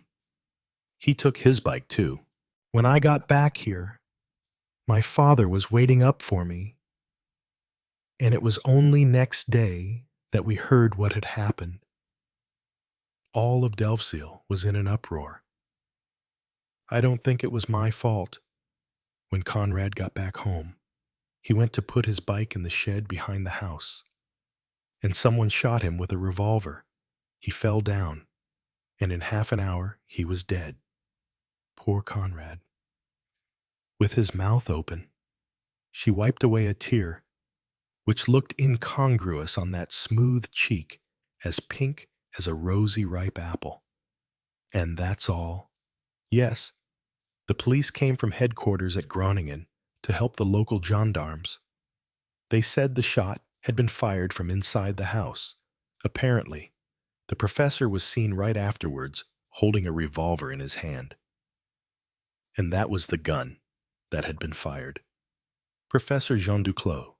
Yes, so they didn't let him leave. So, in all, in the house at that time, there were just Madame Papinga, her sister Annie, and Professor Duclos. Ja. And that evening, the other people present were the Wienans family, yourself and Conrad. And oh yes, there was Cor. I forgot. Cor, short for Cornelius, a pupil at the Naval College. He was taking private lessons. When did he leave? The same time as Conrad and me, but he would have turned left on his bike to get back to the college boat, which is moored on the Ems Canal. Do you take sugar? Steam rose from the teacups. A car had just stopped at the foot of the 3 steps up to the house. Shortly afterwards, a large burly man, gray-haired, with a serious expression, entered the room, his bulk emphasizing his calm presence. This was Farmer Lewins, waiting for his daughter to introduce the visitor. He shook Maigret's hand vigorously, but without saying anything. My father doesn't speak French. She served the farmer a cup of tea, which he drank standing up with small sips. Then she told him about the calf's birth. Speaking in Dutch, she must also have mentioned the part played by the inspector in that event, since her father looked at him in astonishment tinged with irony, before, with a stiff bow, going off to the cowshed. So, is the professor in prison? Maigret asked. No, he's at the Van Hasselt Hotel, with a gendarme attached to him. And Conrad, his body has been taken to Groningen, 30 kilometers away, a big town with a university, population 100,000, where Jean Duclos had been welcomed the day before. It's all so dreadful. Isn't it? Nobody can understand it. Dreadful, perhaps, but it was hard to feel that way, no doubt because of the clear air, the cozy, welcoming surroundings, the tea steaming on the table, and the little town itself. Looking like a toy village someone had set down by the seaside for fun. By leaning out of the window, one could see, looming over the brick houses, the smokestack and gangway of a large cargo vessel being unloaded,